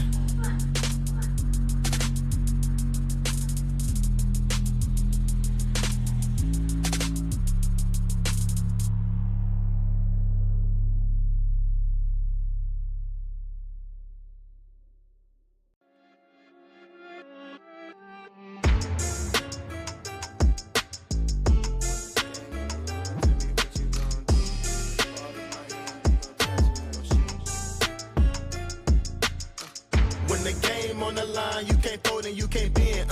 Y'all be playing it safe and I be going for the win. Remember back when they was doubting on the kid. Now they tuned in cause my game too legit. Stayed down, remain humble and I made it work. Crazy how I came out so clean from the dirt. We was using candles on the nights the lights ain't work. We ain't never going back to that and that I merged. Turn your back on me, the worst mistake you ever make. Keep my grass cut, gotta watch out for the snakes. If it's on my plate, best believe it's getting 8. I'm ballin' like I'm Kobe, 33 before the 8. I just want the rings and the medals and the trophies. I want the Kardashians and Jenner to all know me. I wanna take a Uber to the hills to visit Chloe. I want the floor seats cause I'm tired of the nosebleeds. When the game on the line, you can't fold and you can't bend. Y'all be playing it safe and I be going for the win. Remember back when they was doubting on the kid. Now they tuned in cause my game too legit. I feel like I'm Scottie Pippen, putting on the work but they don't give me no recognition. Basically the league's MVP but the P is missing. I'm the most valuable but sometimes they tend to forget it. I live my life on the edge but my back against the wall. I make sure my shoes lace cause who gon' catch me if I fall against the odds, but I'ma beat them all. I used to have a lot of friends, I never thought my day one circle be this small, but who needs love if it's fake love? I'm tryna shine like the diamonds on Mike's glove. Get in my way and you gon' feel it just like Mike's glove. I'm tryna go from burnt rugs to the red rugs. That's facts. When the game on the line, you can't fold and you can't bend. Y'all be playing it safe and I be going for the win. Remember back when they was doubting on the kid. Now they tuned in cause my game too legit. Who gon' stop me now? I'm on the road, let me know. Who gon' stop me now? Who gon' stop me now? Who gon' stop me now? I'm on the road, let me know. Who gon' stop me now? Gang, gang. When the game on the line, you can't fold and you can't bend. Y'all be playing it safe and I be going for the win. Remember back when they was doubting on the kid. Now they tuned in cause my game too legit. When the game on the line, you can't fold and you can't bend. Y'all be playing it safe and I be going for the win. Remember back when they was doubting on the kid. Now they tuned in cause my game too legit.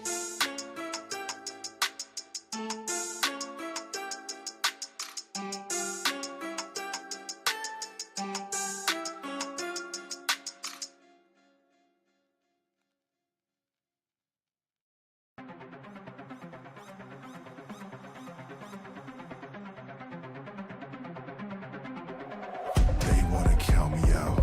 Next time pick a higher number. Next time you should run for cover. Next time let the giants slumber. They wanna keep me down. No amount of your words get humble. That spirit that refused to crumble. Got the wrong line, reduce the mumbles. 2 a.m. on first. Imitate vultures how they lurk. 10 toes with it, I'm out of eye with you, boy. Challenge the best with your worst. This is my turf. Way I move is inertia. Can't be stopped, it's unheard of. From the dirt, sweat got my feet muddy. Spin my wins, they might search you. On my word, path took plenty turns. And wrote my confidence in cursive. When submerged, I found resolving my purpose and tell you about it back on surface. I survived.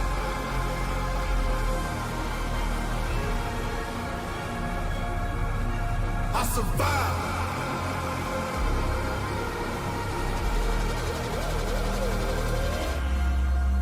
Ever been lost in the woods, praying that it don't get dark? Ooh. Ever been in a situation couldn't win, but you still had heart? Yeah, if you anything like me, evolve from chum to shark, the hunger starts to grow apart you didn't know you had. It's like that, flip the switch, turn it up, and I'm giving it gas. I lock it in all free, adrenaline double my percent. Made a home in the unknown, I swear I never fear again. I got ice in my blood, big enough to down this shit. I don't care how bad it get, I got 10 toes down, don't forget, I survived.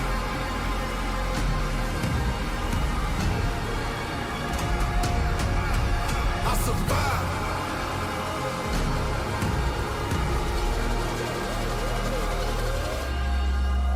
When you on the brink and you in too deep, when you feeling weak, but it's hard to breathe. You gon' take a knee? Never. You gon' keep it G? Forever. Stand up and face whatever. I'm built unique, I'm better than the hard times I seen. Crime scene, obscene, face the ugly, cover up like Maybelline. Had a certainty and urgency. Cut from me like surgery, formed again more sturdily. Personally, I don't see nobody stopping me. I don't see nobody topping me. I don't see nobody honestly. I run you over if that's what it's gotta be. And it's gotta be what I look like, having fear still haunt me. What I look like, having regret haunt me. Pay that price, I don't care what it costs me. All my life, big me against the army. I'ma push the red button on them like Atari. I'm big dog with a human like a Maltese. See more fall off than 03 tall tees. Not sorry for the way I am. Learn to ball them up with no one holding your hand. Never back down, never hide in the sand. If you ain't hear the message, let me say it again. Yo, let me say it again. I survived.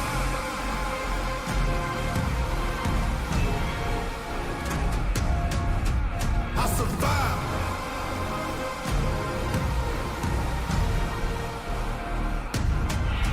I survived.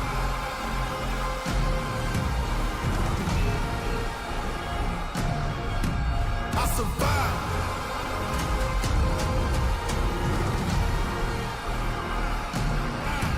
I survived.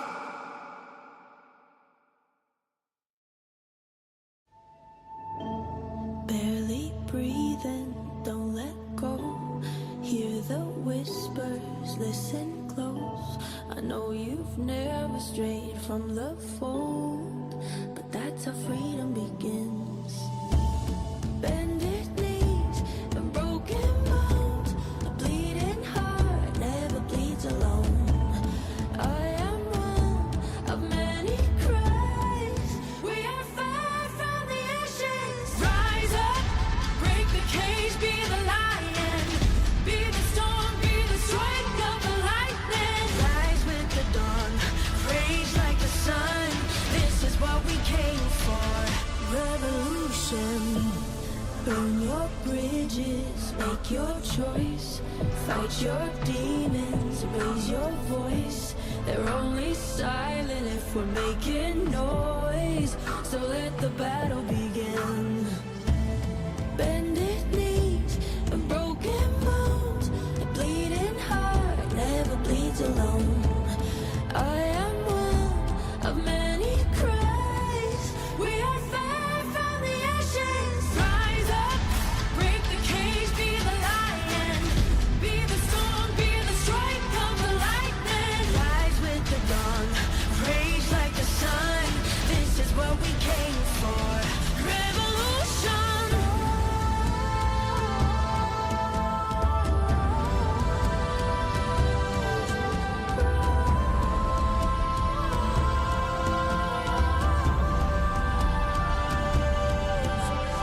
Rise up, break the cage, be the lion.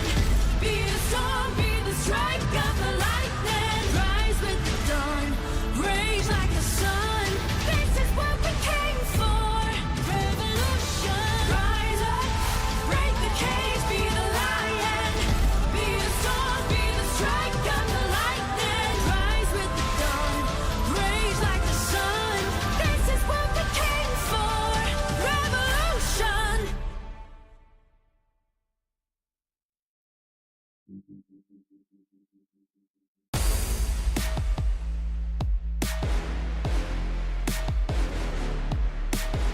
Yeah, I was undercover, wrote me off like the others, but I had secrets inside. You didn't pay attention, like an experiment. No, you're gonna pay for your crimes. I'll change your perspective, I'll teach you a lesson. Look at me now. Oh, look at me now. Try to take me down. Lost but now found. Used to be the victim in the dead of night, but I can be a villain in the moonlight. Look at me now. In the moonlight. I'll make it my mission. Oh yeah, I'll have you wishing you could go back in time to never test my limits. Nothing you say will fix it. I'm too out of my mind. You're riding high, but I've got you this time. Oh, look at me now. Oh, look at me now. Try to take me down. Lost but now found. Used to be the victim in the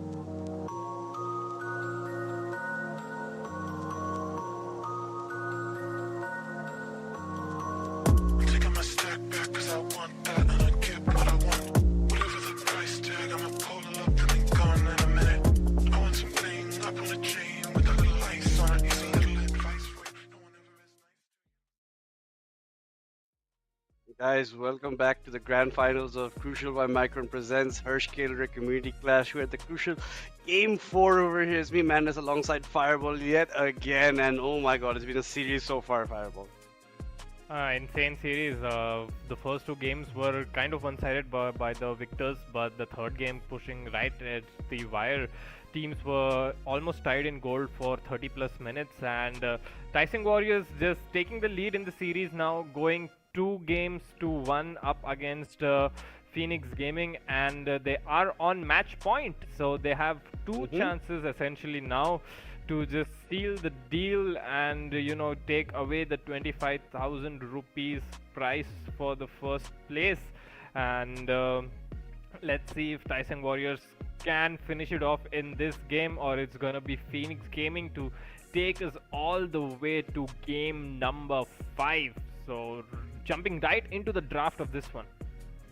Yeah, you can see that they're going for the Jarvan man, and yet, like I predicted, Apple's not going to see that Malphite this time at least. Tawang Warriors is going to keep their standard drafting that they've been doing through all the 3 first games. The Ziggs gone, the Kindred gone. Now it's up to the Phoenix game if they want to make any more adjustments to their banning, because now, yes, that was also a very crucial point for TS last time, was that Nocturne. So that's not going to see the light of day, at least in game number 4 over here now. If Tawang Warriors will be following and they ban out the Elise, I really don't want Shy Boy playing this champion, and now it's up to what champions they pick. Phoenix Gaming do have their first pick, and let's see what they go. And it looks like it's going to be another, yet again, Ezreal first pick that might be coming in from Booyah. They're currently hovering that champion itself, and Booyah has been playing pretty good on it. Was pretty nice last game. He got out a lot of tricky situations, but now that you banned a lot of champions, they're going to jump on you. Maybe some other ADC, but no, it looks like the Ezreal has been locked in over here, Fireball. Ezreal, pretty safe champion to pick, pick 1 as well, and they did do that in the second game if I'm not mistaken. But now Thresh Senpai's Thresh is unlocked. Let's see if they are going to pick that one up. They are hovering it, and they do get it. So Thresh Senpai gets his signature champion, although even if he's up against the Ezreal, that does not phase him at all. He is confident in his ability to just outperform on his one trick, and in what could potentially be the final game of this series, Thresh Senpai has the chance to just make a mark, as it's gonna be the age-old classic lane of Thresh in Jinx. And boy, Tawang Warriors coming up with 2 very, very strong picks for themselves. Yeah, and Jinx in the hands of Sixes is also deadly, and now finally the Thresh has been unleashed, especially after the last game where Phoenix Gaming had to change their bans. That leaves out a window where Thresh doesn't, and it's instantly snatched up by TS, pairing it up with a very good ADC of them side. Phoenix Gaming answered back with a Braum from them. Tony Cruz did play it pretty well last time, but sometimes it was a bit of one of his lacking champs compared to the rest of his arsenal that I have seen. Now it's up to what Q2 will be playing. His Nafiri has been left open, but the Akali has not been banned, so that's what he picks up, and it looks like it's going to be matched by a Galio Hover currently right now in the hands of TS Warriors. Tawang Warriors are thinking that Galio would pretty much well round their comp up till this point at least. So Galio, a strong pick there as well, provides a lot of damage, a lot of utility, and is tanky as well up against the Akali. So we did see a lot of this exact same matchup in the Worlds as well. Akali and Galio were the true strongest mid laners in contention along with the Ahri. So it's gonna be a nice skill matchup to look out for, but I still feel Galio does pretty well into the Akali with the taunt and the AoE damage available. Depends on how well Q2 can navigate that matchup, though, as Tawang Warriors now look to ban the Gnar. Phoenix Gaming reply with the Xin Zhao, and let's see what the last ban from the side of Tawang Warriors is gonna be. And it seems it's going to be the Kazakhs that the Shy Boy did also play and did pretty well on. So that's no longer going to be in the picture. That assassin is no longer with us. But this is also up to now what you want to go for your picks and bans, right? On the side of Phoenix Gaming, you do have some options where you have done a lot. Now you maybe ban out some tops, some jungles, and that's exactly what they do in that Volibear. That Volibear is also not there in this game, and now it's up to Tyson to see which one they're going to prioritize more. Will they show their jungler pick first or their top, and which one do they leave it open for as a counter pick as their last pick? And let's see what they are looking to pick up, though, as it would make sense that you leave the counter pick for the top laner, the solo laner, right? So they have picked up the Wukong, which technically can be a flex, but I think 99% that is going in the hands of Deadeyes in the jungle, though. So Phoenix Gaming have to round off their composition now. They have to pick up a jungler and a top laner, so the entire top side of the map, as the Hover of Camille is coming in, and can be a very strong pick if performed well on, and it is going to be locked in. So a flashy champion there, a lot of playmaking potential, and has a very high skill ceiling. So Hydra on the Camille will be exciting to watch how that one goes, as Tony Cruz will now be looking to lock in a jungler for the Shy Boy to round off this composition, and they go for the Zyra pickup. So safe jungler, long range engages, is squishy, very fast clear, and can just turn into a very annoying damage over time sort of build with Liandry's and Blackfire Torch. So let's see what the Shy Boy can do with the Zyra there in the jungle, as Tawang Warriors now have the counter pick. Let's see if they use it for the Camille, and they lock in the full tank Sion, which I'm assuming is going to be the full tank Sion. There are some boss builds going around as well, where you go full lethality and essentially just play for the passive damage coming in. But we have pretty spicy team compositions locked in. The side of Tawang Warriors, they just look better. I don't know. When I look at those 5 champions, I just feel a lot of confidence. But the side of Phoenix Gaming as well, a lot of high skill champions in the Akali, in the Camille, the Ezreal. If these 3 champions, they play to their full potential, I feel they can overwhelm Tawang Warriors. But Tawang Warriors, they just have such a straight up composition. The Sion is there for the front line. There is the combination of Wukong jumping in, and the Galio is gonna follow in with his ultimate. The Thresh picks are always there, and if you keep the Jinx alive, if you keep the Jinx uptime, it's just gonna be disaster for the side of Phoenix Gaming. And they have the champions to do that. They have the Galio Taunt to peel for the Jinx, they have the Thresh obviously to peel for the Jinx, they have the Sion. So all in all, I am confident in Six's ability to carry this one out.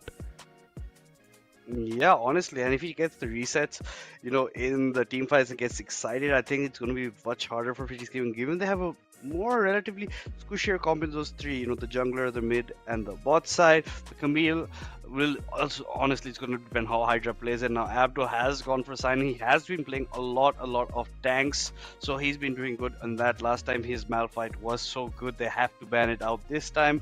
Now Deadeyes will finally be seeing a different kind of jungler from him. We're going to see the Wukong, and this is a lot of engage from the side of Tawang Warriors as well as disengage. So the Jinx should be safely tucked away in the backline and can get her free fires off, so I don't doubt that what will happen. The Shy Boy also left a lot to be desired on that last brand pick that he did go for. He was getting picked out quite a bit by the heavy engage that Tawang Warriors had brought last time, so maybe now he'll have a relatively easy time, but still it's looking pretty hard for him to do anything unless he gets one of the roots or does his long time damage over time. But Booyah, as we have said before, very comfortable on this. Ezreal now has Tony Cruz with him, so we're looking to try and get some prime bot side, but the combo of Jinx and Thresh is like a story as old as time itself, and it's one of the better ones. And now you have Thresh by playing that Thresh the first time in this grand final, so this is definitely going to be one of more exciting games, especially now that Tawang Warriors are 2-1 up on Phoenix Gaming. This can be the ultimate game or the penultimate game. It depends on who wins it out, and Tawang Warriors definitely don't want to leave any room, don't want to let Phoenix Gaming get to that number 2 mark in their win column, so they can end it right here and now. But yeah, Phoenix Gaming are looking like they really want to answer back given their targeted bans that they went for this time. Definitely. So team comps rounded up, but I feel Phoenix Gaming again. I mean, they did pick up fancy kind of team comp with the Elise and all of those things in the second game, and they absolutely smashed that game. They did well. They played for the early game with the Nar, with the Elise, and with the Nafiri in there as well, and it just worked out so well for them. So, not gonna doubt their picks now again as well, with the Camille coming in, with the Zyra jungle coming in, and the Akali in there as well. So, can never count these guys off as well. At the point when they have their backs up against the wall as well, this is a do or die game for them. They can't have any sorts of mistakes, no room for error. So a wounded tiger is the deadliest tiger, is what they say. So let's see what Phoenix Gaming is cooking up with this draft that they have made for themselves. Yeah, they're like an animal backed against the corner. This is when they will be showing all their claws. They don't want to hold anything back because this is honestly do or die for them.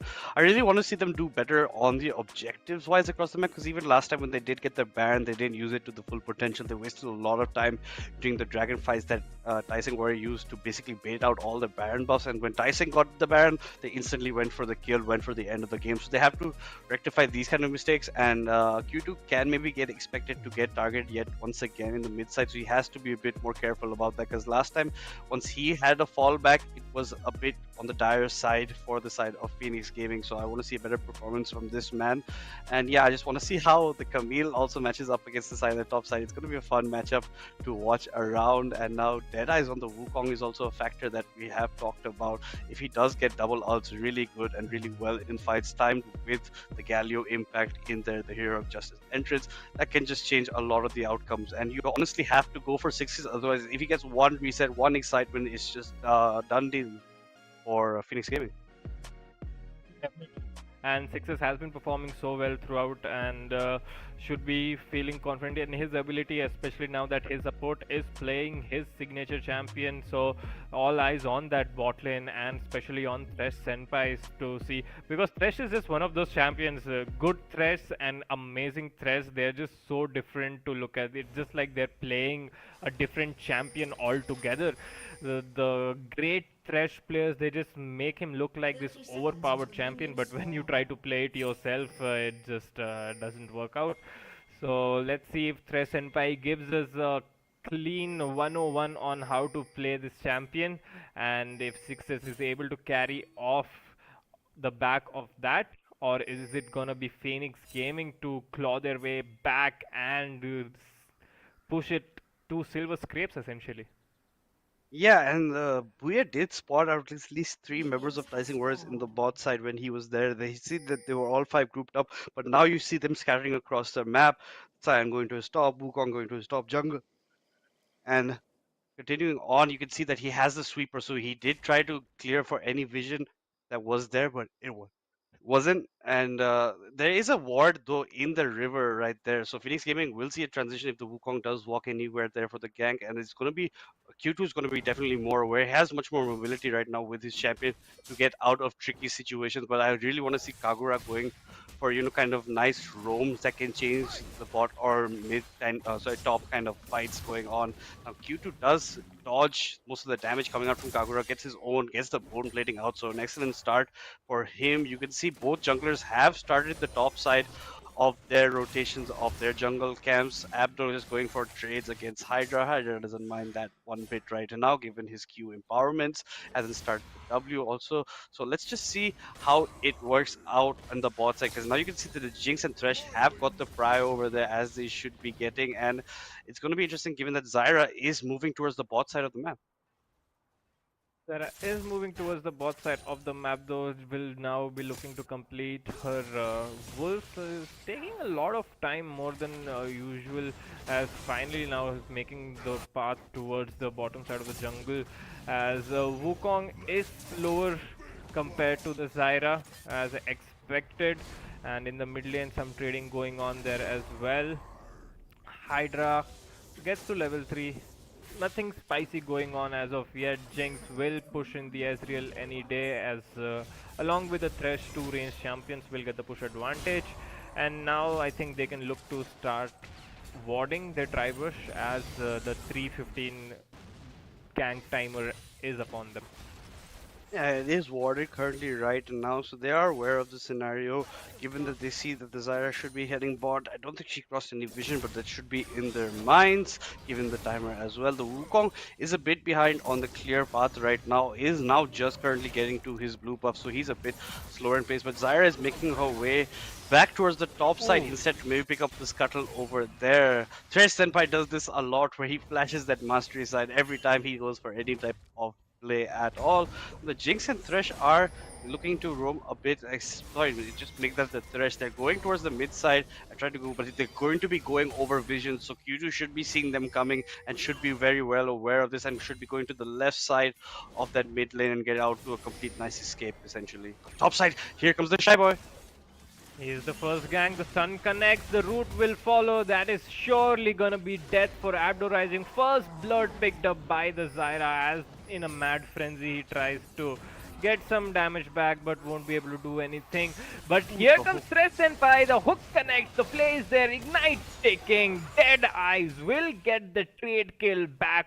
What a roam coming on by Thresh Senpai when no one expected it, and secures a kill for his jungler in the top lane as he will now recall and look to join his ADC back in the bot side.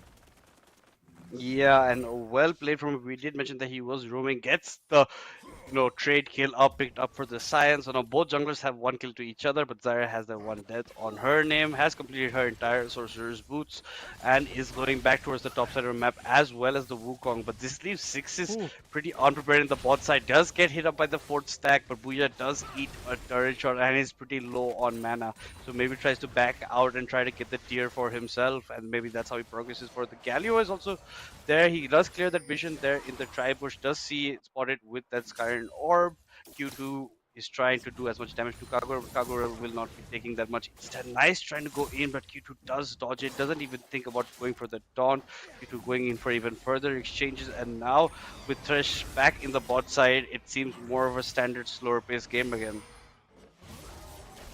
Top lane is just trading with each other. Hydra making sure that Abdo is not in range for experience for most of these CSs as well, and Abdo getting the entire top lane experience for him as he is not able to go anywhere near the wave without taking half of his HP bar as damage, as the hook will barely miss from Thresh Senpai. The Flay connects though, as they will trade a few autos and nothing more comes out of that. But boy, someone needs to bail out this Cyan in the top lane. Yeah, definitely. And the Jinx has got the curl on her first back as well. Already 20 of that. The 100 knocked off at that point.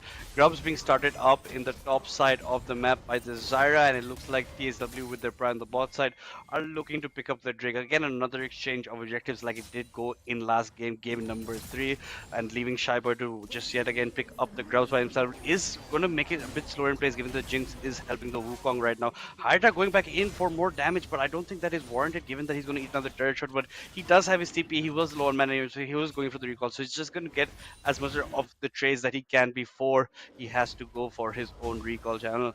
Now look over here, the Thresh and the Wukong are walking up to the Akali. She has no idea that this is happening right now. If this hook lands, that's probably a dead Q2. Nice sidestep by him, but the flail does connect. She does go in more dangerous. Shuriken does miss. Here comes the Galio from the heavens, and now Q2 is in a bit of no man's land. He tried to get the trade on to the Thresh, but he has to run for his own life. Galio is chasing him as much as he can. He's 1 HP away and he does get the kill. He wasn't time to give the assist even over towards the Wukong and the Thresh. So nice roam yet again coming in by Thresh Senpai.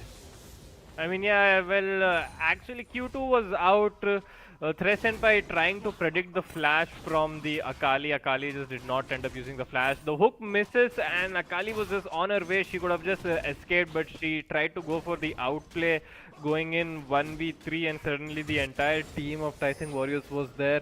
So Akali losing the flash as well as losing her life and losing that wave in the mid lane as well. Not helping her out all that much, as top lane Abdo Rising is gonna miss a few more minions as this wave is crashing into the turret, and he's just 36 CS at 8 minutes. Yeah, and that's so much behind the CS of the opponent. Top laner finishes Camille. She's around 20 CS up ahead in the lead. Kagura is pushing this wave in yet again. Is behind on CS to Q2, but Q2 has been ganked so many times. The hook does Oh, land this time, but I don't think you can do much once you spot the Shy Boy across. The Shuriken lands. He does go in, and this looks like a very dead Thresh Senpai at the end of the day. And that's the Thresh going down once. But now look who's here. It's the Braum. The stacks do land. The Wukong's here for backup as well. It's spin to win going on. The Shy Boy has gone dangerously low. The Q from the Wukong land. Q2 picking up a huge shutdown for himself. At the end of it, the taunt will land onto the Akali and onto the Braum, and that's safely Kagura getting out of that exchange. so that was a 2-for-1 in favor of Phoenix Gaming, as Thresh Senpai did connect the hook, but the timing was just not there, as the Shy Boy was available for support in the mid lane, and they just turned around that roam from him. Thresh Senpai ends up going down. Kagura goes in deep for the fight as well, and Deadeyes does pick up a kill for himself, but he did not end up surviving that exchange, as we are sitting at 3-3 in the scoreboard at 10 minutes into the game, and Phoenix Gaming have a 1200 gold advantage already. Yeah, and they are looking like that they want to run away with it a bit, but it's still anyone's game at this point. Camille going for nice exchanges onto Abdo. Abdo missing legit everything onto the Camille while she gets her enough trades, and he's still so behind in CS, still around that 20 CS difference. In the bot side, still pretty even. Stevens in the mid, it's also become a big gap between the Akali and the Galio after that last play over there. Thresh Senpai has been going for the roams, but looks to be the one getting caught out over here. Narrowly dodges the Braum ultimate. The hook does land onto the Braum, but the Chompers don't, so then you cannot detain Tony Cruz. Tony Cruz is getting out of that scenario, even though the Zyre and Wukong are also close by, and they might be looking for any of these affairs. No objectives currently up, so this is where the fighting still continues. They're clearing all this vision in the tribe. Thresh Senpai is just waiting there with his hook. Hydra getting a bunch of damage onto the Sion in the top side, and he's still starving that very lonely top Sion.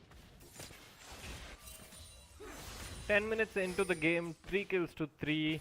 The Dragon on the side of Tawang Warriors, the 3 Grubs on the side of Phoenix Gaming, as the next set of Grubs are about to spawn, and the Shy Boy and Tony Cruz are already on their way over there, as the Grubs have just spawned, and I feel it's gonna be Phoenix Gaming who end up securing at least the minimum 4 or even the 6, because it's gonna be a long time before Tawang Warriors can respond to this.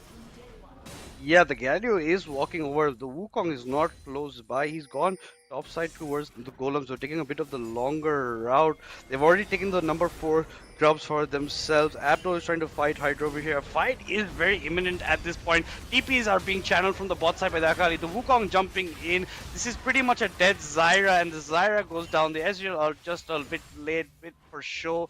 Not much, but at the end of the day, 4 Grubs have already been picked up by Phoenix Gaming. Now Deadeyes gets thrown the lantern to safety, and now he maybe wants to pick up 2 of these Void Grubs instead. I don't think much can deter him, but the rest of the members. 6 is walking into Q2. The Shuriken does land, the hook does land as well, but there goes down Thresh Senpai. The Galio is coming in from the heavens.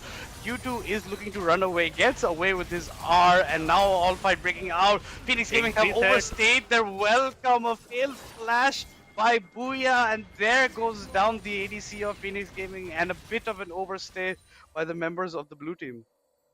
Where it was looking like Sixes had got caught with the poor positioning, it turned out that it was the side of Phoenix Gaming who end up losing 2 members of their own, as Kagura comes in with the clutch taunt, which allows Sixes to get excited and get the damage in for the kills. Did not end up getting any kills, unfortunately, but still Galio sitting on the 203 gold bounty with the Hollow Radiance complete. He is feeling very strong, as the second dragon now started up for the side of Tawang Warriors, and the Grubs which were left unattended will be picked up by the Shy Boy very smartly, as now they complete the set of 6 over there. They get the 6 Grubs. They are sacrificing the Modern Ray. Looks like Booyah really wants to go for a steal over here with Tony Cruz.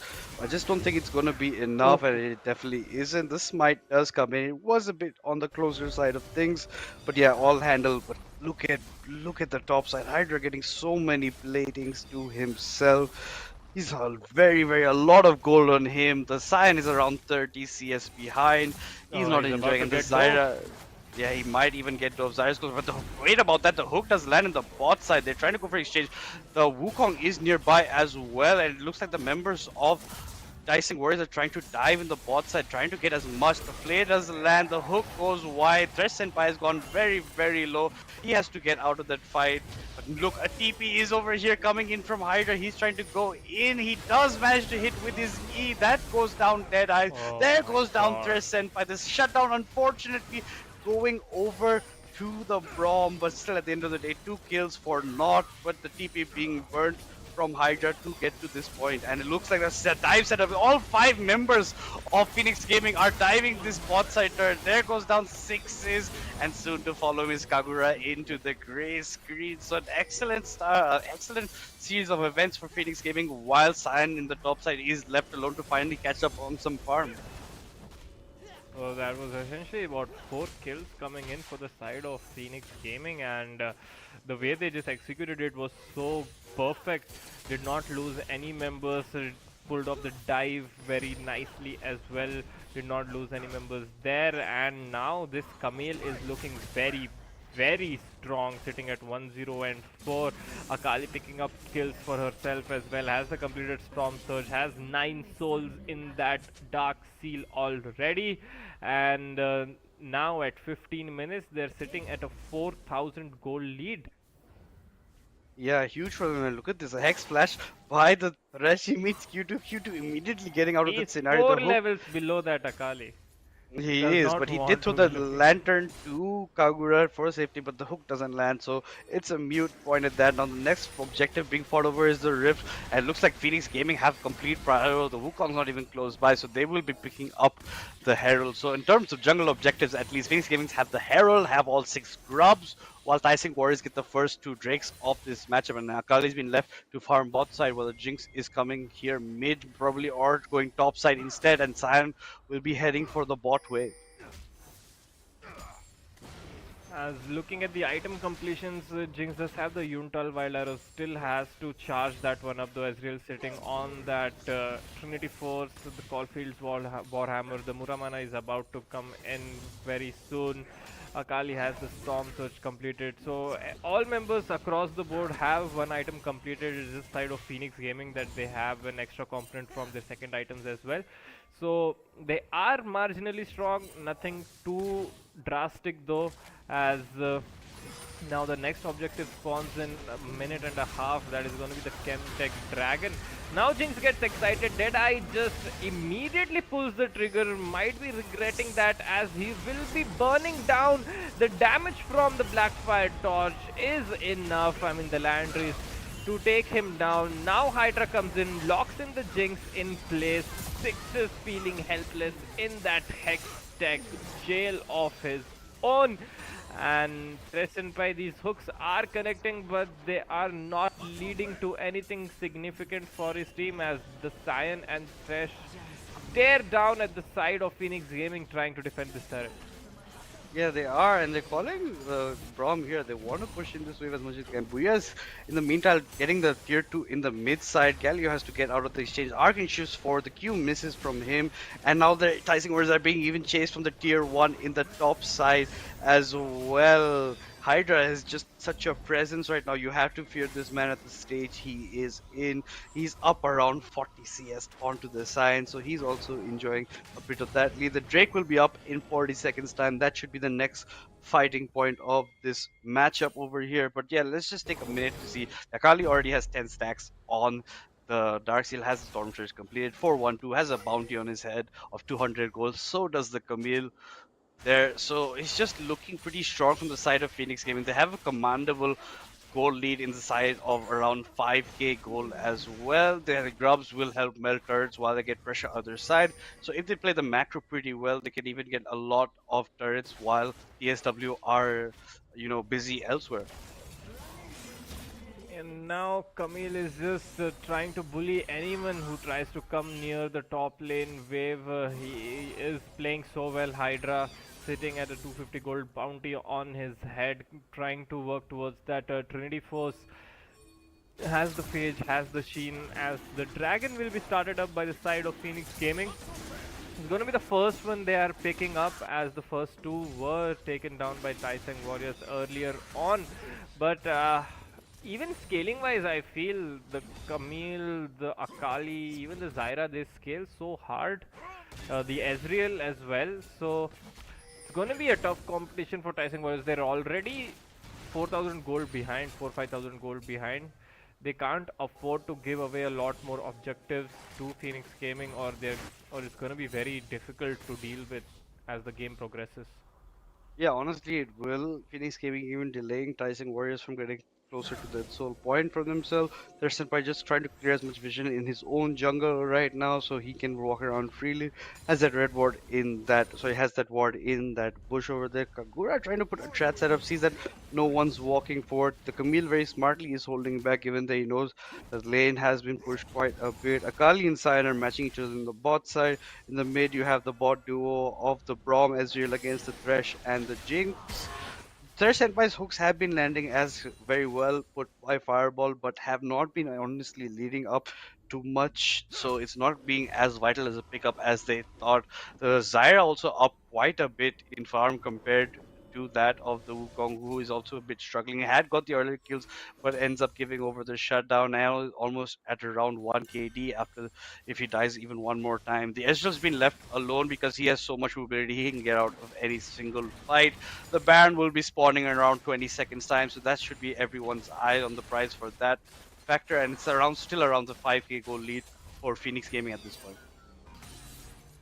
Yeah, Thresh Senpai's Thresh not being able to, influence the game as much as he would have liked to do.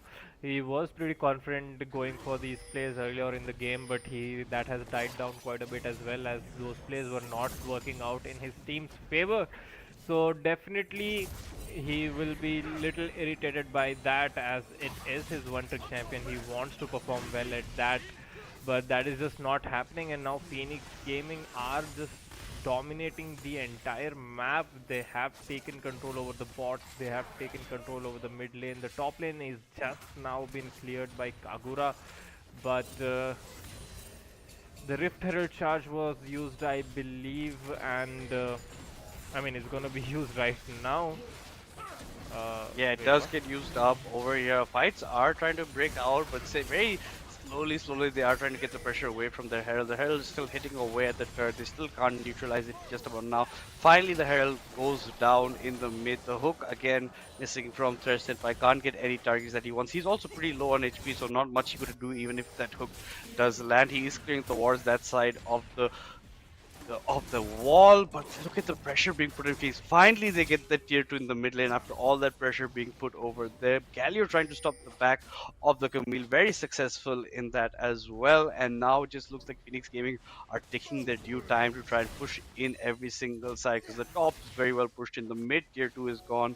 The bot tier 2 is getting pressure, but the Sion is there. The resilient force is hiding in that bush right now, waiting for maybe some other unlucky member of Phoenix Gaming to walk up to him, but realize that's not in the books right now. The next Drake is alive in 1 minute 30 seconds, but the Baron is currently up for contest if any of these teams want to bait a fight around it. 22 minutes into the game, 10 kills to 6 in the favor of Phoenix Gaming. They are 6,000 gold ahead, and they are in a very good spot. 2.5 items almost completed throughout the board for the side of Phoenix Gaming, whereas Tawang Warriors are just sitting on that 1.5.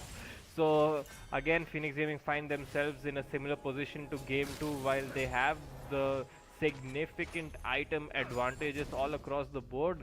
And what do when you are that far ahead? You start the Baron dance, as you just bait the side of Tawang Warriors to come and face check and come and fight you, and you will just end up winning because of the item advantages that you have. But looks like Phoenix Gaming is not trying to do anything of that sort. They were a bit hesitant in the second game as well, so I think they just like to play it safe whenever possible. and now they have shifted their attention towards his dragon pit, as the dragon will be spawning in about 15 seconds time. Yeah, Ezreal with his ultimate does get a bit of chunk damage onto the members of KSW. Even manages to pick up the blue buff at the end of the day. That's an added bonus for them, given that Drake is coming up and he's going to be hitting a lot of those Qs for himself. This is going to be the fourth Drake of this game, essentially, but neither are close to soul point unless Tawang Warriors can walk up over here. It doesn't seem like it. The Jinx is far off the mark, not even close by for the fight. So it looks like Tawang Warriors are electing to probably give up this Drake and then fight for the next one instead. Camille has just been relentless on this Cyan over here, just not letting him Oh have my any room to god. breathe. Half Just HP so man. much damage from that Q2, right? Just a lot being said there. Drake finally being picked up by the side of Phoenix Gaming. There's two Chemtrix that they have to the two Drakes of Tawang Warriors, one Hextech, one Mountain, and now it looks like even vision being cleared in the red side jungle, and not much is being answered by Tawang Warriors. They're just slowly biding their time essentially. Phoenix Gaming are erring on the side of caution and playing pretty safe. They're gonna finally get this tier 2 in the bot side. So they're slowly working their way up on turret objectives as well. The true damage coming in from Camille is just hurting this Cyan so much. It was Abdo Rising who had the last pick and he opted for the Cyan on his own volition. But the true damage coming in is just so strong. But here comes the engage. The ult combination from the Cyan and the Galio is there, and a full-blown fight has broken down. Sixes does get his reset though. There comes the second kill. Now Tawang Warriors have completely taken over this fight, but now Q2 is alive. He gets one kill, make it two. Is the side, the carries who are alive. Booyah! And Q2 will clean up the entire fight as 2v5 get the ace over there. So Tawang Warriors pretty much had the best engage they could have gotten. They killed 3 members, but Booyah and Q2 had other plans, man. What a performance by the carries. Absolutely. Nice TP in from Q2. Does jump in essentially onto Sixes. Instantly neutralizes him. Thresh Lamp is also low on HP. Goes with his R. Goes more. Puya even after this entire fight picks up the tier 3 for himself in the bot side. So just well played by the members of Phoenix Gaming. This is the kind of comeback you want to see from these guys after that game 3 that was gone down, and how they did end up losing it. And now you see more of the old Phoenix that has been there, has been prominent in our scene. Now it looks also like they're going to be challenging for the Baron after this all fight has broken down. The Camille does have his TP, so it's very nice. They're allowed to farm in the bot side. As you can slowly make his way towards this fight that is soon and very imminent to break out during the Baron side. And Sixes did get resets, but once you have the Akali jumping on you, there's not much you can do. Not much protection provided to him at that point in the fight, and he just is not a matter of factor at the end of the day, given there's just so much jumping on him, and Booyah was just left alone at the backside firewall. And difficult to catch an Ezreal regardless, but still he still has his summoner spells up. He was never looking under any sort of threat, as now Phoenix Gaming have started, well, kind of half started the Baron, as they are clearing the vision now. Let's see if they do commit to it. They're still reluctant. They are 10,000, 8,000 gold ahead, so they should be winning out these team fights even if the Baron fight starts. But they are still playing it as safe as they possibly can. Fully taking over the vision at the Baron quadrant though, as Hydra will keep on bullying Abdo Rising, who has just been struggling this entire game 0, 2 and 4 against the Camille. He picked the Cyan himself into that matchup, and maybe regretting it a little bit already. Yeah, definitely should be regretting it, given that he had the opportunity to go for the counter he wanted. He has the Jack Show, has the Sunfire Escape, but the true damage of the Camille is just too much for him at this point. Not much reprise for him. You can see the Ezreal clearing up that ward that is just pretty much insignificant, given that the ping starts up the Baron as well. Just gets one kill off of it, and then it's just currently walking. Again, another mishook by Thresh and by over there, not landing on the targets that he does want. The Jinx and Ezreal pretty much even Stevens in farm, but the Ezreal with that 4 kill lead is pretty significant. Already has the Triforce, Cerilia's Grudge, has the Muramana, whilst the Jinx He's only has massive 2 right now. items. Yeah, he is massive right now, and only Jinx only has two items, right? Only the eye and the Yun tails for himself, and she looks to be making towards the Lord Doms at least. I mean, no zeal items for the Jinx is a little suspicious because Jinx does so well with either the rapid fire cannon or the Runan's Hurricane. At least considering most of these champions from Phoenix Gaming are kind of squishy, no armor stackers except the Braum. But looking to work towards a Noon Quiver item and not sure what he is going for over there. I would have gone for a Zeal item at least, but Six is opting for the Noon Quiver over there for himself, as he also is not having the best of the games, not the usual Sixes that we are used to seeing. The bot lane of Tyson Warriors combined of 2 and 7, so not very good right there. Saying that the bot lane does get a pickup onto Tony Cruz over there, as the Wukong being forced to flash away will go down. Trading a support for a jungler, you always take it. Now the Camille is just going down on the backline. Double kill locks up the ADC. Not looking to slow down at all. Man, Hydra just completed the teleport, came in flying, and there you go. Booyah with the fade away snipe onto the Galio, and boy, Phoenix Gaming took the Braum death to heart and murdered 4 members of Tyson Warriors for that. Yeah, and they did use a lot to catch out the Braum. The hook does land, but it's not the one you want to go onto the target like the Braum. And now Phoenix, Tyson Warrior is paying the price for that, and Phoenix Gaming have started up the Baron. Will be easily picking this up. Tyson members are pretty far away right now. It seems the Camille is going to down on the Drake in the bottom side of the map, so they're trying to get both objectives at the same time for the kills that they got just before this fight. Booyah has gone pretty low at the end of this, but yeah, side with that steal, I don't think you're going to get that anytime soon, buddy. And now the Pings are on the Drake. I've never seen that happen. Yeah, I don't think that was, but maybe, yeah, maybe you guys let us know in the comments if he can from that range at least. But yeah, they pick up the Drake. They are now on soul point for the Chemtech. Phoenix have even got the Baron, and now with the pressure they're putting on, I don't think TSW can even go for team fights, because even if the Jinx gets excited, she's instantly being put to sleep by Hydra or Q2, and there's just not much you can do. This is we might as well start thinking about game 5, because they have to come back from a 10,000 gold deficit, and they're almost getting soul as well. So yeah, it's not looking good for Tyson Warriors at all. So I just feel we are going all the way in this grand finals. Yeah, it does seem at this point that Phoenix Gaming definitely want us to take us to that game 5, given how they've set it up. The Ezreal is huge, the Camille is huge, the Akali is huge, and I don't think that Tyson Warriors are having the answer that they want for this. Thirst and Vice hooks are missing quite a bit compared to what we usually see from this man, and when he does hit, it's hitting onto the targets that you don't want to get onto, like the Braum or the Camille, which doesn't make that much of a difference.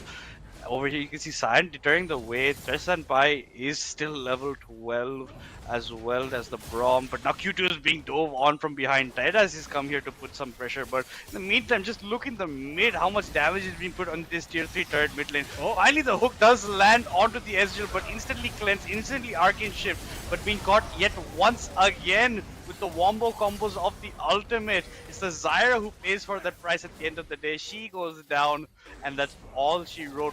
Look at the base of Tyson Warriors. It's in shambles, being pushed from the top and bot while these fights are going off over here, Fireball. The damage is there. Hydra just split pushing till the last mile, as the final Nexus turret will go down as well. 3 members on top of Camille, and still no damage. Camille 3v1 gets 2 kills, helps the team secure the 3rd one as well. What an insane performance coming out by Hydra. I mean, since Hydra has jumped in from the game 2, this team's been looking so different. It was first the Gnar in game 2, and now this Camille. Oh boy, Phoenix Gaming, bring it back.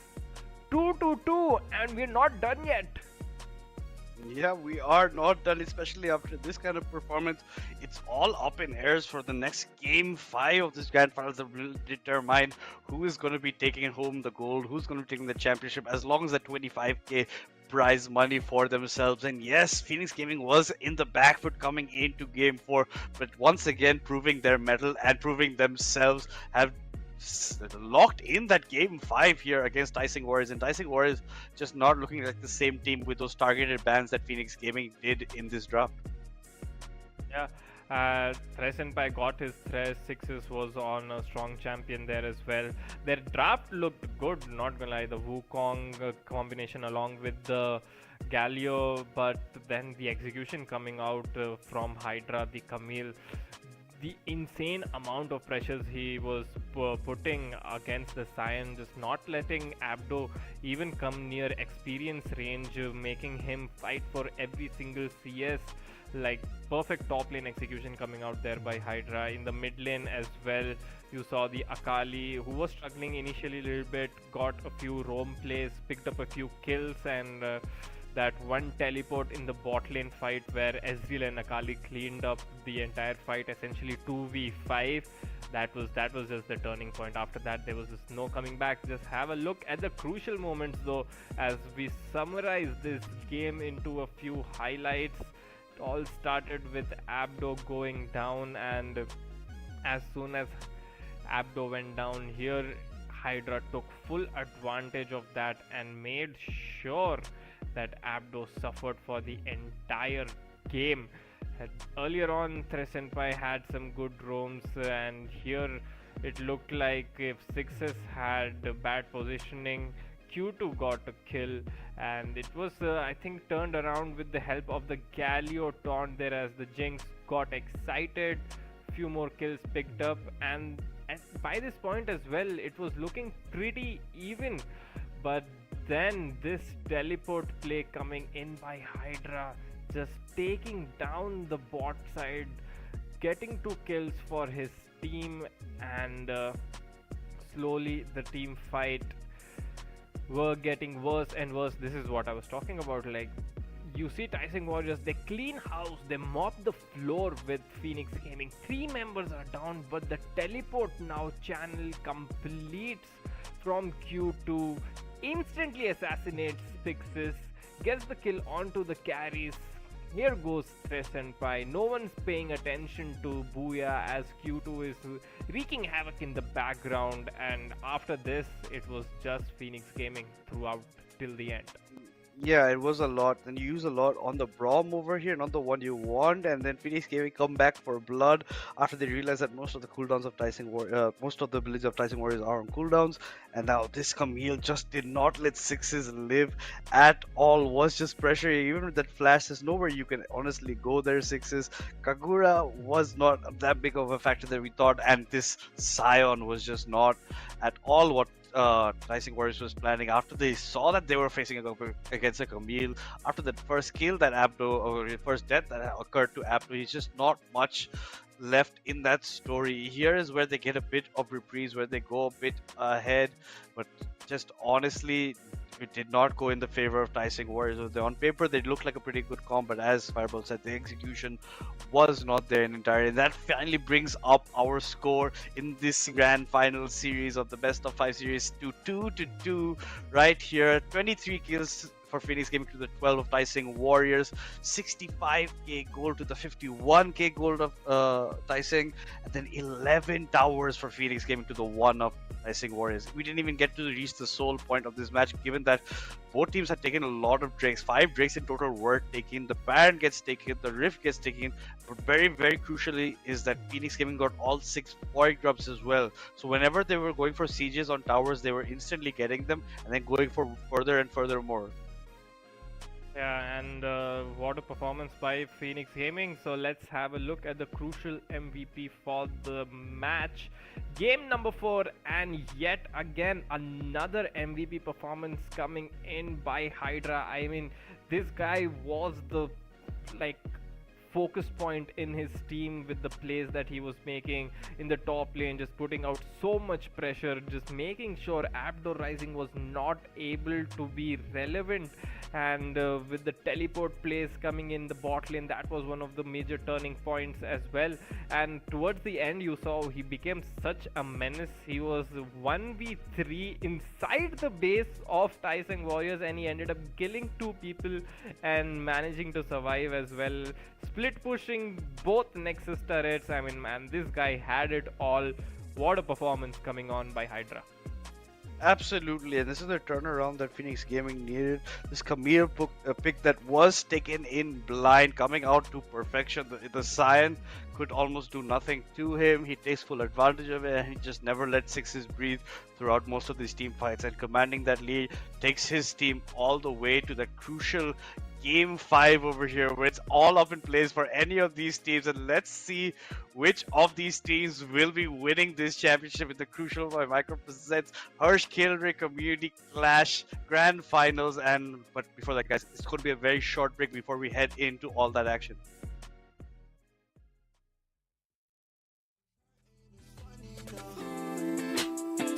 I've been running out of time, think I need a rewind, feeling out of life. I put everything aside, hoping that I make it right, all the things I do for you. I've been running out of time, think I need a rewind, feeling out of life. I put everything aside, hoping that I make it right, all the things I do for you.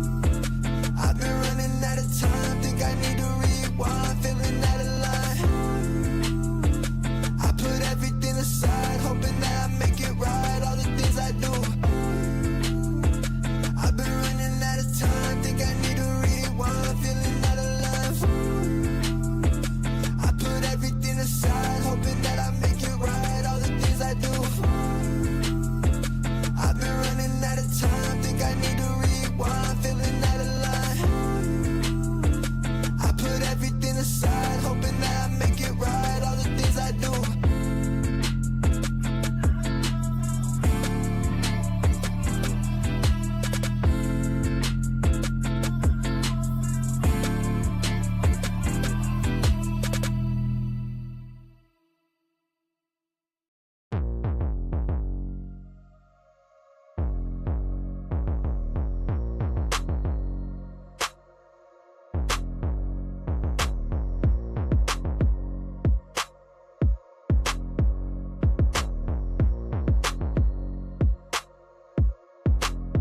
Wanna see you with your hands up, going straight to the sky. Let me see you put your hands up, 'cause we do till we die, and we on another level. To the rest, wave goodbye, put baguettes in the benzo. Got a piece of the pie. Told you once, told you twice, that we only got one life. Stay up, diamond shine, best at night.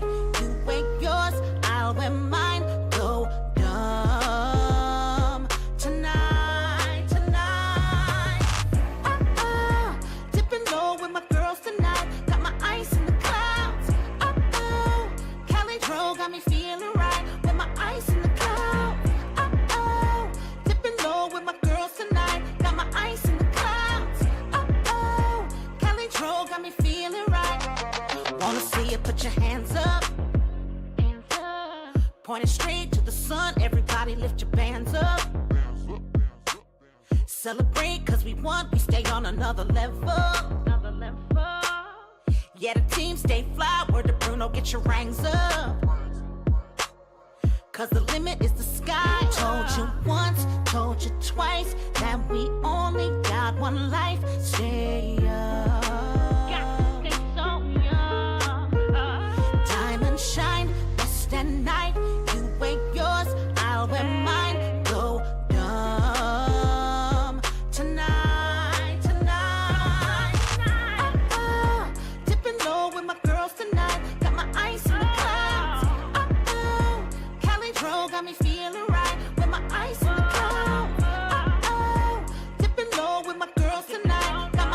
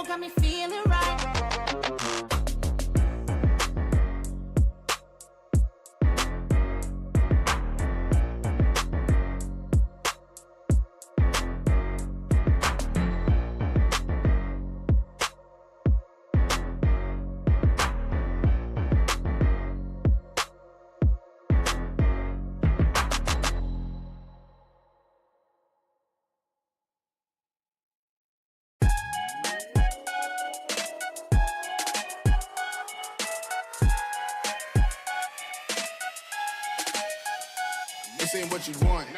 I've been living at hotels for a month. I don't take any means out of lunch. I've been spelling all my sneakers, I don't jump. Me and mine only tryna double up, yeah. Me and mine tryna build, come up front, yeah. Measure twice, cut once, what we on, yeah. Measure twice, cut once, what we on, yeah. I've been reading Proverbs on the walk, yeah. And I've been shutting down the stars, yeah. But when it rains and it pours, yeah. And I'm ready for some more, yeah. And I've been reading all the war, yeah. And I've been shutting down the stars, yeah. Cause when it rains and it pours, yeah. And I'm ready for some more, yeah. And I've been reading all the war, and here I go again.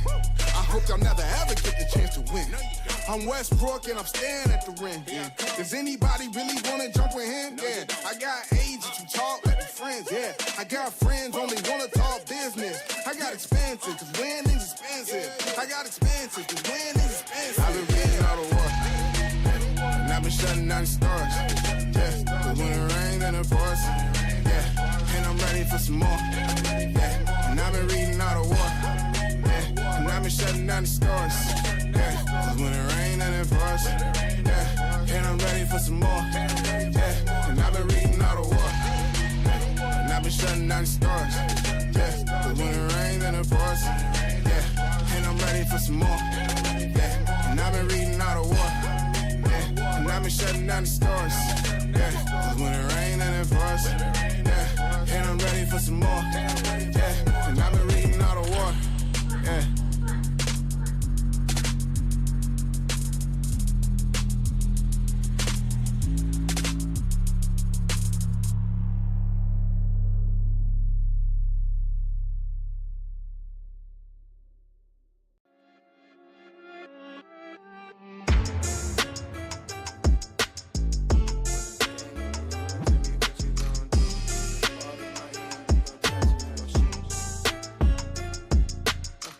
When the game on the line, you can't fold and you can't bend.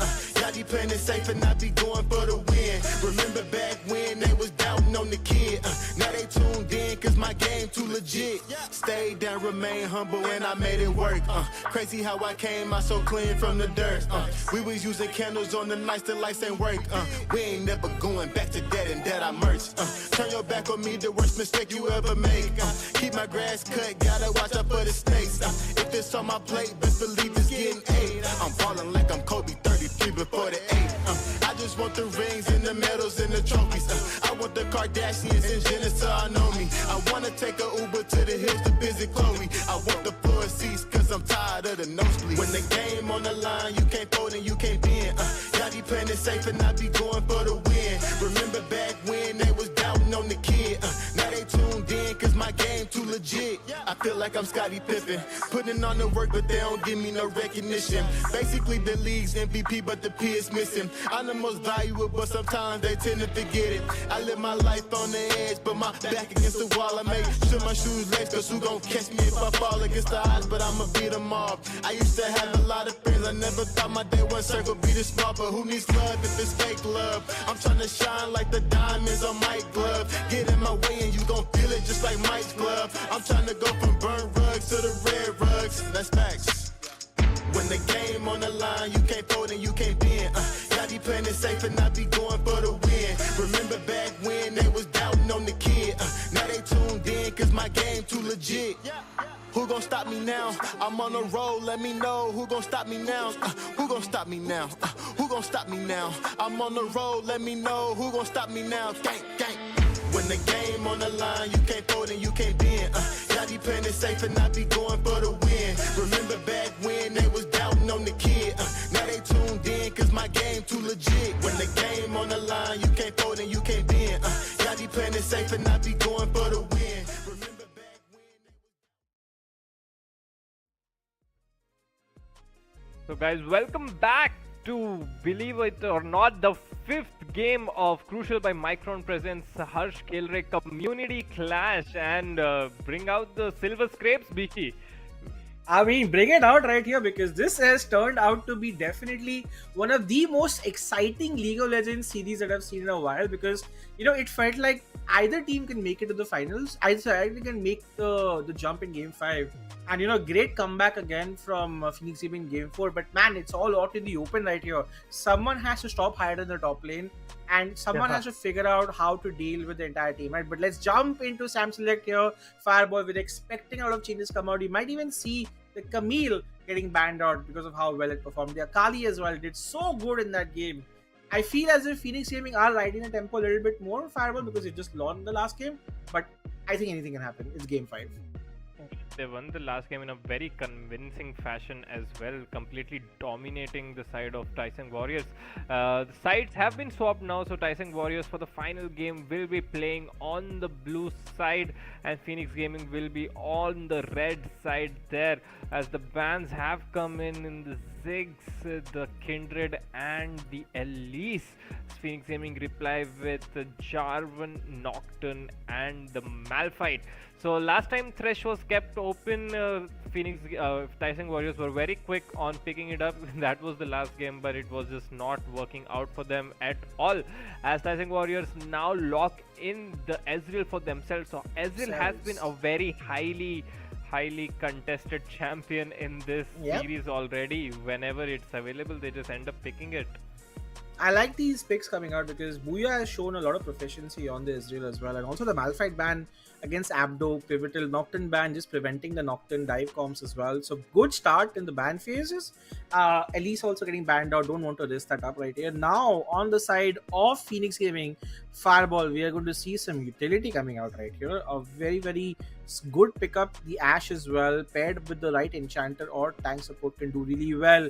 And Shy Boy, we know he loves to play Nidalee as well. I don't know if he wants to lock it in blind in this pivotal Game 5, but if he does it, he's a madman and we'll support him. But never mind. Ashe Braum. Really odd. I don't know why you pick Braum without knowing what the counter pick is. I mean, because Braum can get screwed by some really hard enchanters if they choose to.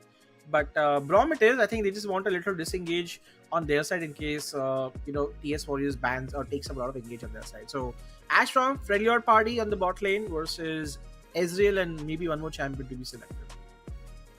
Yeah, so the Amumu now gets locked in, can go jungle, can go support as well, but mostly leaning towards the jungle these days. Support Amumu days are beyond us, I believe, as Deadeyes will be looking to pilot that one, and Ezreal will be paired up with the Karma, I believe, and Renata also I think good. Renata would be a better choice, as every time Karma uses the mantra Q, Braum can just throw in his shield over there.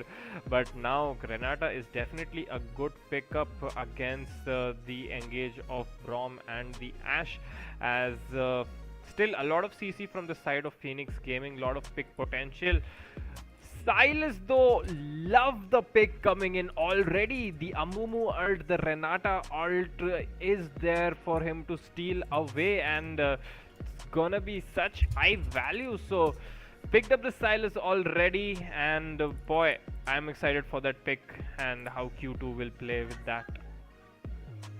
I think that's pretty good as well. I think in a lot of these situations it's good to pick up the Silas as well, because you have the pivotal movability as well, and this also, what it does is it prevents TS Warriors from going in heavy engage. Right now, if you pick a Lissandra, they don't have to ban Lissandra if you're playing against Silas, my friends, but okay, they banned the Lissandra out anyway. But I just feel like when you want them to pick more CC champions so then Silas can steal them at this point in time. But I think Lissandra is being a very pivotal pick for Kagura. Makes sense that they would ban it outright. I like the Silas, but it can get heavily countered by AD mids.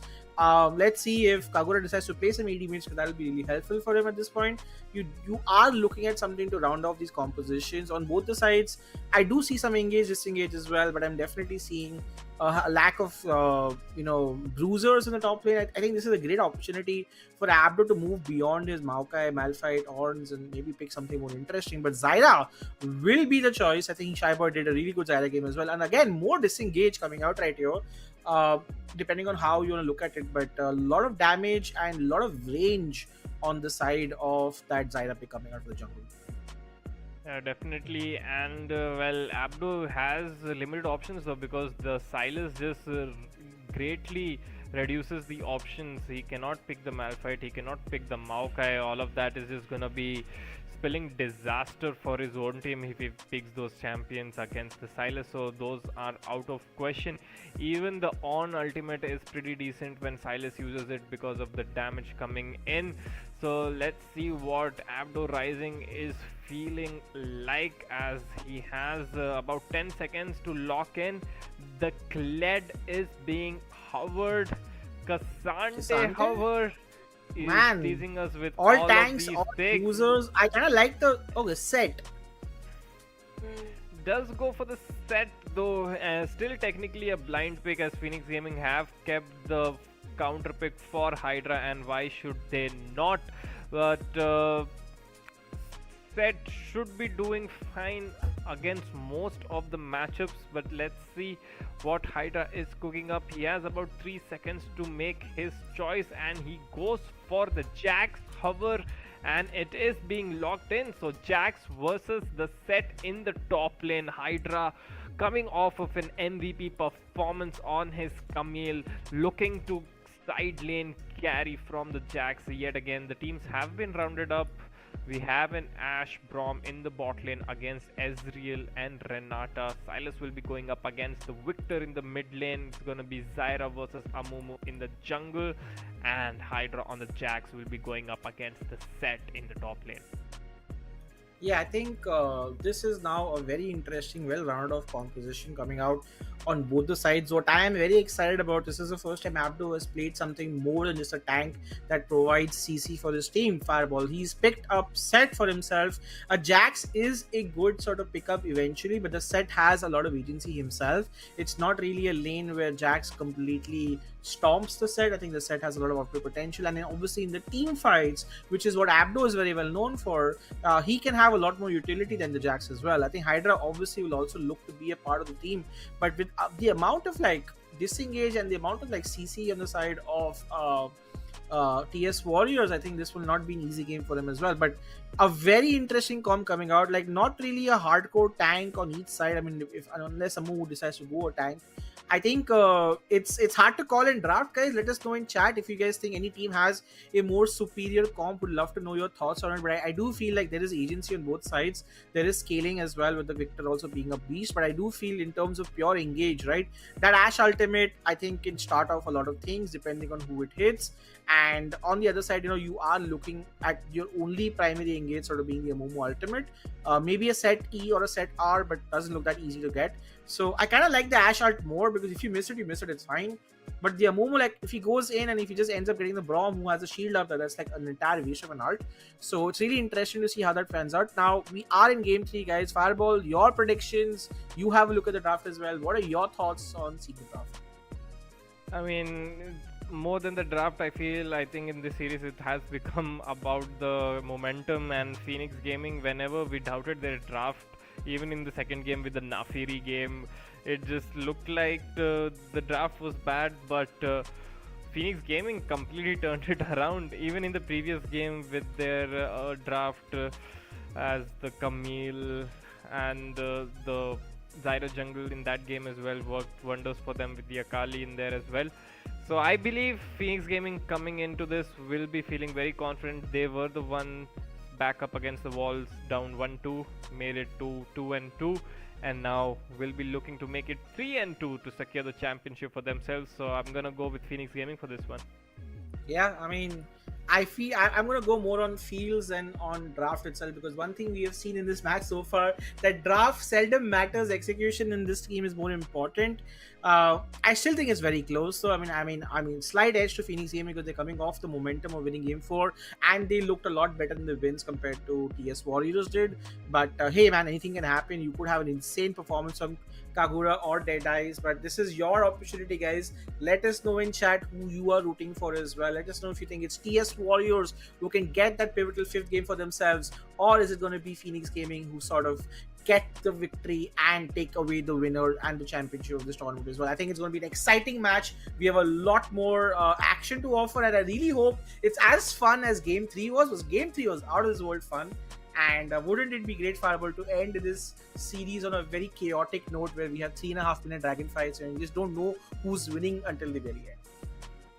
And yeah, that would be the perfect ending to this series, as it has been so back and forth, 1-0, 1-1, 1-2, 2-2. So like it's just been back and forth for these teams, and now it all just accumulates to a single point. 2-2, game number 5. We don't get a lot of game 5s in our tournaments. I think this is only the second time that this is happening, and boy, both Tawang Warriors and Phoenix Gaming are going up neck to neck, and now they have this one chance. No room for error anymore. Both at match point.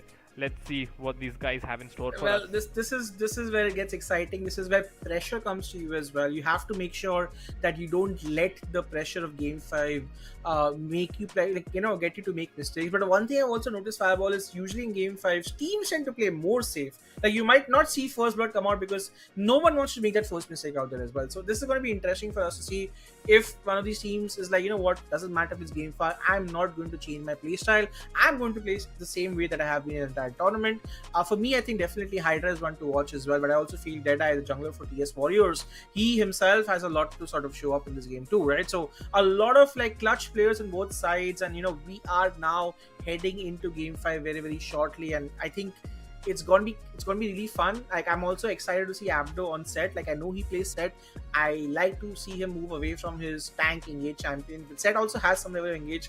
Let's see if we can make it work as well. And we also have the Ash Brom stable bot lane. But Fireball, let's head into Game 5, and we are going into the Rift for the finals of the Harsh Khelraay Community Clash between TS Warriors and Phoenix Gaming. Oh, straight off the bat, people just defending their lanes and guarding the jungle entrances, not looking for anything funny level 1, as the Shy Boy takes a good swim in the river, places down the ward, which is not very standard ward, right in the middle of the river. So looking to prevent any late invades coming on to his blue buff, as he is looking to do that alone without a leash, and Sixes and Thresh Senpai will be walking towards their lane as well, as Tony Cruz and Booyah have set up a trap. Let's see if Sixes and Thresh Senpai expect this coming in, and a Brom Q landing at the right time could be detrimental right here. Let's see if Thresh Senpai fakes checks into that brush. He is aware that his movements are telling me that he'd rather wait for the minions to come,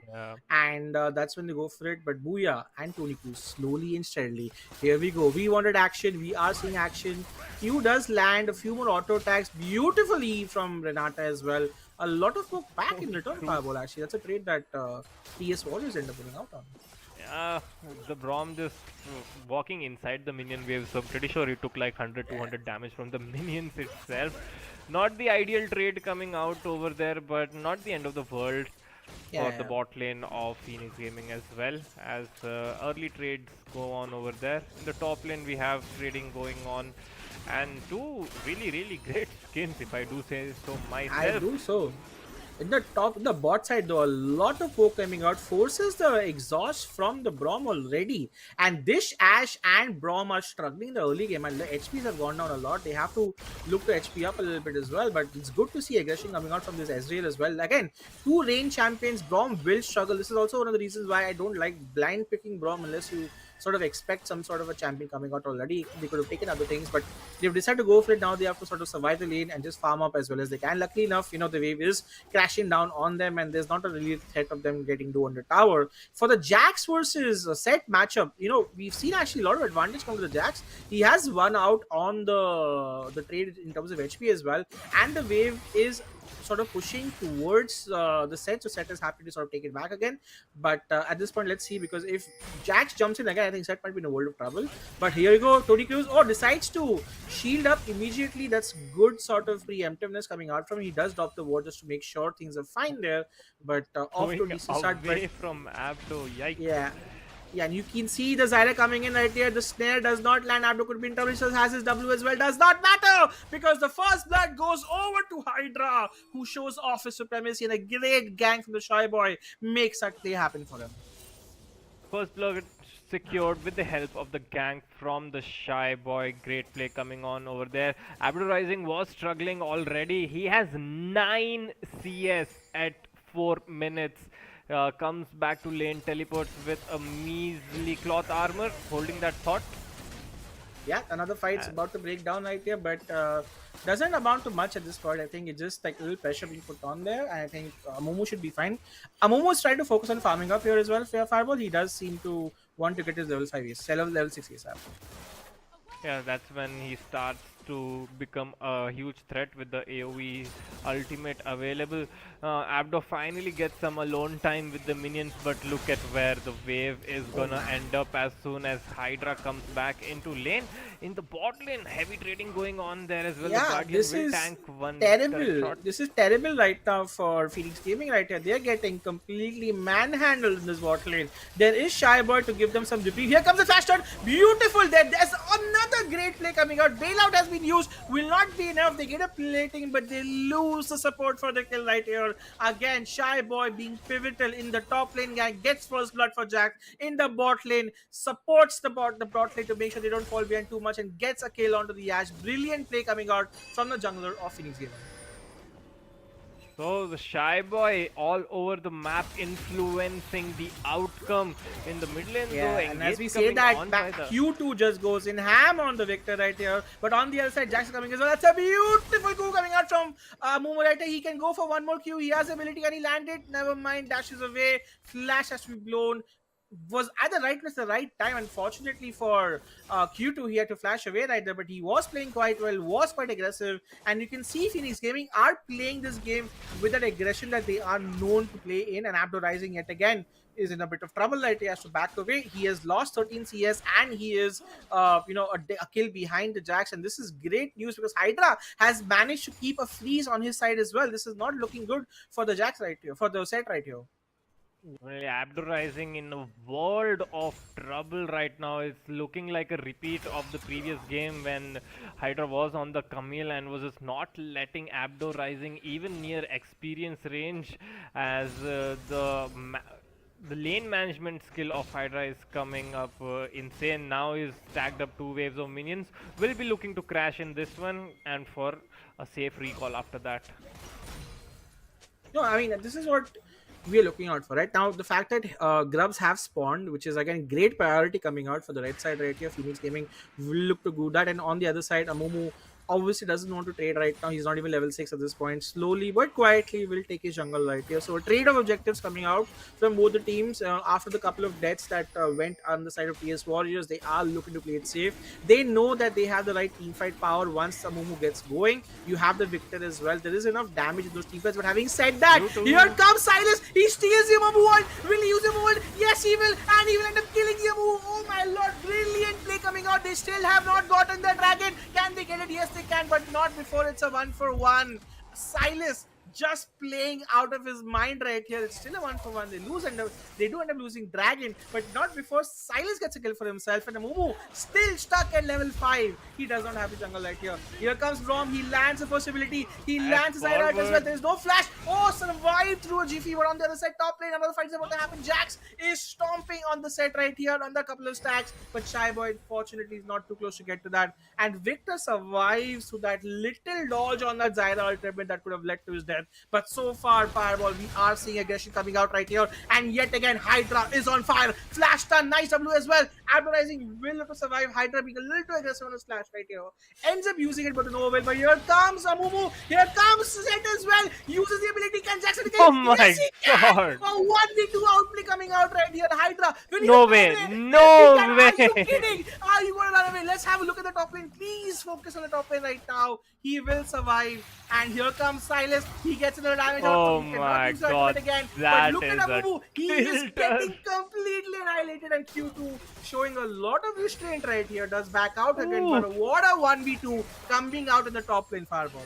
I mean, we need a replay of that ASAP as Hydra with an insane 1v2 clutch, gets the kill, survives as well. And now Abdo Rising just does not have any answer for this. He looks at that and man, why am I playing up against Thanos is what he's asking himself right now. As Yeah, in the and on mid the other lane side, though, no flash. Victor has flash, but can he use it on time? Yes, he can. Will he survive? Yes, he will. With a sliver of HP yet again. Kagura's flash had come up just a minute ago, so it was a good amount of time to use it. No flashes were being burned on Chai Boy as well as Silas. I think someone is disconnected, so we are going to have a short break. But man, Fireball, a lot of action in this game, a lot of near kills. But let's have a look at the replay. Walk us through what was happening, Fireball. I mean, yeah, they were starting up the dragon, but Q2 just saw, wait, hold up, I'm level 6, Amumu is level 5, the Renata is level 4, I can just steal the ultimate, go in for the play, does exactly that. The bailout does buy a lot of time though before he actually dies, that allows Ezreal to come back in and get a kill for himself. So he got a kill for himself, but ended up dying there as well.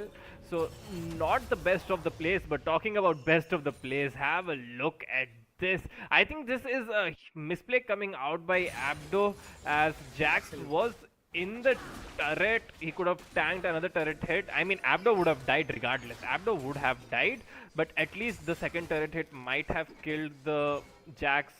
Because I don't think the cooldown would have... Yeah, cooldown of his jump wouldn't have come back so soon for him to jump away. Would have enough time to catch up on him. I think he was trying to get into the Mumu, but that just allowed him to jump back to his points and died. So Abdo making a little bit of a mistake, I would say, that might end up costing him a lot, because now the CS lead has gone crazy. He's picked Set blind.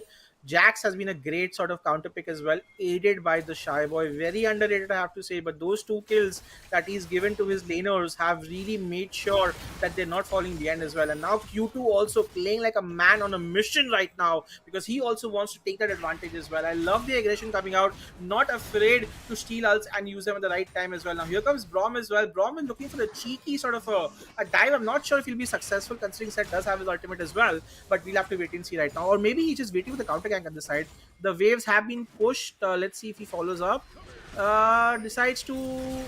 I don't know what's happening right here. Just going to decide to go back. Yeah, that's about it. Meanwhile, Fireball, the grubs have spawned. Hydra loses half his HP to the turret itself, as their goal was just to get these grubs, as the bot lane has come here for that. Ezreal ultimate will just annoy Hydra a little bit, but now he needs to be careful as the majority of his HP bar is down. Like complete dominance though, right? Like look at bot lane, 3-4 plates down, and Ash can't farm at all. Yeah, Ash kind of left alone, not the best champion when left alone. In the mid lane, we are seeing a fight come in though. Great Ash arrow in the background will buy some time to disengage that, but some sort of misplay. I feel there's no way you should be letting 4 plates go towards the side of the ADC without being punished.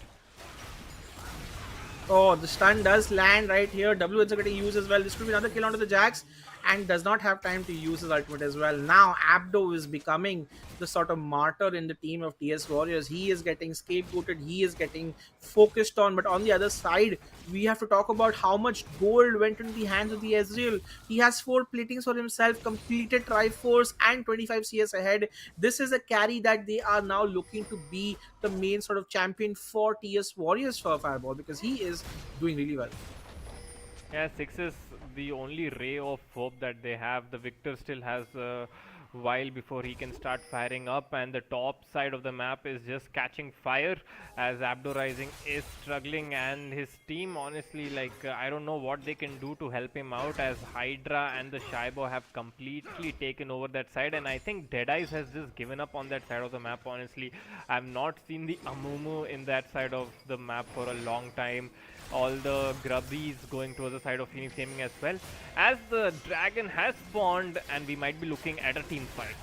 Yeah, the Jax is teleported in the middle of it and jumps in, gets a double stun as well. That's a lot of damage, but Jax is on the wrong side of the map. Has to look to run away right here. He will flash away to Sultan, but not before the Renata gets a shutdown. And here comes a Mumu ultimate on the side. Is using the Mumu ultimate as well. Gets a lot of damage going for himself. The cleanse being used, and it's a 2 for 2 at the end of the day. But the jungler on the side of TS Warriors is red. Here comes Set, does a lot of damage, has to flash away. Abdo Rising trying to do what he can. Here comes Sixes. He should get kills. He will survive. Oh no, he will not. Ash will die at the end. Zyra shall do what she can. This is going to be a team fight victory coming out for the team TS Warriors. They lose a dragon for it, but their team fighting was quite strong. I felt that Jax went in a little too hard right here. The shield was behind him. He was soaking up a lot of damage. The stun did not follow up. Eventually, Q2 came with the Amumu Solar and did well, but not before TS Warriors got a great team fight victory and more platings on their side. And what a comeback fight that was for teams Tawang Warriors, as now they are all tied up in gold dead even at 14 minutes, and very well played by the carries, spacing themselves sixes, making sure that he is in and out of the fight at the correct moment, staying alive, having uptime, and then as soon as Abdo came in, he might be lacking in lane, but that flank into ultimate was insane as he allowed his Ezreal to just come in and clean house. Look at this Jax right here. He does not care. For all he cares, Set has a minion standing in front of him, and he is just hitting the tower. Bonk, bonk, bonk, donk, donk, donk. And at this point, like the top side of the map, like you said, Fireball has been completely given up to PF Phoenix Gaming right here. But what TS Warriors can do is use this pressure to get the first tower for themselves. They have a great wave that is going towards the bot lane tower. Nobody's there to defend it, and the top lane tower is not going to get it back. Could be the opportunity for TS Warriors to further strengthen their top lane to the gold lead itself and get the first tower for themselves, which they are trying to get. And there you go, got it. And another more gold on the SEL. He's 4-0 and 1. He is actually on a storm right now with the amount of gold that he has. If you can have a look at the goal lead very quickly, observers, just to let us know what the gold gap is. I think SG is doing very well for himself. There we go, 2,000 goal lead Fireball in the game right now. So 2000 goal lead only sitting on the ADC, but that is countered by 2000 goal lead for the Jax in the top lane as well, but we have not seen the power of the Jax yet. Brilliant ultimate being used right here. Amumu also lands. What a lovely engage. There is some disengage, but here comes an attack as well. TS Warriors are doing so good right now. They found the pick all through Thresh Senpai's pick up right here. Flashes, he gets the kill on that as well. Brom does also get caught out of the move, but not before they get the mid lane tower. And my lord, we are in for a game, because just when you thought that Phoenix Gaming was doing well, here comes TS Warriors with a beautiful threshing engage on the Renata, but also the Amumu landing that Q onto the Zyra, getting 2 kills for their efforts, and also the mid lane tower. The flash into the wall and the bandage toss connecting just at the maximum range was just too good for Deadeyes. And when it was looking bad for the side of Tawang Warriors, they've just completely turned it around off of the back of who other than Sixes.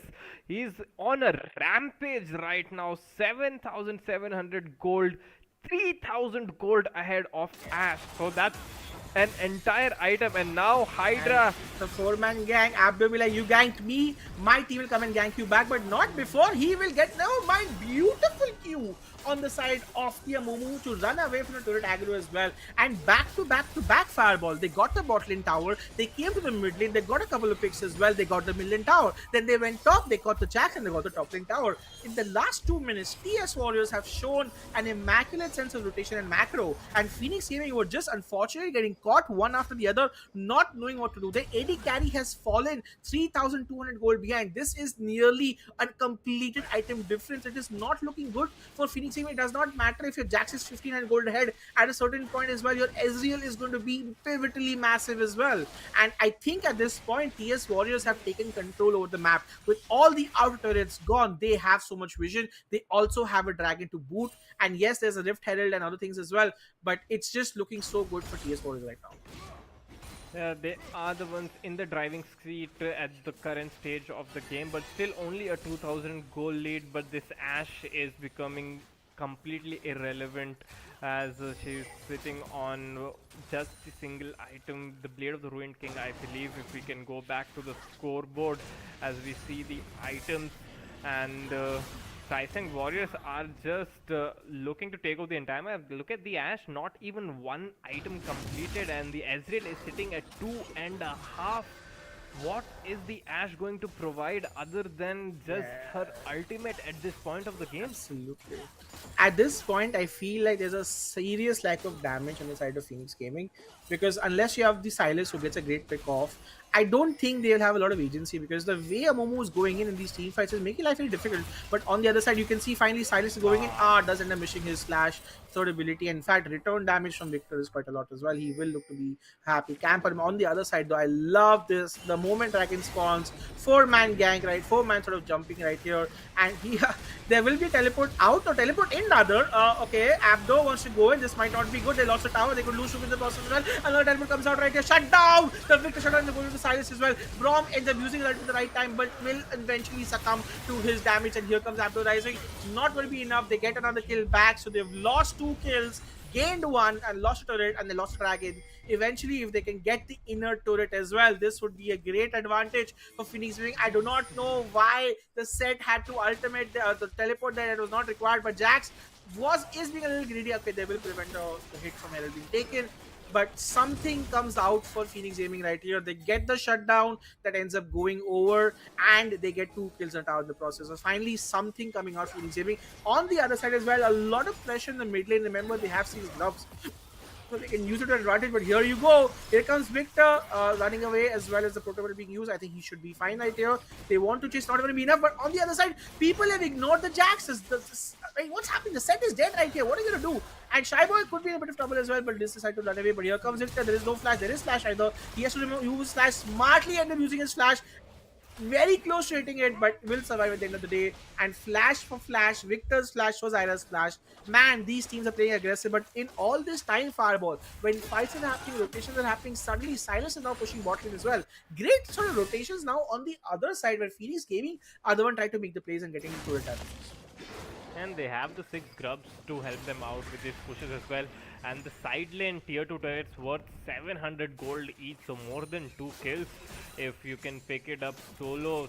Jax's eyes are set up on that, as he has fallen off a little bit compared to how strong he was earlier on, and now Abdo rising might have some avenue to come back into the game. We just saw because of his ultimate how much the Tawang Warriors were able to capitalize, and boy, 6s is just being 6s. This is the guy that I've been talking about since the series has started. He had pretty hit or miss games up to this point, but this is more of what we are used to seeing of, as 6s, 7-0 and 1, sitting on 3 items. He has completed 3 items even before his my lord, 3 items at 20 minutes. But this is it, right, Fireball? He has to be the carry at this point, because his team is not doing too hot. If you look at the kills, right, all of them are on Ezreal. Like, there's one on side and one on, like, that you don't really care about that. But all of the pivotal kills are sitting on this guy. He has to be the one to show up right now.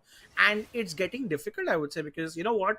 If Jax jumps on him, he's not good to that 7-1 won't matter, right? When a Jax is on your face at this point as well. Shyboy has had a bit of a difficult game because he is getting focused. He had a great start, but in the middle of the game, I think Amomo showed a lot of prowess in making sure he's catching him out right here. The Brom, I don't feel has done a lot, but still has utility when required. And dare I say it, is that going to be a Baron take immediately? No, never mind. It would have been fun if it was, but it's not going to be. But in the side lane, right, nobody can stop the Jax. Nobody can stop the Silas at this point, right? So what Phoenix Gaming can do is just play 1-3-1 at this point, right? Because the moment somebody goes out of the Jax or Silas, they both have enough dodges and protobells to run away, and then you can get something else on the map as well. This is a strong 1-3-1. I don't think, Jax can be stopped by anybody on the other side. I don't think Silas can be stopped because he's doing quite well too, right? So this should be one of the plays that Phoenix Gaming should consider playing while the next objective is up, as Jax will get stronger and stronger, and while Silas too gets stronger and stronger, right, Fireball? We will see that the game will get more difficult for TS Warriors. Nobody will be able to respond to them on the side lanes. Definitely. So 22 minutes into the game, 9 kills to 9, and gold is dead even. So this is going right to the wire as yeah, and then again, we spoke about how it's hard to find another pick happening, but they will survive to the skin of their teeth right here. Victor Alt was stolen and reused onto Kagura, which does not yield a lot of benefit for them. but you can see it, right? Like Silas was completely dominating that matchup as well. It was good on Kagura to be a little smart and avoid that amount of damage right here. But this is again a story of what could come right here. Again, this is the third dragon. You can potentially trade this for a tower if required, maybe an empty turret if required as well. We don't really know, but the fact that Victor Alt being down is a bit of a problematic situation. I think it should mostly be back up by that time, and the Ash Alt also went to waste. So, what are your thoughts as we head into the next dragon fight, Fireball? Thoughts are the Ezreal needs to be kept alive if you want to win the game, and he's doing a pretty good job of it till now. Has the cleanse, has the E, and has so many things that can peel for him. The Renata, the Yasuo, Abdorizing, ulting, Victor putting the W on top of him. I feel he has the perfect setup just to be alive, have the uptime required, and keep firing away those missiles. And boy, Sixes, all eyes on him as the dragon is spawning right now, which is gonna be the third one if Tawang Warriors pick it up, or Phoenix Gaming have the opportunity to tie it 2 for 2. Let's see if they are feeling about contesting this one, as most of their gold is sitting on the Jax and Silas, though, who are sitting. I think the Zyra is also doing well, so she's like 70 CS ahead right now. And I think they're in a good spot to take this fight because Zyra has completed 2 items, which means she's going to be pain to deal with. But not when you have an Amumu right in front of you. You have the Renata ult as well, and that's it. They just scared them away. They're not doing that. They decide to not give it up. Let's fight to the third one. But what are they getting in return, Fireball? They got nothing in return. This was a free as hell dragon given away for absolutely nothing in return. Like, maybe they want to scale. Like, what do you think that reason could be that they didn't want to fight this dragon? They just saw them getting overwhelmed. The Jax was not there with them as well. I think they feel the safest when Hydra is around because he is sitting on the Triforce, and pretty sure on back he should be having his second item completed as well.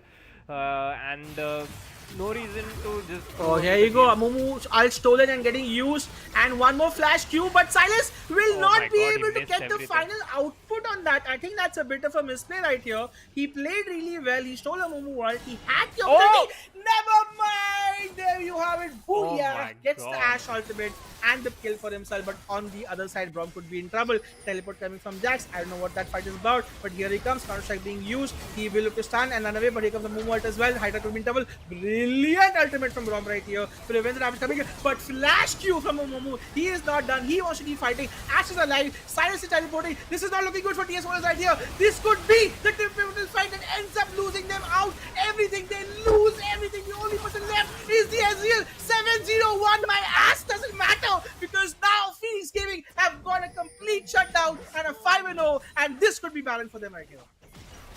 What a shift in game right now. 3,000 gold ahead. Phoenix Gaming take an entire race without losing anyone. I mean, the Renata ultimate was good onto 2 people, the Jax and the Ashe, and they just blew everything for that as Hydra came in, and Booyah was left unchecked as well.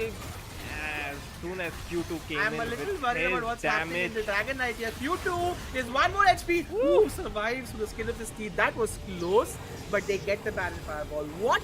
We need a replay of what just happened right here. We saw Victor completely shutting down with the Ashe ultimate as well. Then it was a numbers advantage. Jax went in, and then people jumped on the Jax. Jax brilliant disengage from the Braum ultimate as well, but then Amumu followed up as well. The problem is you guys are fighting a 4v5 right here, and there comes Silas as well. The moment Silas comes in, all hell breaks loose. The disengage coming out from the Braum was pivotal.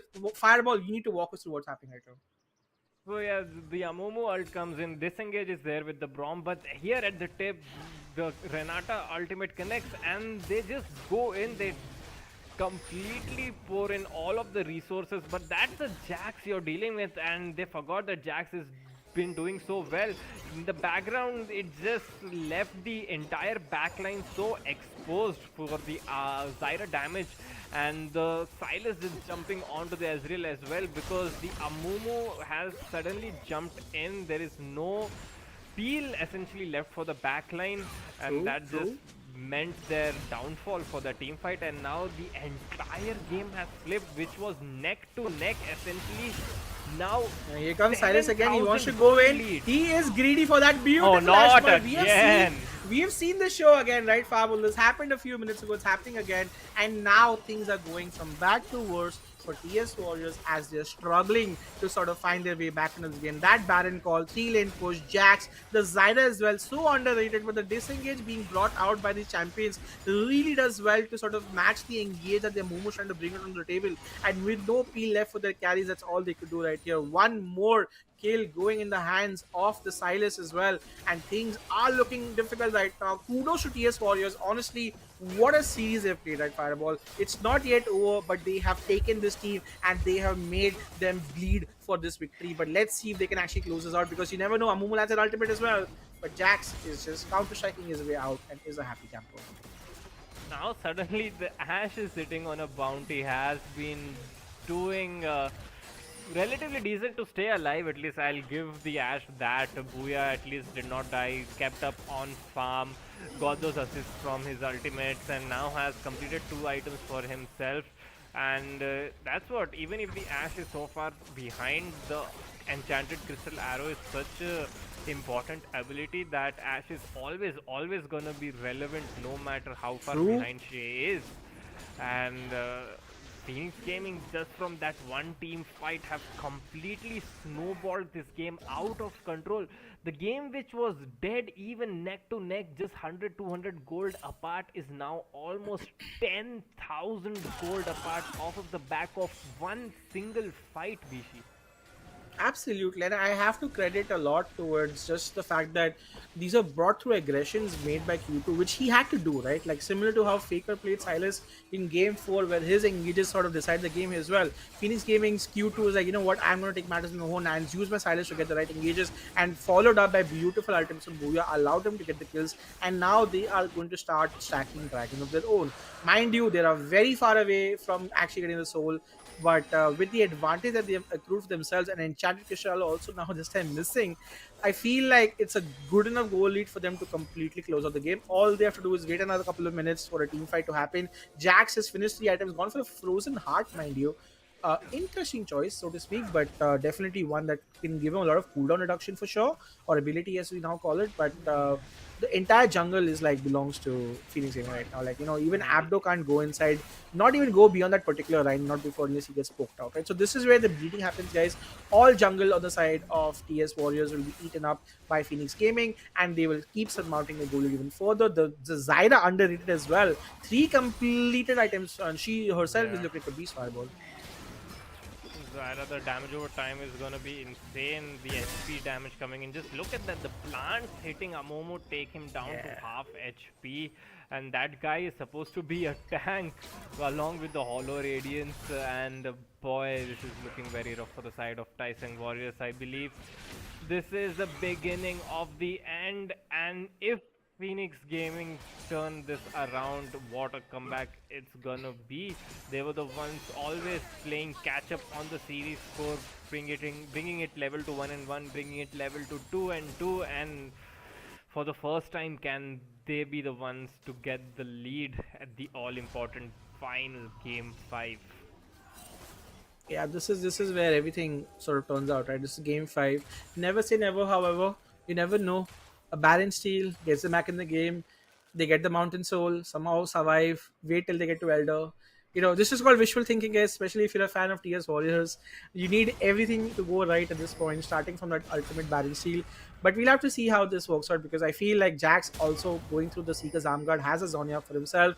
Double Zonya on the side of Phoenix Gaming as well. I think Ashe has caught up. Let's have a quick look at the goal lead just to see where the gap is actually lying at this point, because I do feel Ashe has pretty much caught up, but it's going to be the jungle as well, who's quite far ahead. And there you have it, right?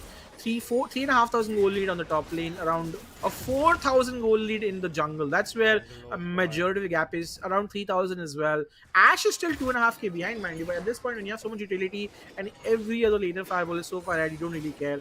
And this is it. Fireball looks like they're going to go for Baron right here.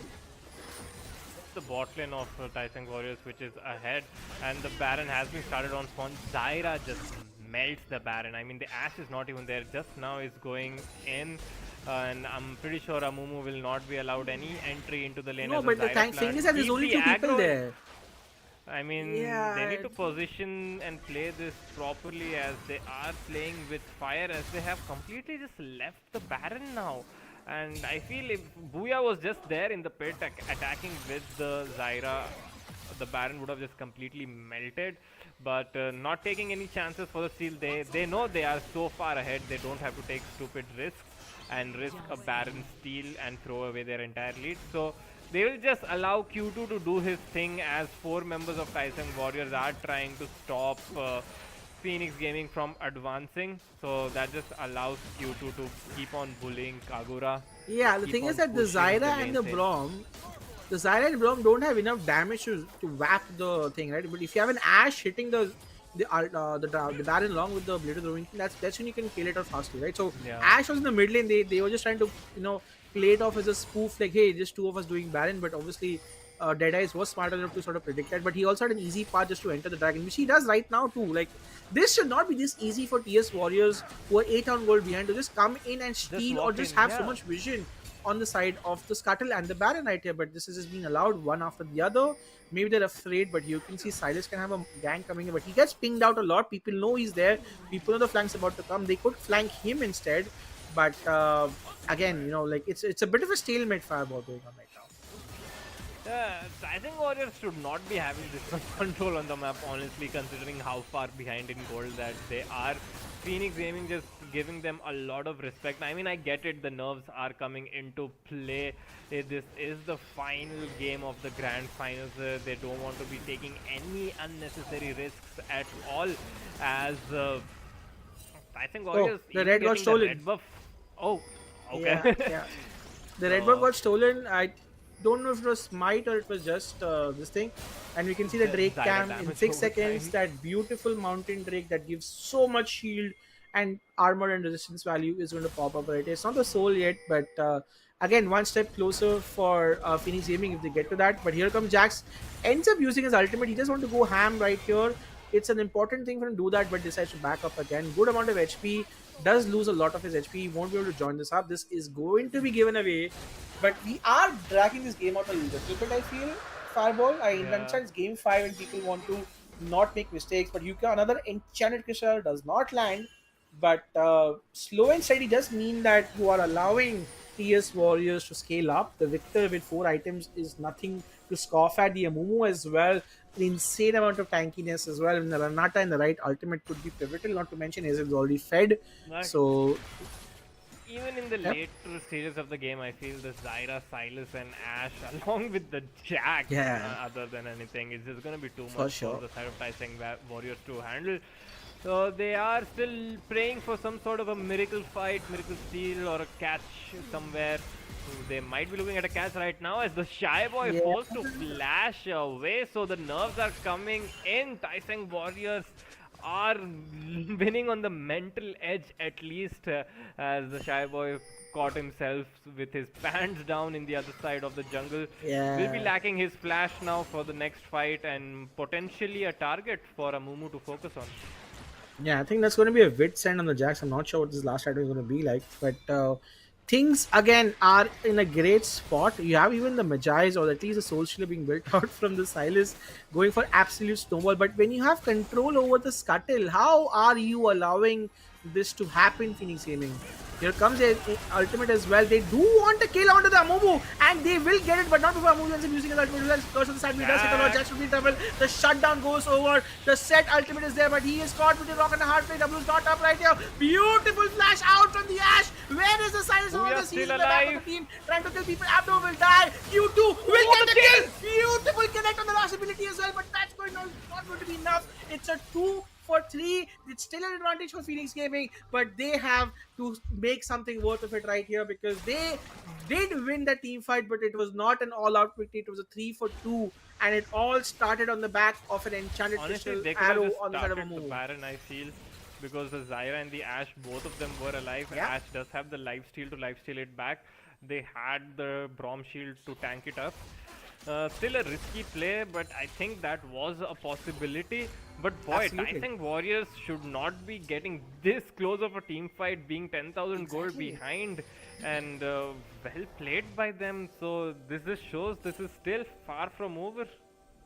Absolutely. I think the Jax also was pretty useless in that team fight. I think Apple did pretty well.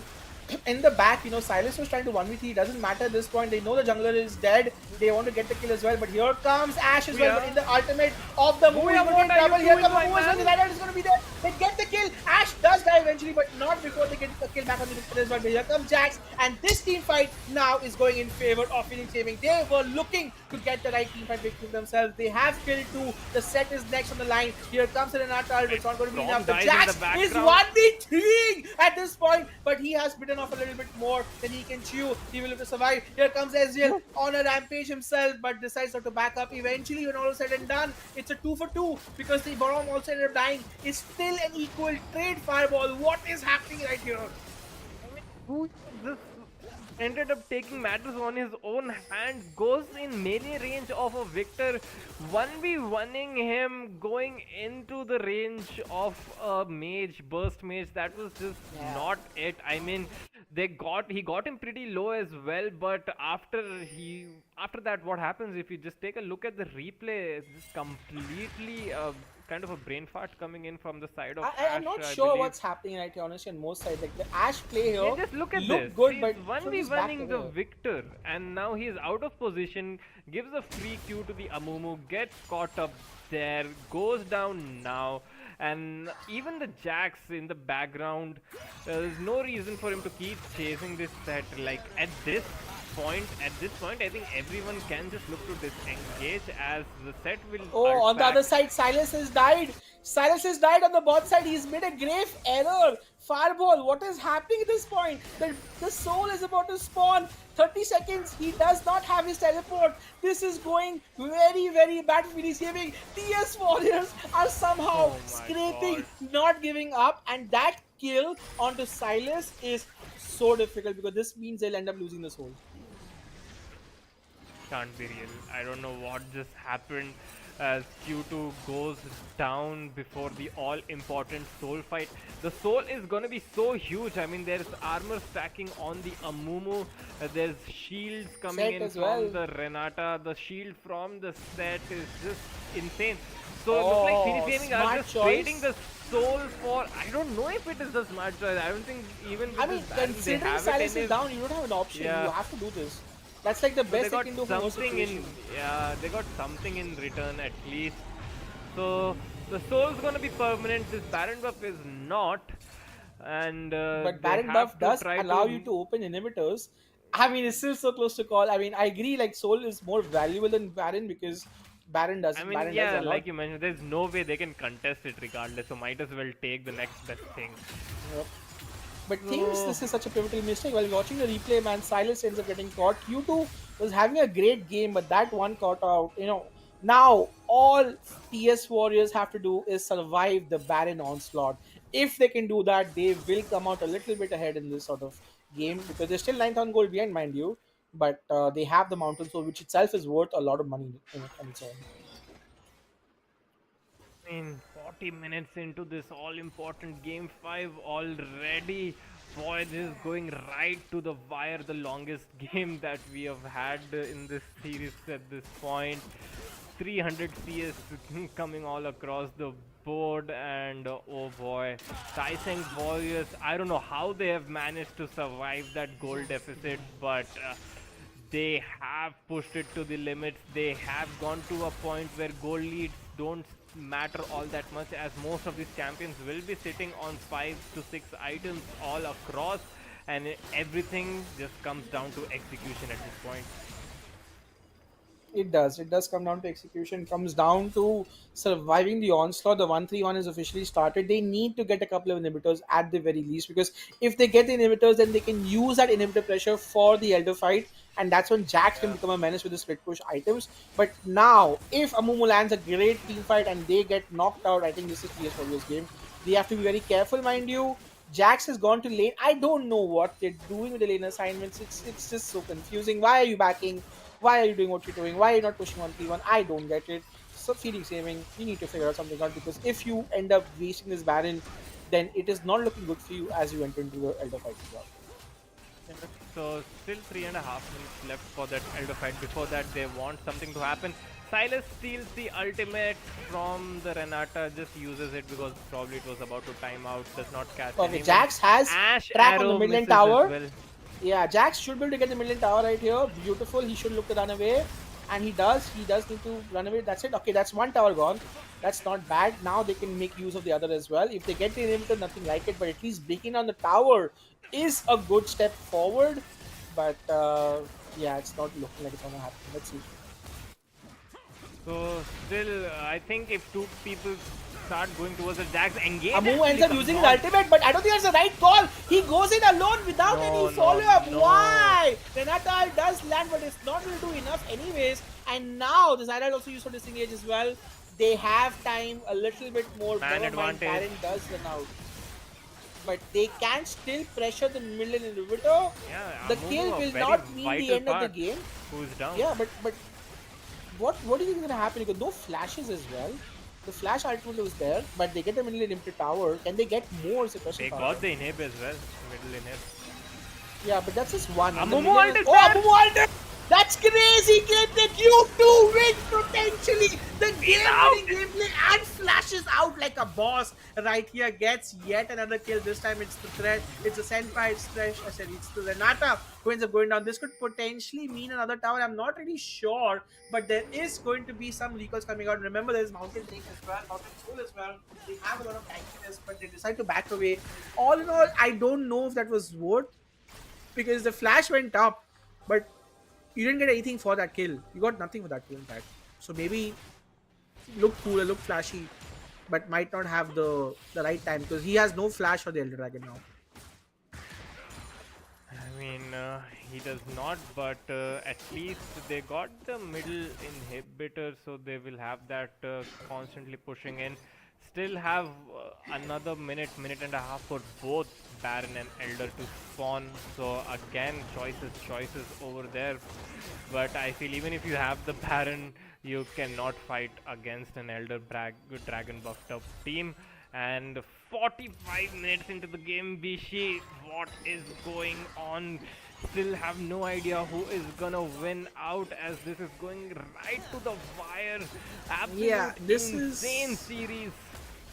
Absolutely insane, but this is also the time where Jax needs to be split pushing top, get the set on his side, get the tower for himself. Why are you showing bot? It's a minute to go for Dragon. You don't want to play 5v5 here. You want to use the pressure of the Silas and the Jax to split and create pressure, have a numbers advantage, and then try to win. Right now, Jax is just sitting in that bush behind the Elder Dragon, just doing faffing at this point. I don't understand this macro play coming out from Hydra. He needs to be up top. The wave up top, look at the wave up top. It's slowly pushing against Phoenix Gaming. If they start doing this Baron or Elder dance, that wave will end up hitting the tower as well, potentially even taking out the inner tower as well. So they need to rotate back. I think Hydra has realized, I think he's too slow to see this play.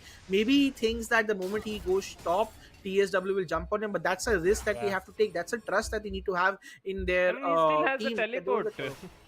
Yeah, like, why are you in that lane? What are you doing? Why are you being a scuttle crab for your team in that river right here? Just go top. Oh, sorry. And now the Elder fight, I think you just know this is going to be the game deciding team fight of both of the teams.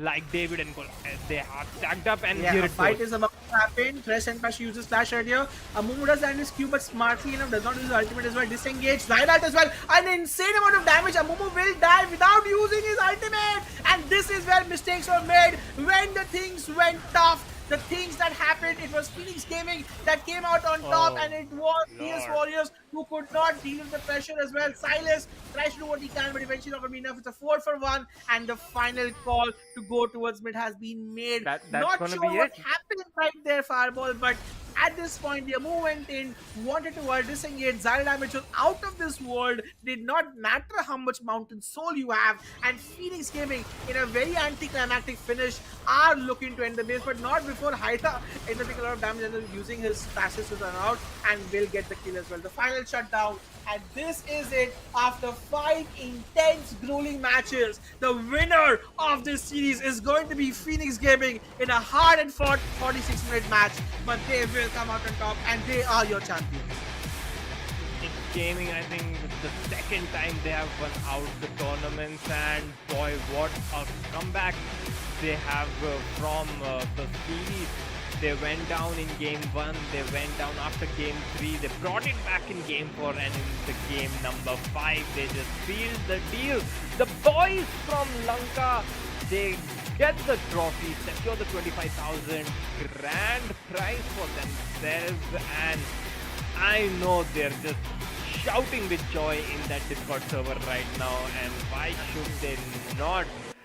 I mean, at this point, sitting at around 6 hours in from the moment the series started, the amount of mental exhaustion these guys would have been feeling by this point as well. Pretty sure we didn't give them any dinner breaks in the middle too. So yeah, so it's just gonna be such a relief. Yeah, a bunch of hungry teams who did eventually get their chicken dinner wrong game, but they did get the victory right here, and they are your champions. I think honestly, kudos to them. They did seem like a little more better, a little better than TS Warriors, but take nothing away from TS Warriors as well. They took them to the last game, to the last minute. Honestly, it looked like it could be anyone's game, right? Even if Phoenix Gaming were ahead in gold, I think TS Warriors did so well to not let that affect them. They got the Mountain Soul, they got the picks when necessary. I think they played really well, but eventually this is this is a game of inches, right? That's what I call League of Legends sometimes. It's that one mistake, it's that one thing, that one getting caught that can mean the end of your series and your tournament. And this is where, we saw Phoenix even come out right here. But then what a wonderful performance from the team right here. I mean, yeah, definitely the side of Tawang Warriors was doing so well till the end, even when they were 8,000 gold behind. It's just how they kept themselves in the game, and boy oh boy, it was just so great the way Phoenix Gaming held it all together. Let's have a look at the crucial moments, and this is gonna be full of highlight reels. Absolutely. I mean, I'll take out the start of the game. It started off with a lot of aggression from the Jags, but honestly, it was Shy Boy. Yeah, Shy Boy honestly ganked all the right lanes at the right time. He got his Jax ahead. And this one also, the Silas play just steals the ultimate from the Amumu, still level 5. Just uses it, gets the kill onto him, completely annihilates him. This is again the start of a lot of amazing plays coming out from Q2 right here. They end up losing the dragon, but not before Amumu finds himself falling even far behind. It also allows Shaibo to get really ahead in the game as well. And again, one after the other, a lot of team fights kept happening. But we have to talk about this insane 1v2 right here. Abdo could have done multiple things to play this side, but chooses to use the ultimate in the wrong direction. Hydra gets the kill, and he survives to boot Fireball. This was some insane play coming out from Hydra. Using the pot at the very last second, surviving, and that just got the blood flowing. I'm pretty sure he got himself hyped up after that, and things were looking bad for the side of Tawang Warriors, but they were managing to get kills onto Sixes throughout, and Sixes was honestly holding back Phoenix Gaming all by himself at one point, as he was doing so much damage, and there was just no answer for this Ezreal for most part of the game. But alas, at the end he just got outskilled, I believe, by the side of the Zyra, the Silas, Jax damage. Even the Ashe towards the end was dishing out a lot of damage, and they let it go on for a very long time, and then that just came to bite them in the back. Absolutely, we can see a lot of team fights happening. It was quite close for a good part of the game, and this is the fight. Yeah, this is the fight where I feel the disengage from Brom was so good.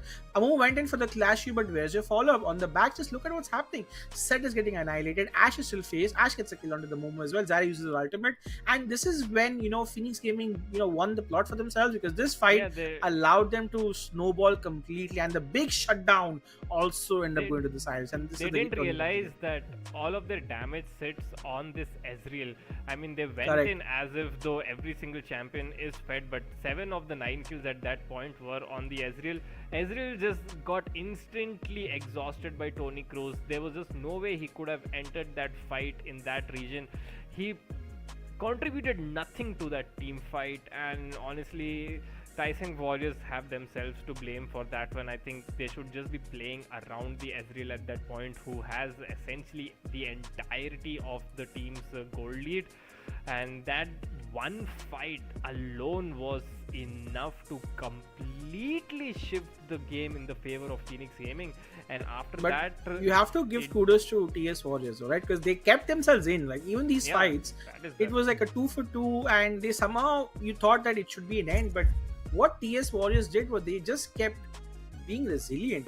But eventually it came down to the last fight. Amumu died while using ultimate. The Zyra plant, he was stunned for ages. Before he could even do that, he died in the process. This is a bit of a tilter, I would say, for Deadeyes. He was playing so well up until this game, but this one fight was the end of everything. The moment Amumu died, we knew it was over. Silas wanted to have one last cheesy EW, but it wasn't to be. But there you have it. The winners of the match were Phoenix Gaming right here. 3 Drakes to 4. They lost the Mountain Soul, but won the match when it mattered. They got the Barons that they needed to push the waves out. They got the Grubs. They got the Herald. They were losing out in the early game, but they managed to stick to their guns and win some pivotal team fights that really allowed them to snowball the game and be in that advantage situation that allowed to get them there, right? 87,000 to 75,000. It was a close game, guys. Don't get me wrong. It was not like it was a 15,000 gold deficit. It was 7-8, still manageable at 40-45 minutes. That doesn't even matter when everyone's nearly on 5 items. But really well played right there for Phoenix Gaming. Just bringing it home after a very, very tough and hard-fought victory, man.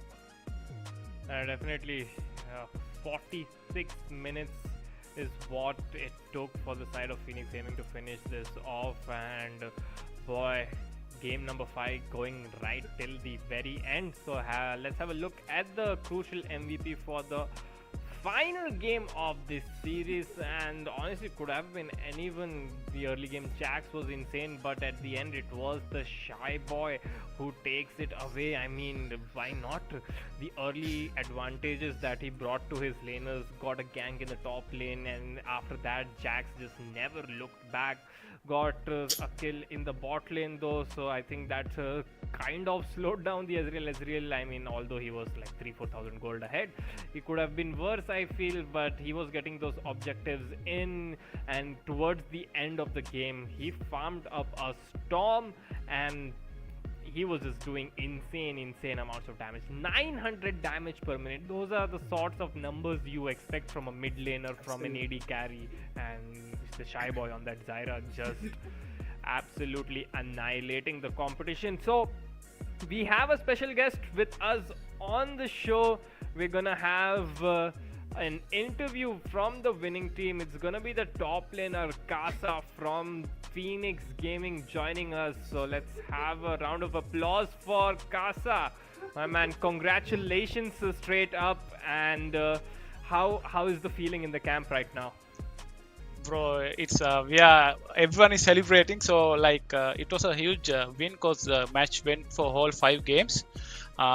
First game we didn't have our top laner, so I filled in, so it didn't work very well, but hats off to the team. They performed under pressure like really good. I'm very happy. What was the thought going into game 5? Because it got down to the wire, but it wouldn't have been an easy game. So was there any conversation you guys had before game 5? Is there something you told the team or your team was talking about before you went into game 5? Only thing we told, we talked with each other, was to do a good drafting session where we have the upper hand, and the main problem was Ezreal from both sides, because both ADs plays really good Ezreals. So in the end of the day, we decided to give him Israel and play like a very good Broman Ash lane. And I told our boys to play very aggressive, like as we told Bishi yesterday. So yeah, they did that part. You definitely played aggressive as well. Fireball, any questions for us? I have a few more, but I'll ask you. I mean, like, I'm pretty sure all of you will be exhausted. It's been like 6 hours of League of Legends. Yeah, already. and I have to tell this our top laner Hydra and Q2 Booyah played exceptionally well. Other two as well, but I have to mention them, like under the pressure, the Israel games from Booyah and the Camille and the Silas games from Akali games from Q2, Absolutely. they were exceptional. So yeah, I'm very happy with the team. Definitely, Brilliant, and I'm pretty brilliant. sure that Hydra will be feeling good about himself as well. He got 2 MVPs out of these 5 games, so Hydra so was I a will- menace in lane. yeah, definitely. Even in the final game we saw earlier on, all he needed was 1 gank, and after that the set was just not able to do anything in lane itself. So I think that's enough from my side. Bishi, if you have anything Yeah. else before we let Kasa go to celebrate with his team. Yes. So, what do you think? Some words of your thoughts on your opponents. I think TS Warriors definitely took it onto the wire. I think they played quite admirably. Any thoughts? Any words you have for TS Warriors? I mean, TS Warriors were really good. I mean, they are like same level as us. Like they played a really good game. Their game came to macros. I think we had better macros in the end game. I think, but in the last game, Jack should have been top in the last few minutes in the last game. But other than that, I think they deserve. They deserve. Like they don't have to get like be down, and they actually gave a good fight. They're actually a pretty good team. And I have to say Brilliant. good luck in the other tournaments here. Brilliant. Now the last question on my side. All right, you guys have finally won a tournament in the TEC Community Cup Series. This feels great. What's next for Phoenix Gaming? Do you feel you're gonna keep practicing, come back stronger, play against some of the better teams? What's next for you as a team? Yeah, this is the second win for us, TEC Cup, and I think we are mainly targeting on the main tournament that's coming up. I think in the January. So with the main teams, I hope we can actually give a good fight against them, and we need to fix some macros as well, how we play the lanes. I mean, late game. So yeah, I think our boys will do a really good job. Brilliant. Well, that's it. Thank you so much, Kasa. Hearty Thank you, Bichi. Thank you, Fireball. Yeah, for congratulations. PNX for winning. And what a series we've had, guys. Like Fireball, I think this has been one of the most fun series for me to cast personally because of how close it is. It's always fun when things are this close. We don't know who's winning until that one last team fight. And I think this series gave us that, especially in games 3 and 5. I think it went out of the wire. I think it was amazing. We saw some intense League of Legends action, and this is what we need to see moving forward as well. Yeah, definitely, it came down right to the wire. Even when Tawang Warriors were like 8,000 gold behind, it did not look like they were 8,000 gold behind. Exactly. They were just giving up such a great fight, and Exactly. boy, we couldn't predict who was gonna win at the end. But when you're like 46, 47 minutes into the game, even the slightest mistakes can end up costing you the game. Absolutely. And unfortunately for that, Tawang Warriors were on the wrong end. They drew the shorter stick and ended up coming short. Still, second place, they secure 15,000 rupees for themselves.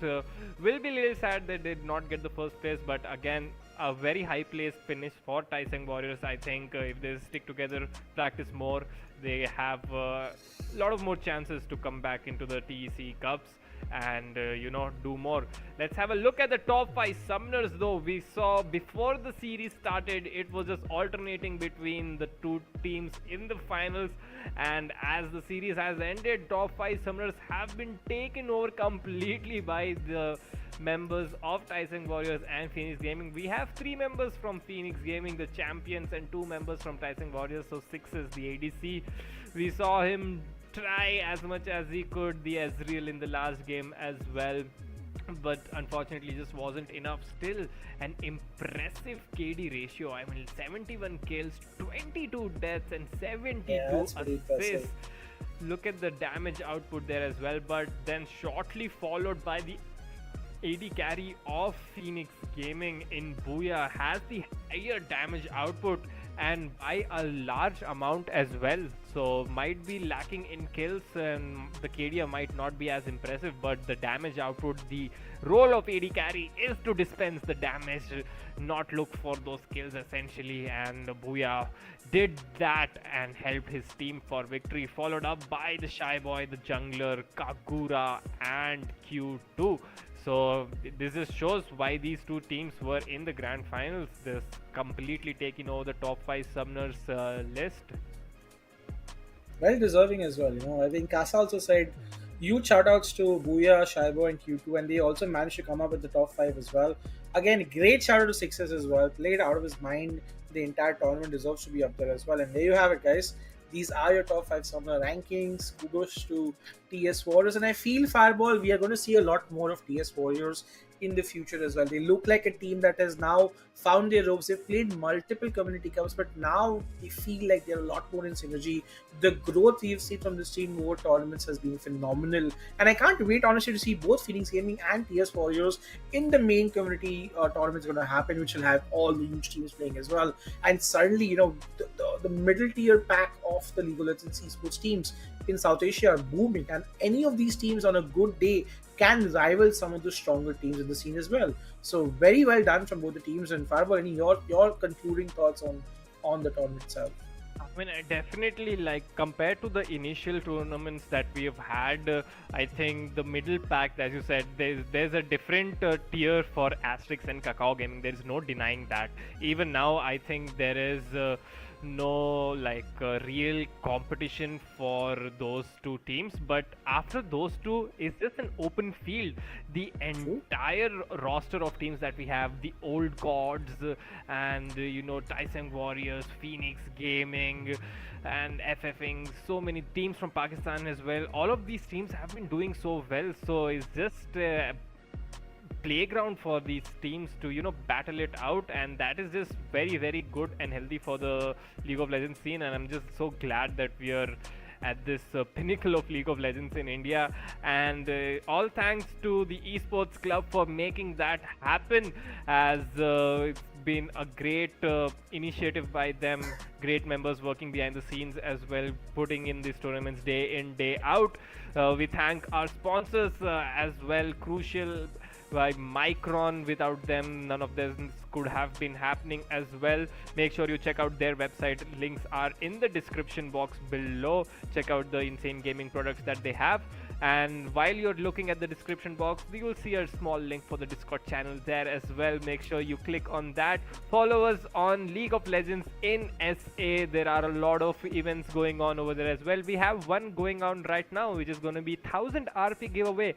So all you gotta do is join the channel, get a role, and refer 3 friends, and you might have a chance to win 1000 RP of your own. So saying all of that, this is gonna be it from the Harsh Khelraay Community Clash, and we have our winners, Phoenix Gaming. Pretty sure those are gonna be happy campers down south in Sri Lanka.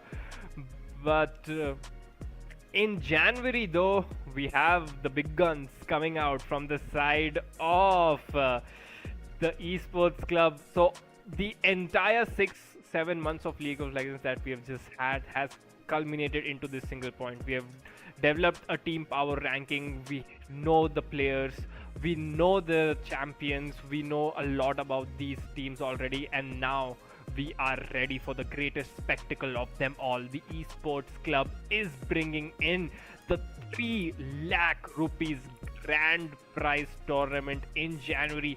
So all news of this will be released slowly on the Discord channel, on the Instagram, on the Facebook. So make sure you guys are followed up on those channels so that you are up to date with all of the news that we're throwing out. And boy, I cannot wait for that main tournament to start, which is going to be invite only, and it's going to be insanity. Absolutely, the best of the best in the last 6 months with a whopping 3 lakh rupee prize pool. I'm excited, and as should you guys. So make sure when those matches happen, you guys tune in for that as well.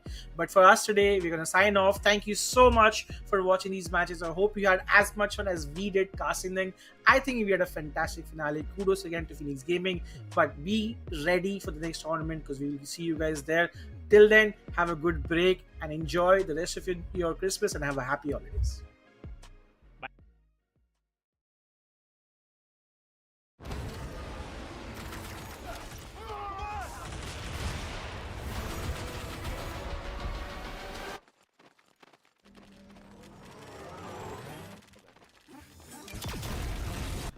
When are you gonna upgrade your system?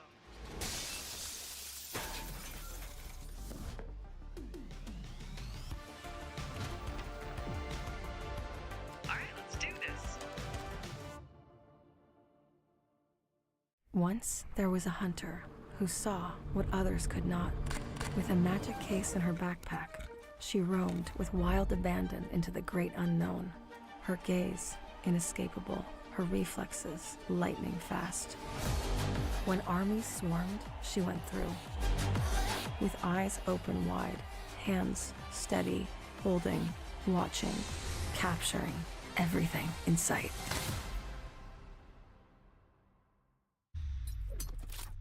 The Crucial Pro DDR5 RAM kit comes with a sleek, modern look that will complement any build. But aesthetics aside, it's the performance that really matters. So let's dive into it. The default JEDEC timings are 46, 45, 45, but it does come with 2 XMP and Expo settings for those looking for a little more performance. With XMP 3.0 Profile 1, you can push the speed up to 5600 megatransfers per second. If you prefer a slightly lower speed but tighter timings, Profile 2 offers 5200 megatransfers per second at 42, 42, 42 timings. We've run some benchmarks and stress tests to give you an idea of how it performs. In general, dropping the speed and tightening the timings with the second XMP/Expo profile yielded better results for us on our test system. Paired with a Ryzen 7800X3D, we saw anywhere from a 1 to 5% performance bump depending on workloads. All in all, the Crucial Pro DDR5 64GB RAM kit by Micron is a fantastic choice for first-time builders and enthusiasts alike.